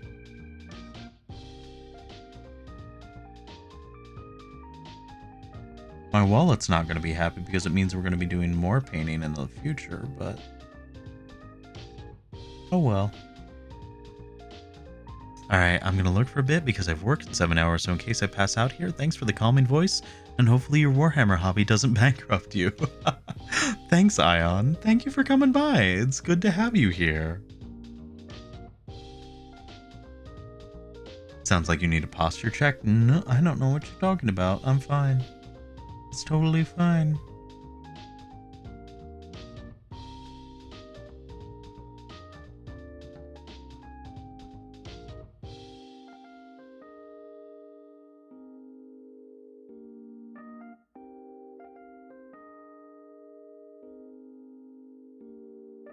Okay.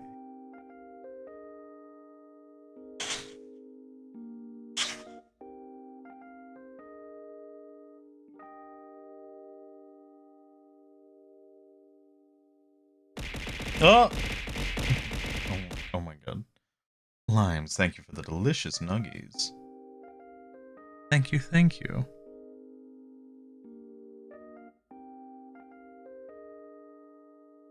Oh man, you guys, so when I ran out, I had to get some rubber bands for this so that it would hold the mini in place. But when I ran out to get the rubber bands, I also stopped by this local Italian deli that has amazing food.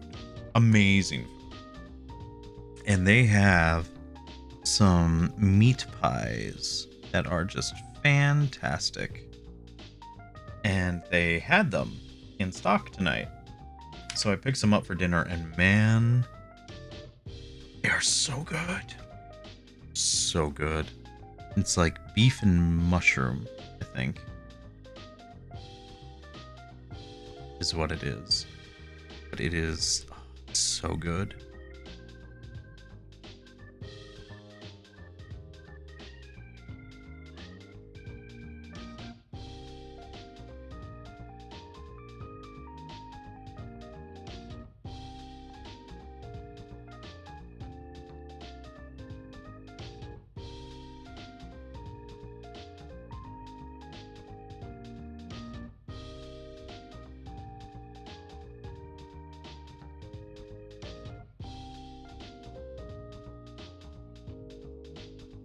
Kind of brushing over and smoothing things out.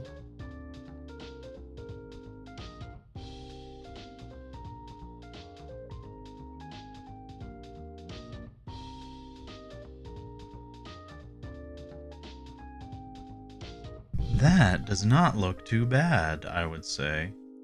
It definitely looks more contrasty on camera, but I would say that yellow turned out pretty good. All things said. I might go in and add a little more detail, but that can wait.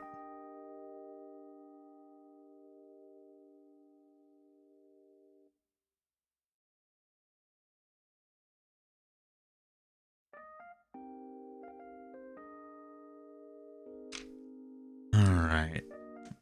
We'll do that posture check that Brute redeemed. Oh! Oh, my neck. Oh, that felt so good. Oh.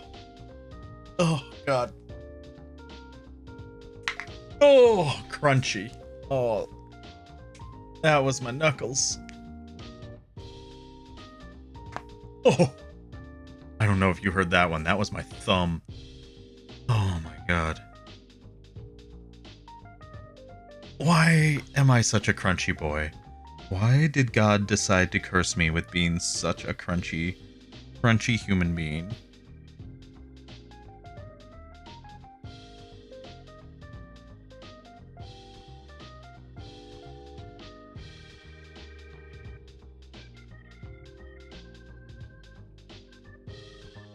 All right. What we're gonna do, we're gonna try and make a gray for the boots.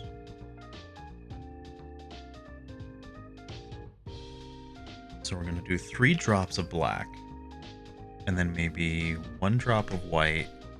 Start mixing that and see where that takes us. I felt those crunches all the way over here. That's how you know it's a good one, baby. That's how you know it's good. And all right, ASMR time's done, baby. No more cozy voice, just crazy cringe from now on.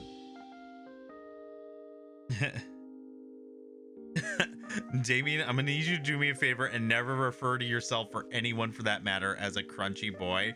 No, you can't make me. I am going to do what I want. This is my stream and I control the cringe. And I'm also a very crunchy boy. Just an absolute crunchable lab. The captain wishes that he could crunchitize people like I crunchitize myself.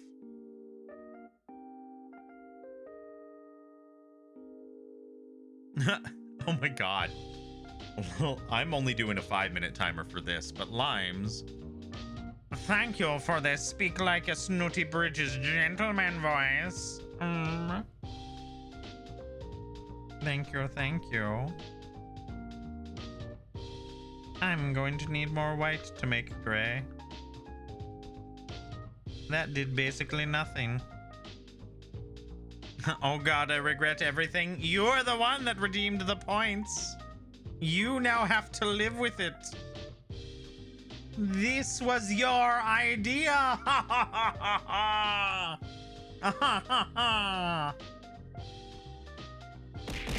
Ah! God damn it. Girl, thank you for the Anna redeem.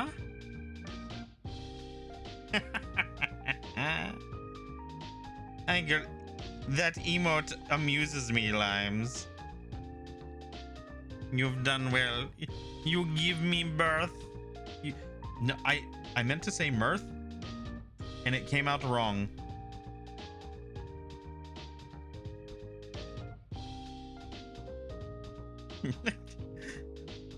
We're not going to talk about this.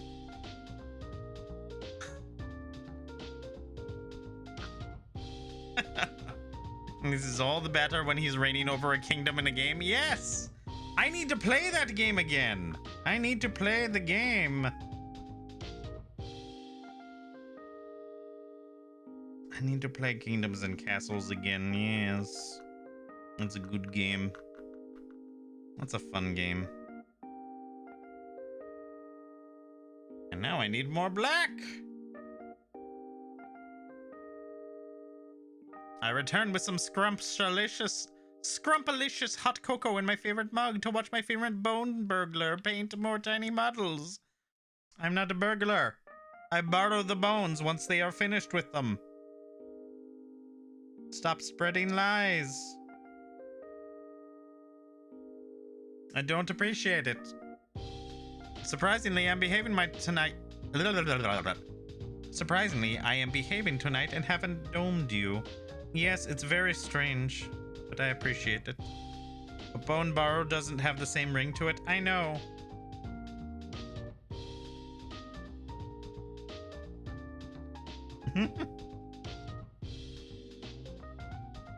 There we are. Now we are approaching something more like what I wish for.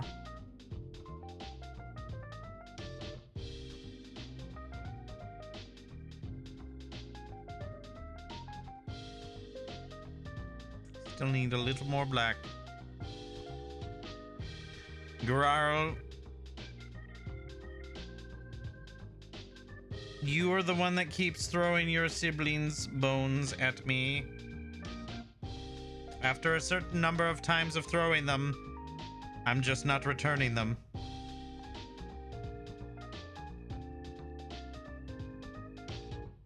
You do this yourself.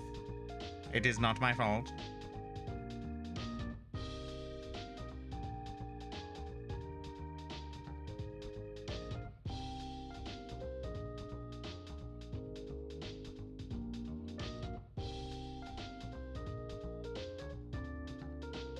Bone burglar who just so happens to seek prior consent before the burgling commences. Exactly.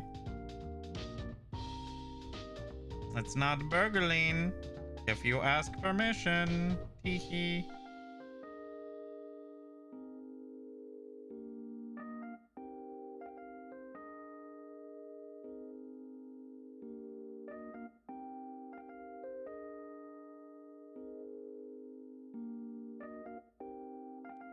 There we go.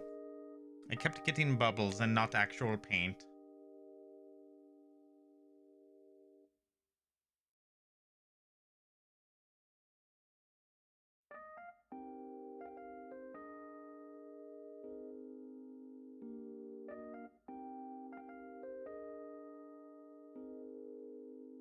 That looks much better. Yes. Yes, a dark gray, but not a true black. Perfect! Commence the painting.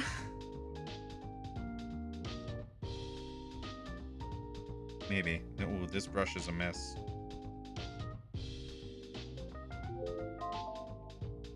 Oh, thank God. We're all free from that.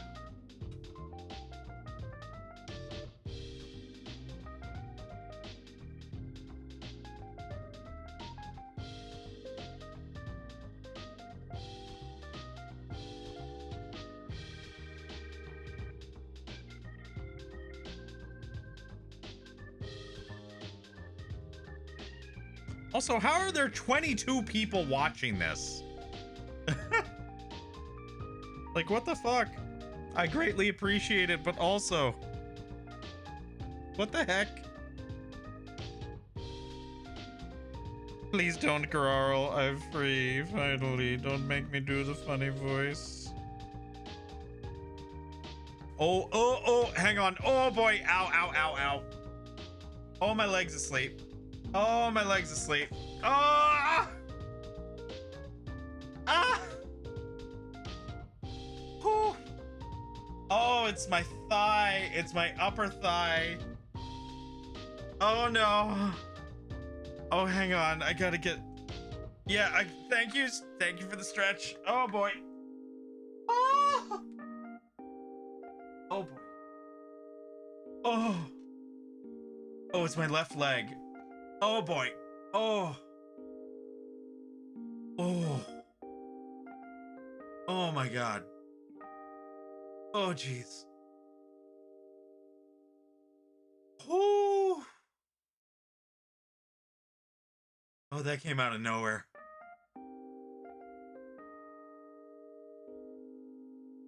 Because apparently you're so accustomed to only stretching when someone demands it of you. Look, I get into the zone. And I can't leave the zone. Ah! We're fine. Everything's fine here. How are you? The other problem is that I do the thing where I can't stay in one position for very long, so I keep moving, but then I'll get into one position where I fixate and I do stay in one position for very long, and it's usually when one of my legs is scrunched up underneath the other. So, you know. A stretch team doesn't mean only stretch your back and arms, you know, it means stand up and stretch those muscles. I'll pretend I didn't see that. Okay. All right.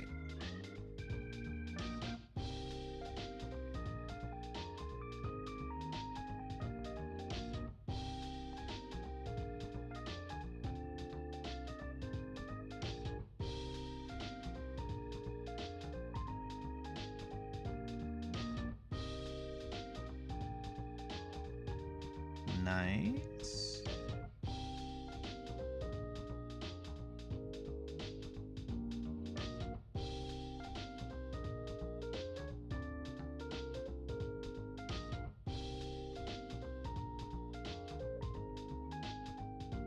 This Coco is good. Nice. I was scrapping the first draft that took 30 minutes. The lyric 3 done. Hell yeah, let's go.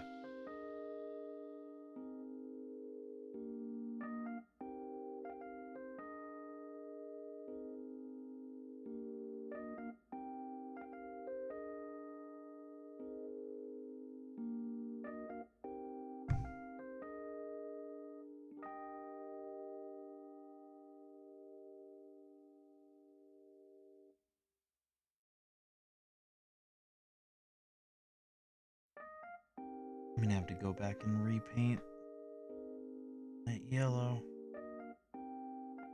over top of that, because what I thought was the top of the boot is actually more of the pant.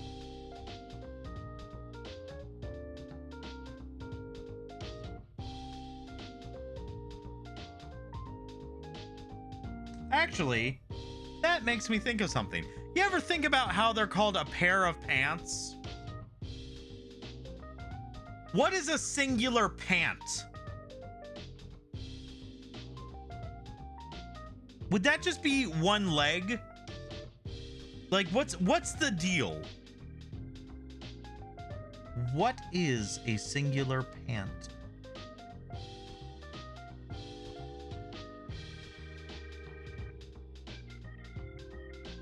Questions that we'll never know the answer to.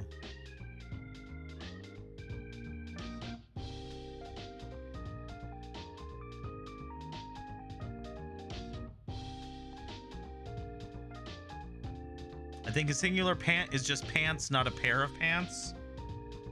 But then why do people call it a pair of pants? America, explain.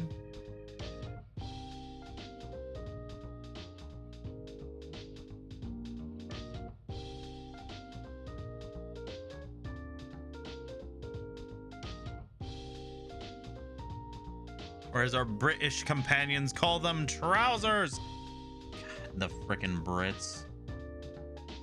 Oh, we're going to call pants trousers, and we're going to call trucks lorries, and we're going to add the letter U to many things that don't require it. Tee.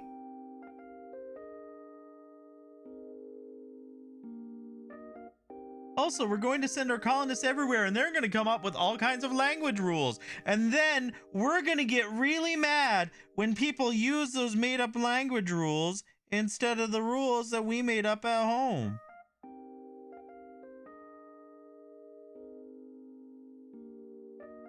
A singular pant is called an ara-ara-redeem. It comes from the sound chat makes, mainly Jupiter, when you use your lustrous ara-ara voice. Oh my god. Carl, what the fuck?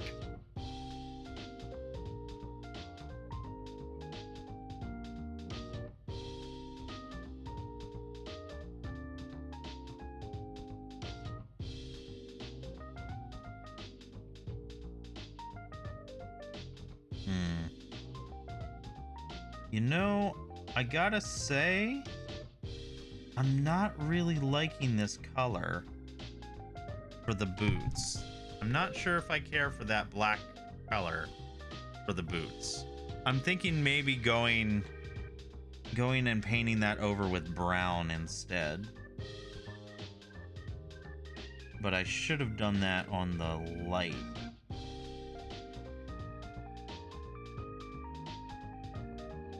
But, well. Maybe when it dries to look a bit. Yeah, we'll see. Searching, scanning, no lies detected. Also, Jupiter is flipping off the TV. Amazing. You really made me look this up, Damien. I hope you're happy.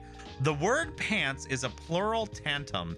The Oxford English Dictionary defines plural tantum, which is Latin for plural only, as a noun which, as a, quote, Noun which is used only in plural form or which is used only in plural form in a particular sense or senses. End quote. Bifurcated items, things that can be divided into two, such as pants, fall into this category. That's really interesting. Thank you, Frost, for bringing that to our attention. That's legitimately fairly neat.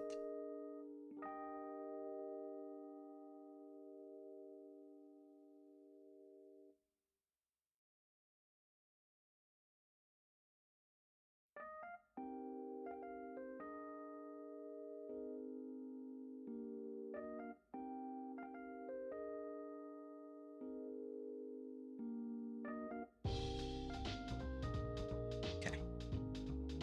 This is also why we have a pair of scissors or a pair of glasses. Neat.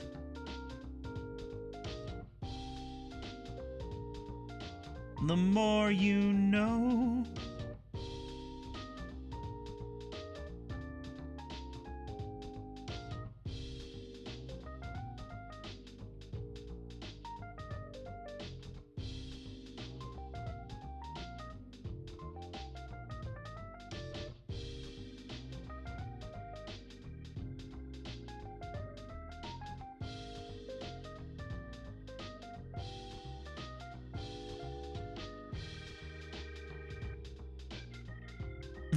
And a pair of underwear? Yes, a pair of underwear.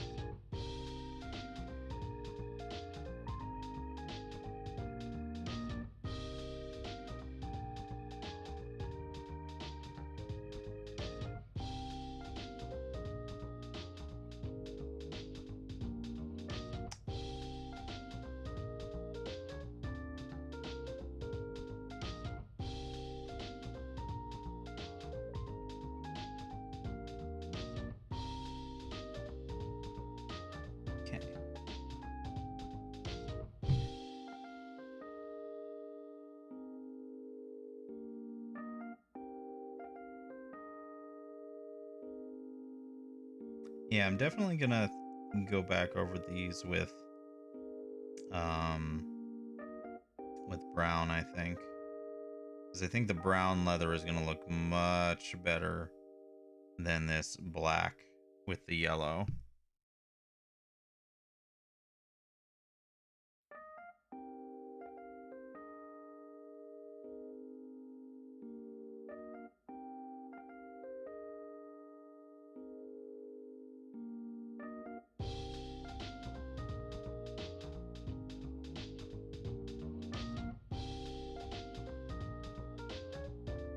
But in the meantime,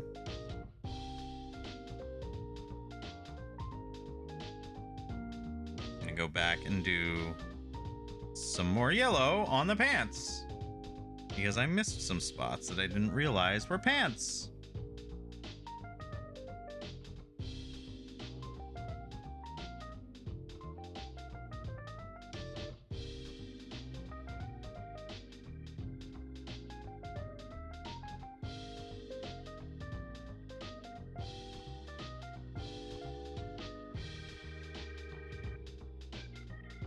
And also, they kind of need another coat anyway.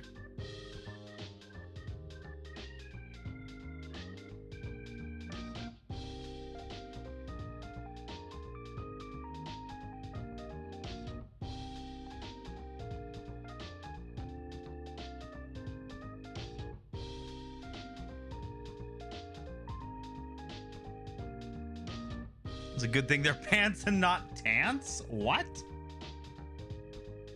You'll have to explain that one to me.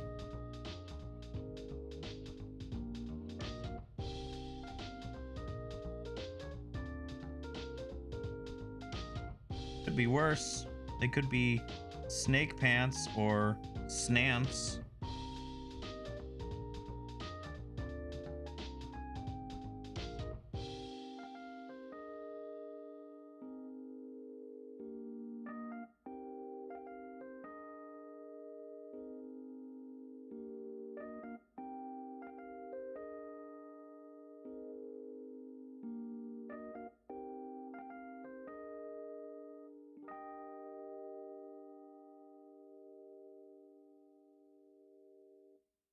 God, I was just thinking this mini would be flipping amazing if you were gonna make a Cult of Speed army for the orcs and you wanted to do, you know, the Mad Max Fury Road, like guitar fire playing guy.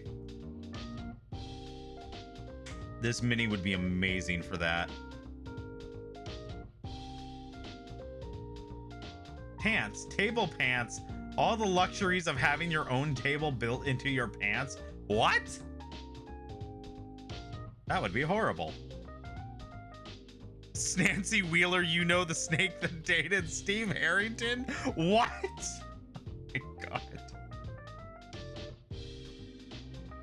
What have I started?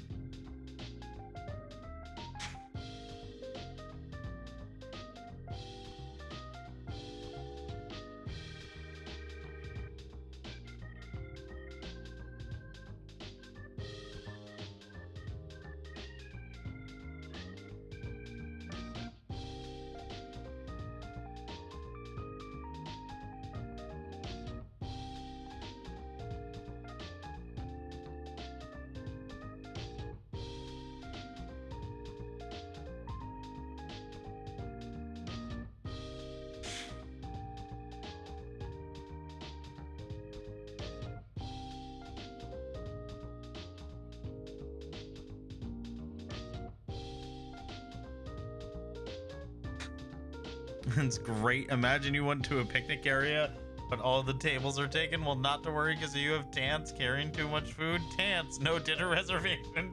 Tants. Oh no. We're getting to that point in the evening. I've also been streaming for 4.5 hours, so I'm not quite sure how much longer I'll be going tonight. But we'll definitely be doing more. So what I'm going to do here first, I'm going to go ahead and get some of this bronze. Use that. My human has legitimately pondered trying to engineer pants or a coat or something that was also a lawn chair that auto-deployed. Dear God.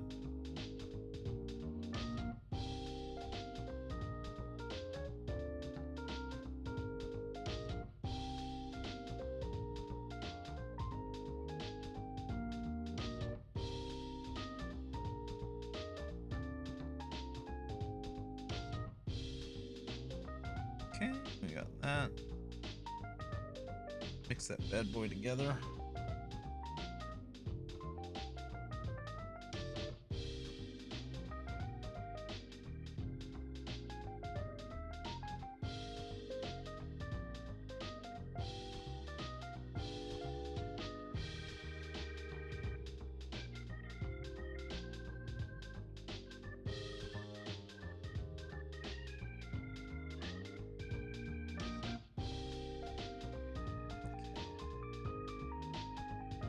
I think what I'm gonna do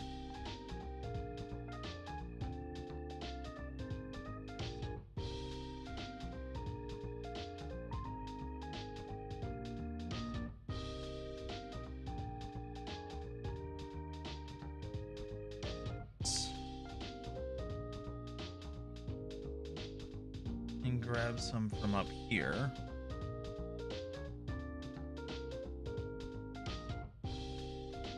I'll use this to coat the bits of the shoe.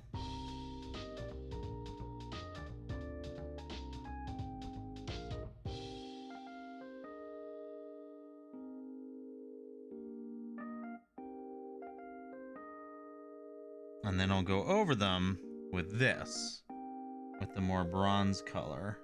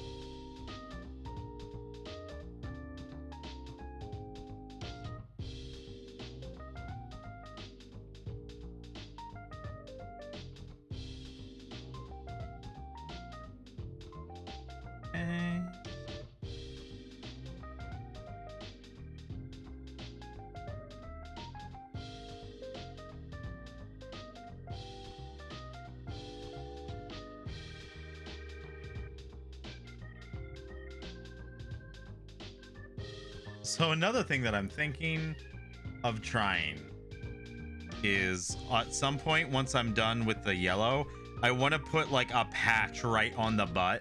Like, you know how they have the like tartan patches? I kind of want to do one of those on the butt because it would be funny.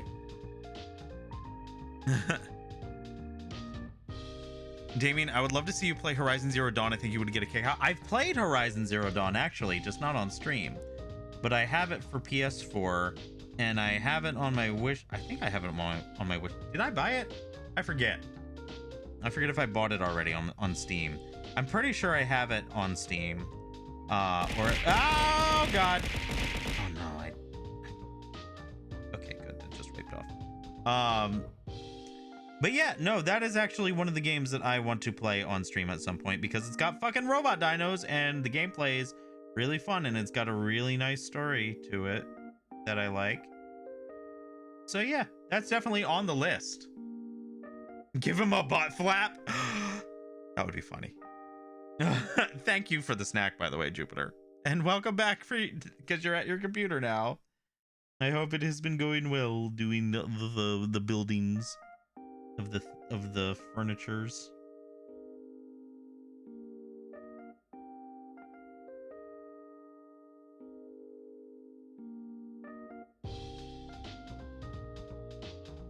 It has got one more big piece and then attaching them all. Hell yeah, let's go.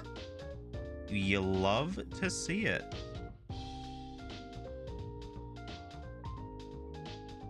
But did the pull-out bed part, so you got a bed now when you visit? Hell yeah.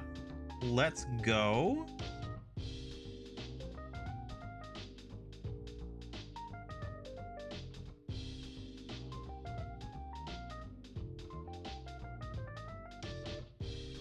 Is my mobile right? Did those redeems happen? Oh, I missed those redeems. God damn it, Comet.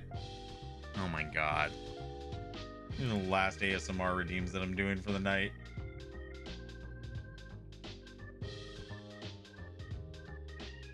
All right. All right. 10-minute timer starts now. And thank you for the stretch. Thank you for the stretch redeem. Oh, my neck. Oh, goodness gracious. All right. Well, we are making progress, though. It's going slow. But progress is being made.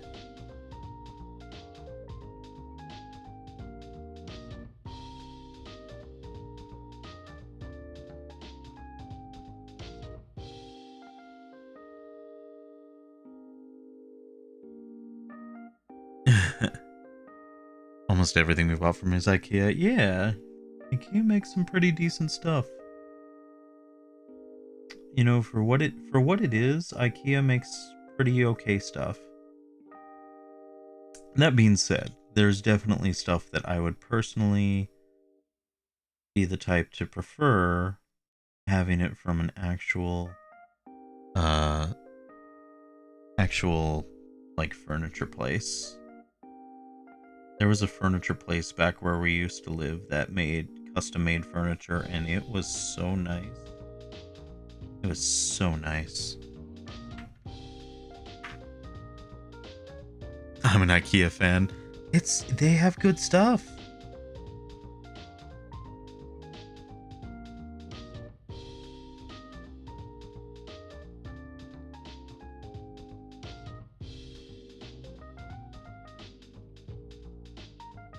Also, don't mind me, I'm just trying to get the museum wax off of this so I can make sure that I'm painting the model and not the wax, because that would be unfortunate.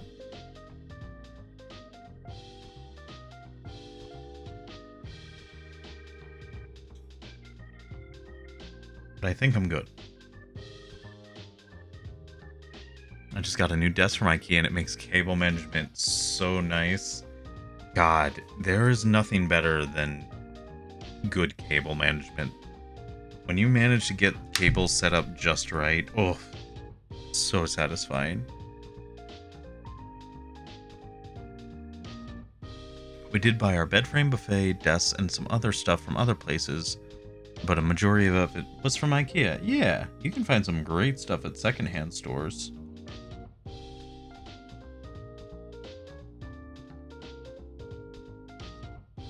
Also, can we play Apex later once I get the couch done? Yeah. Hello, Astro. Welcome in. How are you doing tonight? How are you doing tonight, Astro? Welcome in. Tonight is my last night to play Apex with my... Yeah. Yeah. That's why we're gonna make sure to do it. Yeah, 2 weeks of no Apex is brutal.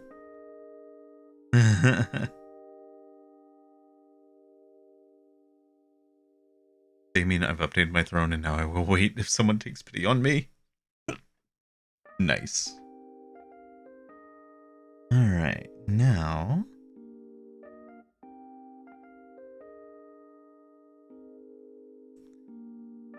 go ahead and we'll start to do this. Over top. Honestly, somehow Jupiter will still be better than I am. You just gotta practice. Just gotta hot drop into those wild lobbies with Toaster. You'll get good real fast. Because you won't have a choice.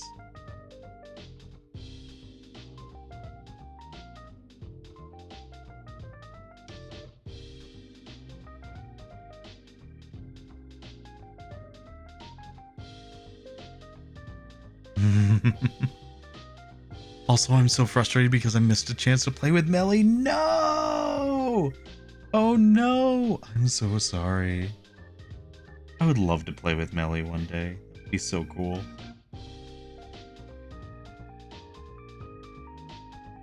She seems like she'd just be fun to play. Or something fun to play with, I should say. Because Catalyst as a character is very fun to play. I'm not very good with Catalyst yet, but I'm working on it. I passed out, but Jelly wanted me to join her on PAX. No, rip. Honestly, before the other night, I hadn't played Apex in like 3 months. I'm surprised. I would have thought that you would be all over that, Limes.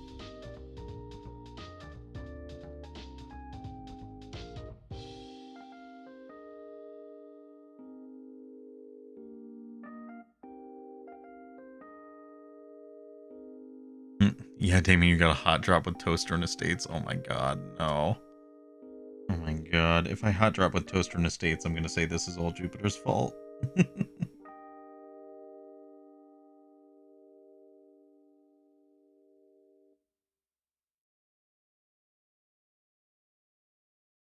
Also, I keep forgetting that I'm painting out of screen half the time when I'm doing this. I like doing pubs and Apex, so I don't really play otherwise. That's fair. It's understandable. Kata seems like a lot of fun. She is. She's fun. Definitely she takes getting used to, though. Gotta shove it in your face to get those color rights, breathe in those fumes. Yeah. It is hard to keep it in frame. It really is. It really is.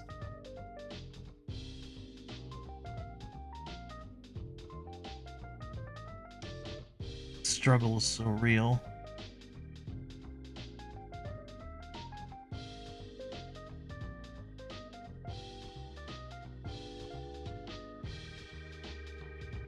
Alright, the goal is to get the base... Ah! Jupiter, thank you for gifting Vampire and Odessa a subscription! Thank you, thank you! That was very kind of you. Our streams are 75% just chatting. Yeah. They really are, though. They really are.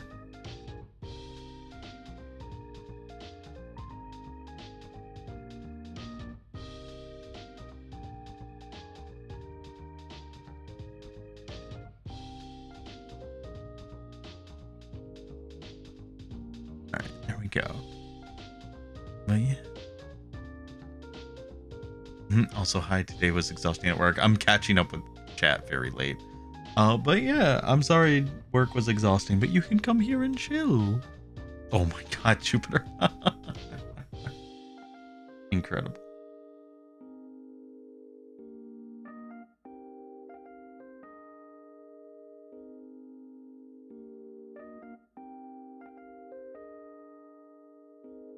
Of course Jupiter brought it there. Are you kidding me?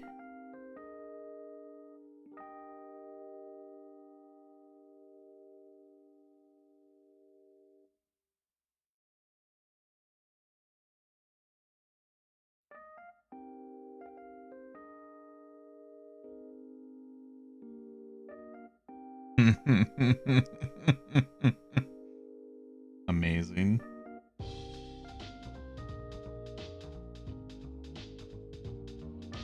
Actually, I have to say, I'm a little surprised that you've never used that emote from what I've seen in Toaster's chat.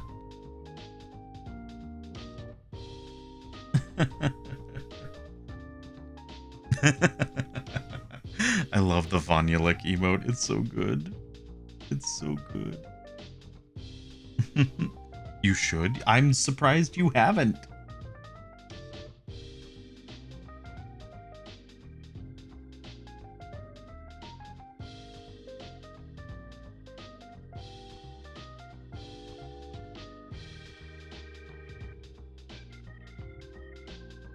Didn't the Vonyalik emote inspire the Damien one? I think it did, and then I saw that someone was doing the animated licky emotes, and I got it immediately. It's such a good emote. I love it. What am I making? What are you making me make out with here? Is that a rabbit? Oh my god. You came out with yours like the next day? It was right around the same time, but I saw it as, I think it might have just been one of those things where suddenly it's like an immediate random burst of people all getting the same thing at the same time. You know?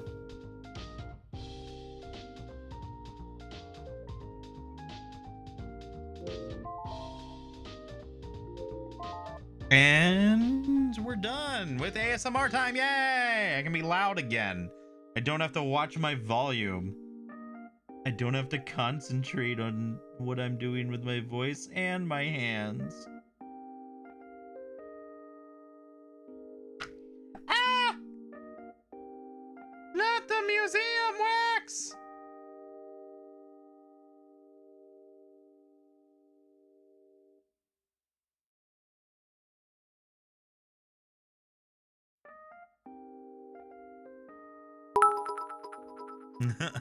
You're not using enough. I know, but it's a bit pee. It was working fine for a while. Thank you for the 3-month Prime subscription, Astra. Thank you. Oh, wait. Are you making me lick a butt, Limes? You are making me lick a butt. Incredible. What is museum wax? So, museum wax. Where's my thingy? So museum wax is used to it's used to adhere items so that they'll stay stationary in case like they're in case like the thing that they're like, let's say you had, say, you know, like a vase or a small item that you're displaying in a shelf, and you want to make sure that if the shelf gets moved, it doesn't immediately fall over. You can use museum wax as a non-permanent solution to hold it down.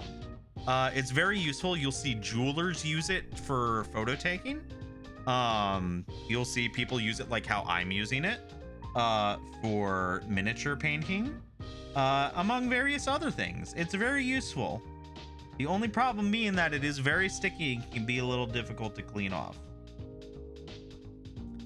but is otherwise very good and very useful. So that's what I've been using to adhere it to the base while I paint it. But I have been very liberal with, or very conservative with how much I'm using, which has made it not quite as stable. But that's because I wanted to make sure that I was not going to be painting over the wax and was instead going to be painting the actual miniature. That was my worry. But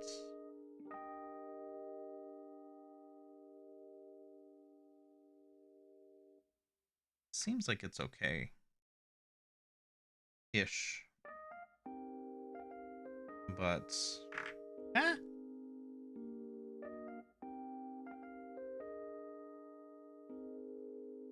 much fancier than the sticky tack.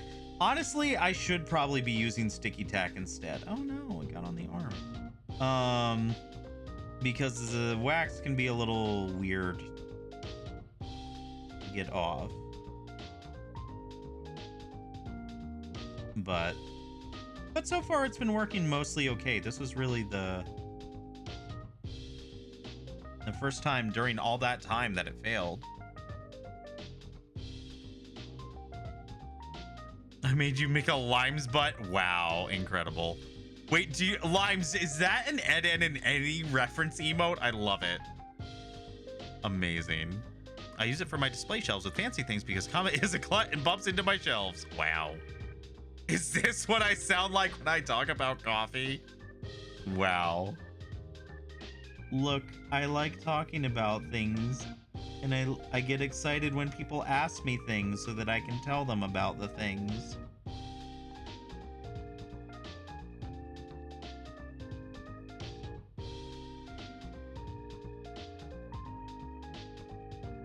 Why do you think I became a paleontology VTuber? Because it lets me nerd out. Oh my god, Limes, those are amazing. I love it. I love that. Oh my god. Those are incredible. I love that. That's brilliant. No, I like seeing friends excited. Oh, good.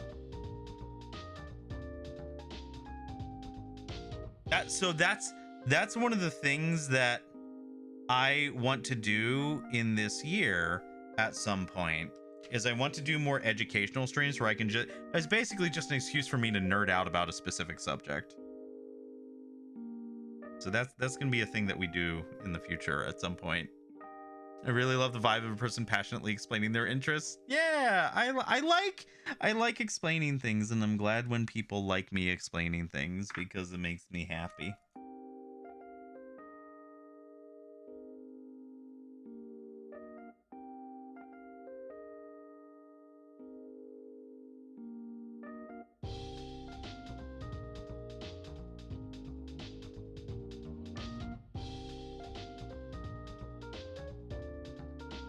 I think what I need to do here is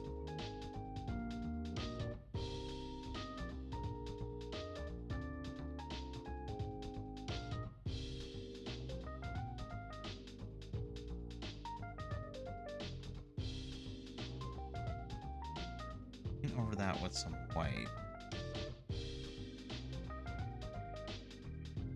and then paint over the white with some yellow.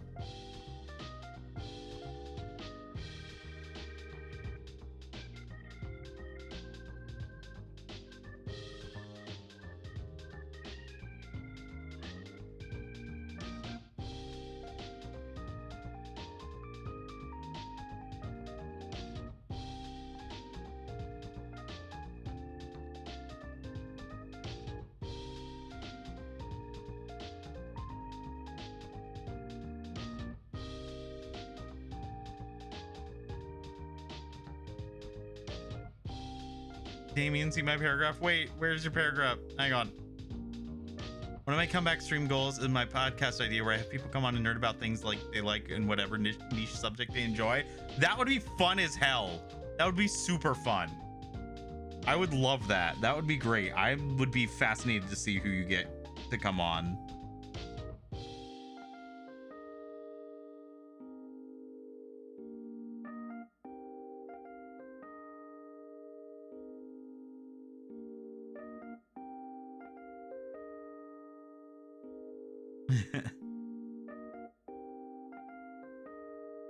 Comment, what the fuck, out here crying in the club on a Sunday night? I'm the best bully. I'll deliver unasked for but true compliments right to your heckin' face, especially someone as cute as Astra. Agreed. Astra is adorable and wonderful. Y'all ready for comment to talk about object-oriented design in Bash Java? Do it. You have to do that while Spoon is listening, though, because I have a feeling Spoon would love to hear that.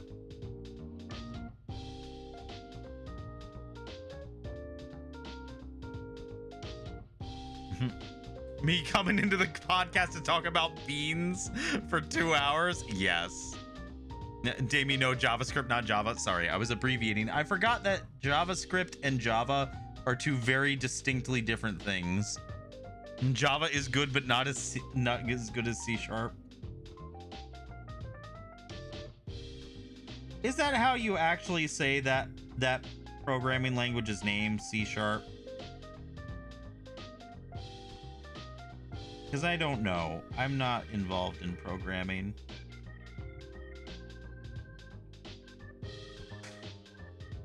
Yes, C#. Okay, good. Also, nerd alert. Wow.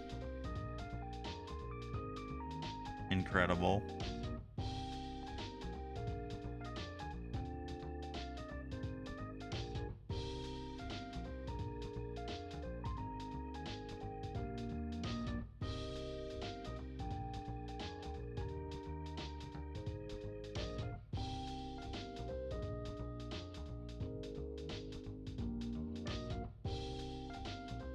I'm not that nerdy about space, I just like it. Yeah, uh-huh. You keep telling yourself that.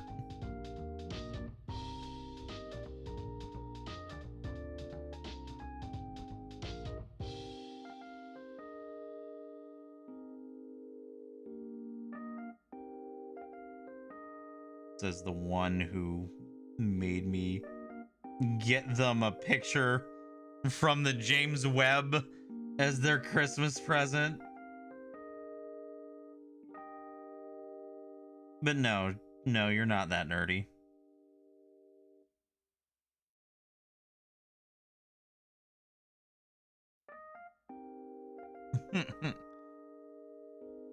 Now stationary, on the other hand.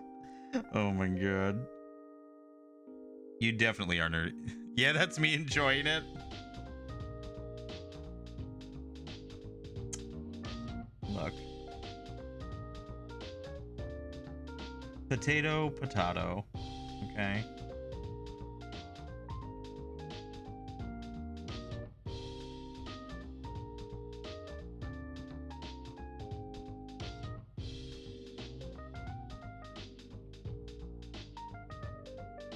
All right.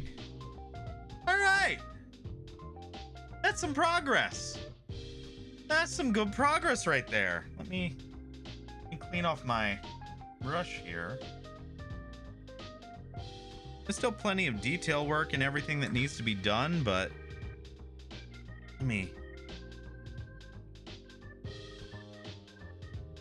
there we go. Check it out. That's not too shabby. I'm gonna actually turn down the light here a bit because it's a bit bright on that light. Yeah, look at that. That's not too bad. For a couple hours and base coats, that's turning out pretty good.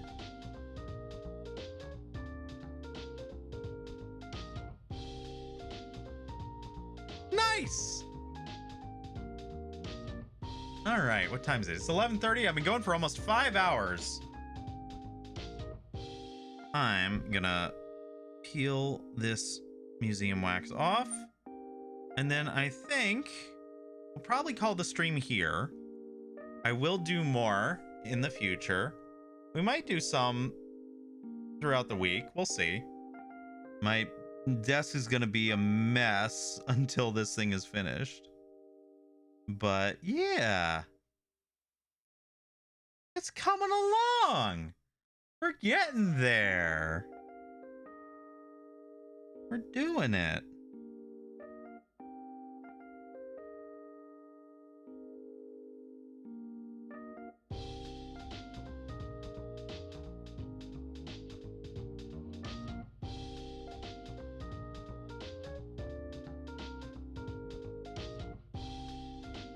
to be careful here because I don't want to scrape away too much of the primer or anything on the foot. I want to get that wax off, but yeah, not bad, not too bad for a night's progress. Is we're gonna really take our time with this. So what I'm gonna do here, I'm gonna put that back there, and we are gonna swap over. We're gonna swap over to the chat room. Yay! That's a pretty good stream, I'd say. I'd say that stream went pretty well. Damien being an artist, good job. Thank you, Astra. But yeah, I'm excited. I'm excited about this. It feels good to get back into it. It's exciting to have more variety to the streams in the year. Yeah, it's good. I like where this is going. It's gonna be fun. But yeah, so my goal is to try and keep these streams to the weekends, because that gives me time to do these in an extended period instead of at night after work when I'm tired. So we will probably not be doing another one of these until, oh god, I have hiccups, next Sunday. But there will be more streams this week. We will likely be doing more Space Marine on Tuesday because I'm having a blast with that game, and I think we're about halfway through. So we're gonna see how much further we can go.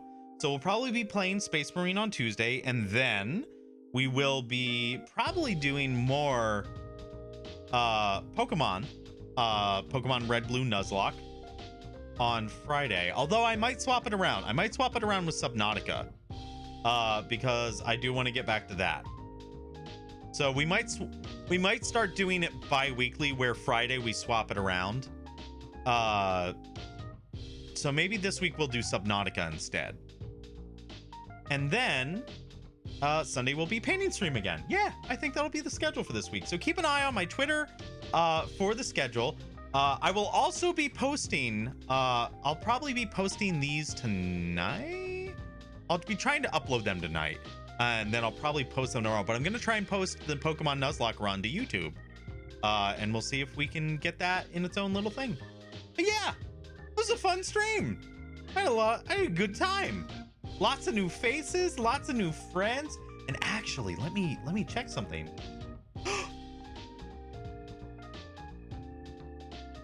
Y'all, this stream, we hit 350 followers officially. Hell yeah. We're almost to 400. Let's fucking go. This is exciting. But yeah, I'm excited. What a good stream. But yeah, for those of you who are new here, thank you so much for following. It means the world to me. I'm just a little guy doing little things in the world, and I hope to make things comfy and happy. But yeah, I'm glad that you're here. I'm glad that you guys found me and took a chance. It means a lot. If you want to get updates on when I go live and Twitter and whatnot, we do have a Discord server. It is shared between myself and Jupiter, aka I'm squatting at Jupiter's place because Jupiter's very kind. But if you follow the link here, you can join the Discord and get updates for when Jupiter and I go live, when we post to Twitter. If we start doing movie nights, we'll do that on there. But yeah, it's a good time. You should come join. No, Grarl, you're the last person that needs whiskey. Stop that. No, bad. Drink water. You need water. But yeah, but anyway, join the Discord. You can follow me on Twitter. My social links are in my profile. Yeah, let's find somebody to raid. that we can say hello to. Let's see what usuals are up, and then we'll also see who else we might be able to raid if there's anyone else. Neomoka's up. DadTuber is up, streaming Enigma Machine. Aqua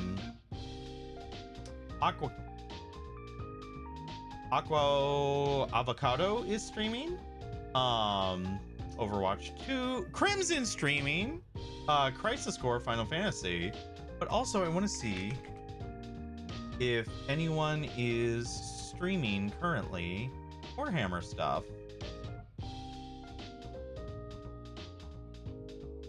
Let's see. There's one. There's a VTuber that's streaming. Noctopus is streaming. We could raid Noct.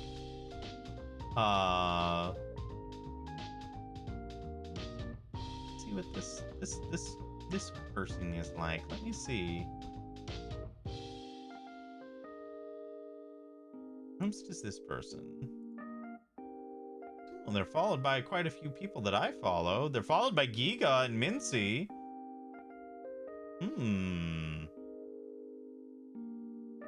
This person's painting some... looks like Chaos Knights. Yeah, we should pass the stream along to someone new to pass the train. Yeah, I agree. I agree. All right, so let me see here.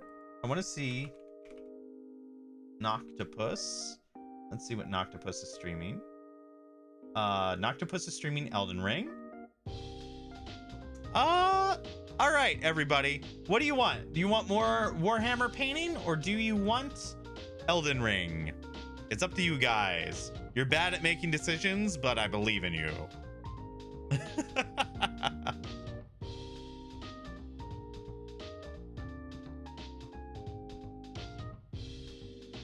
I want to meet someone new. Okay, then we will raid this person.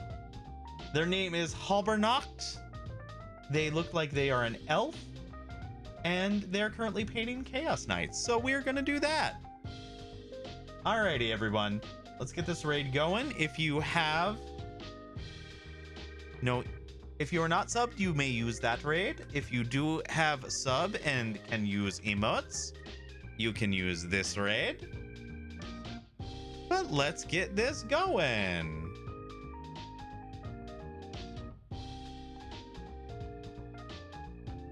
So you can do that.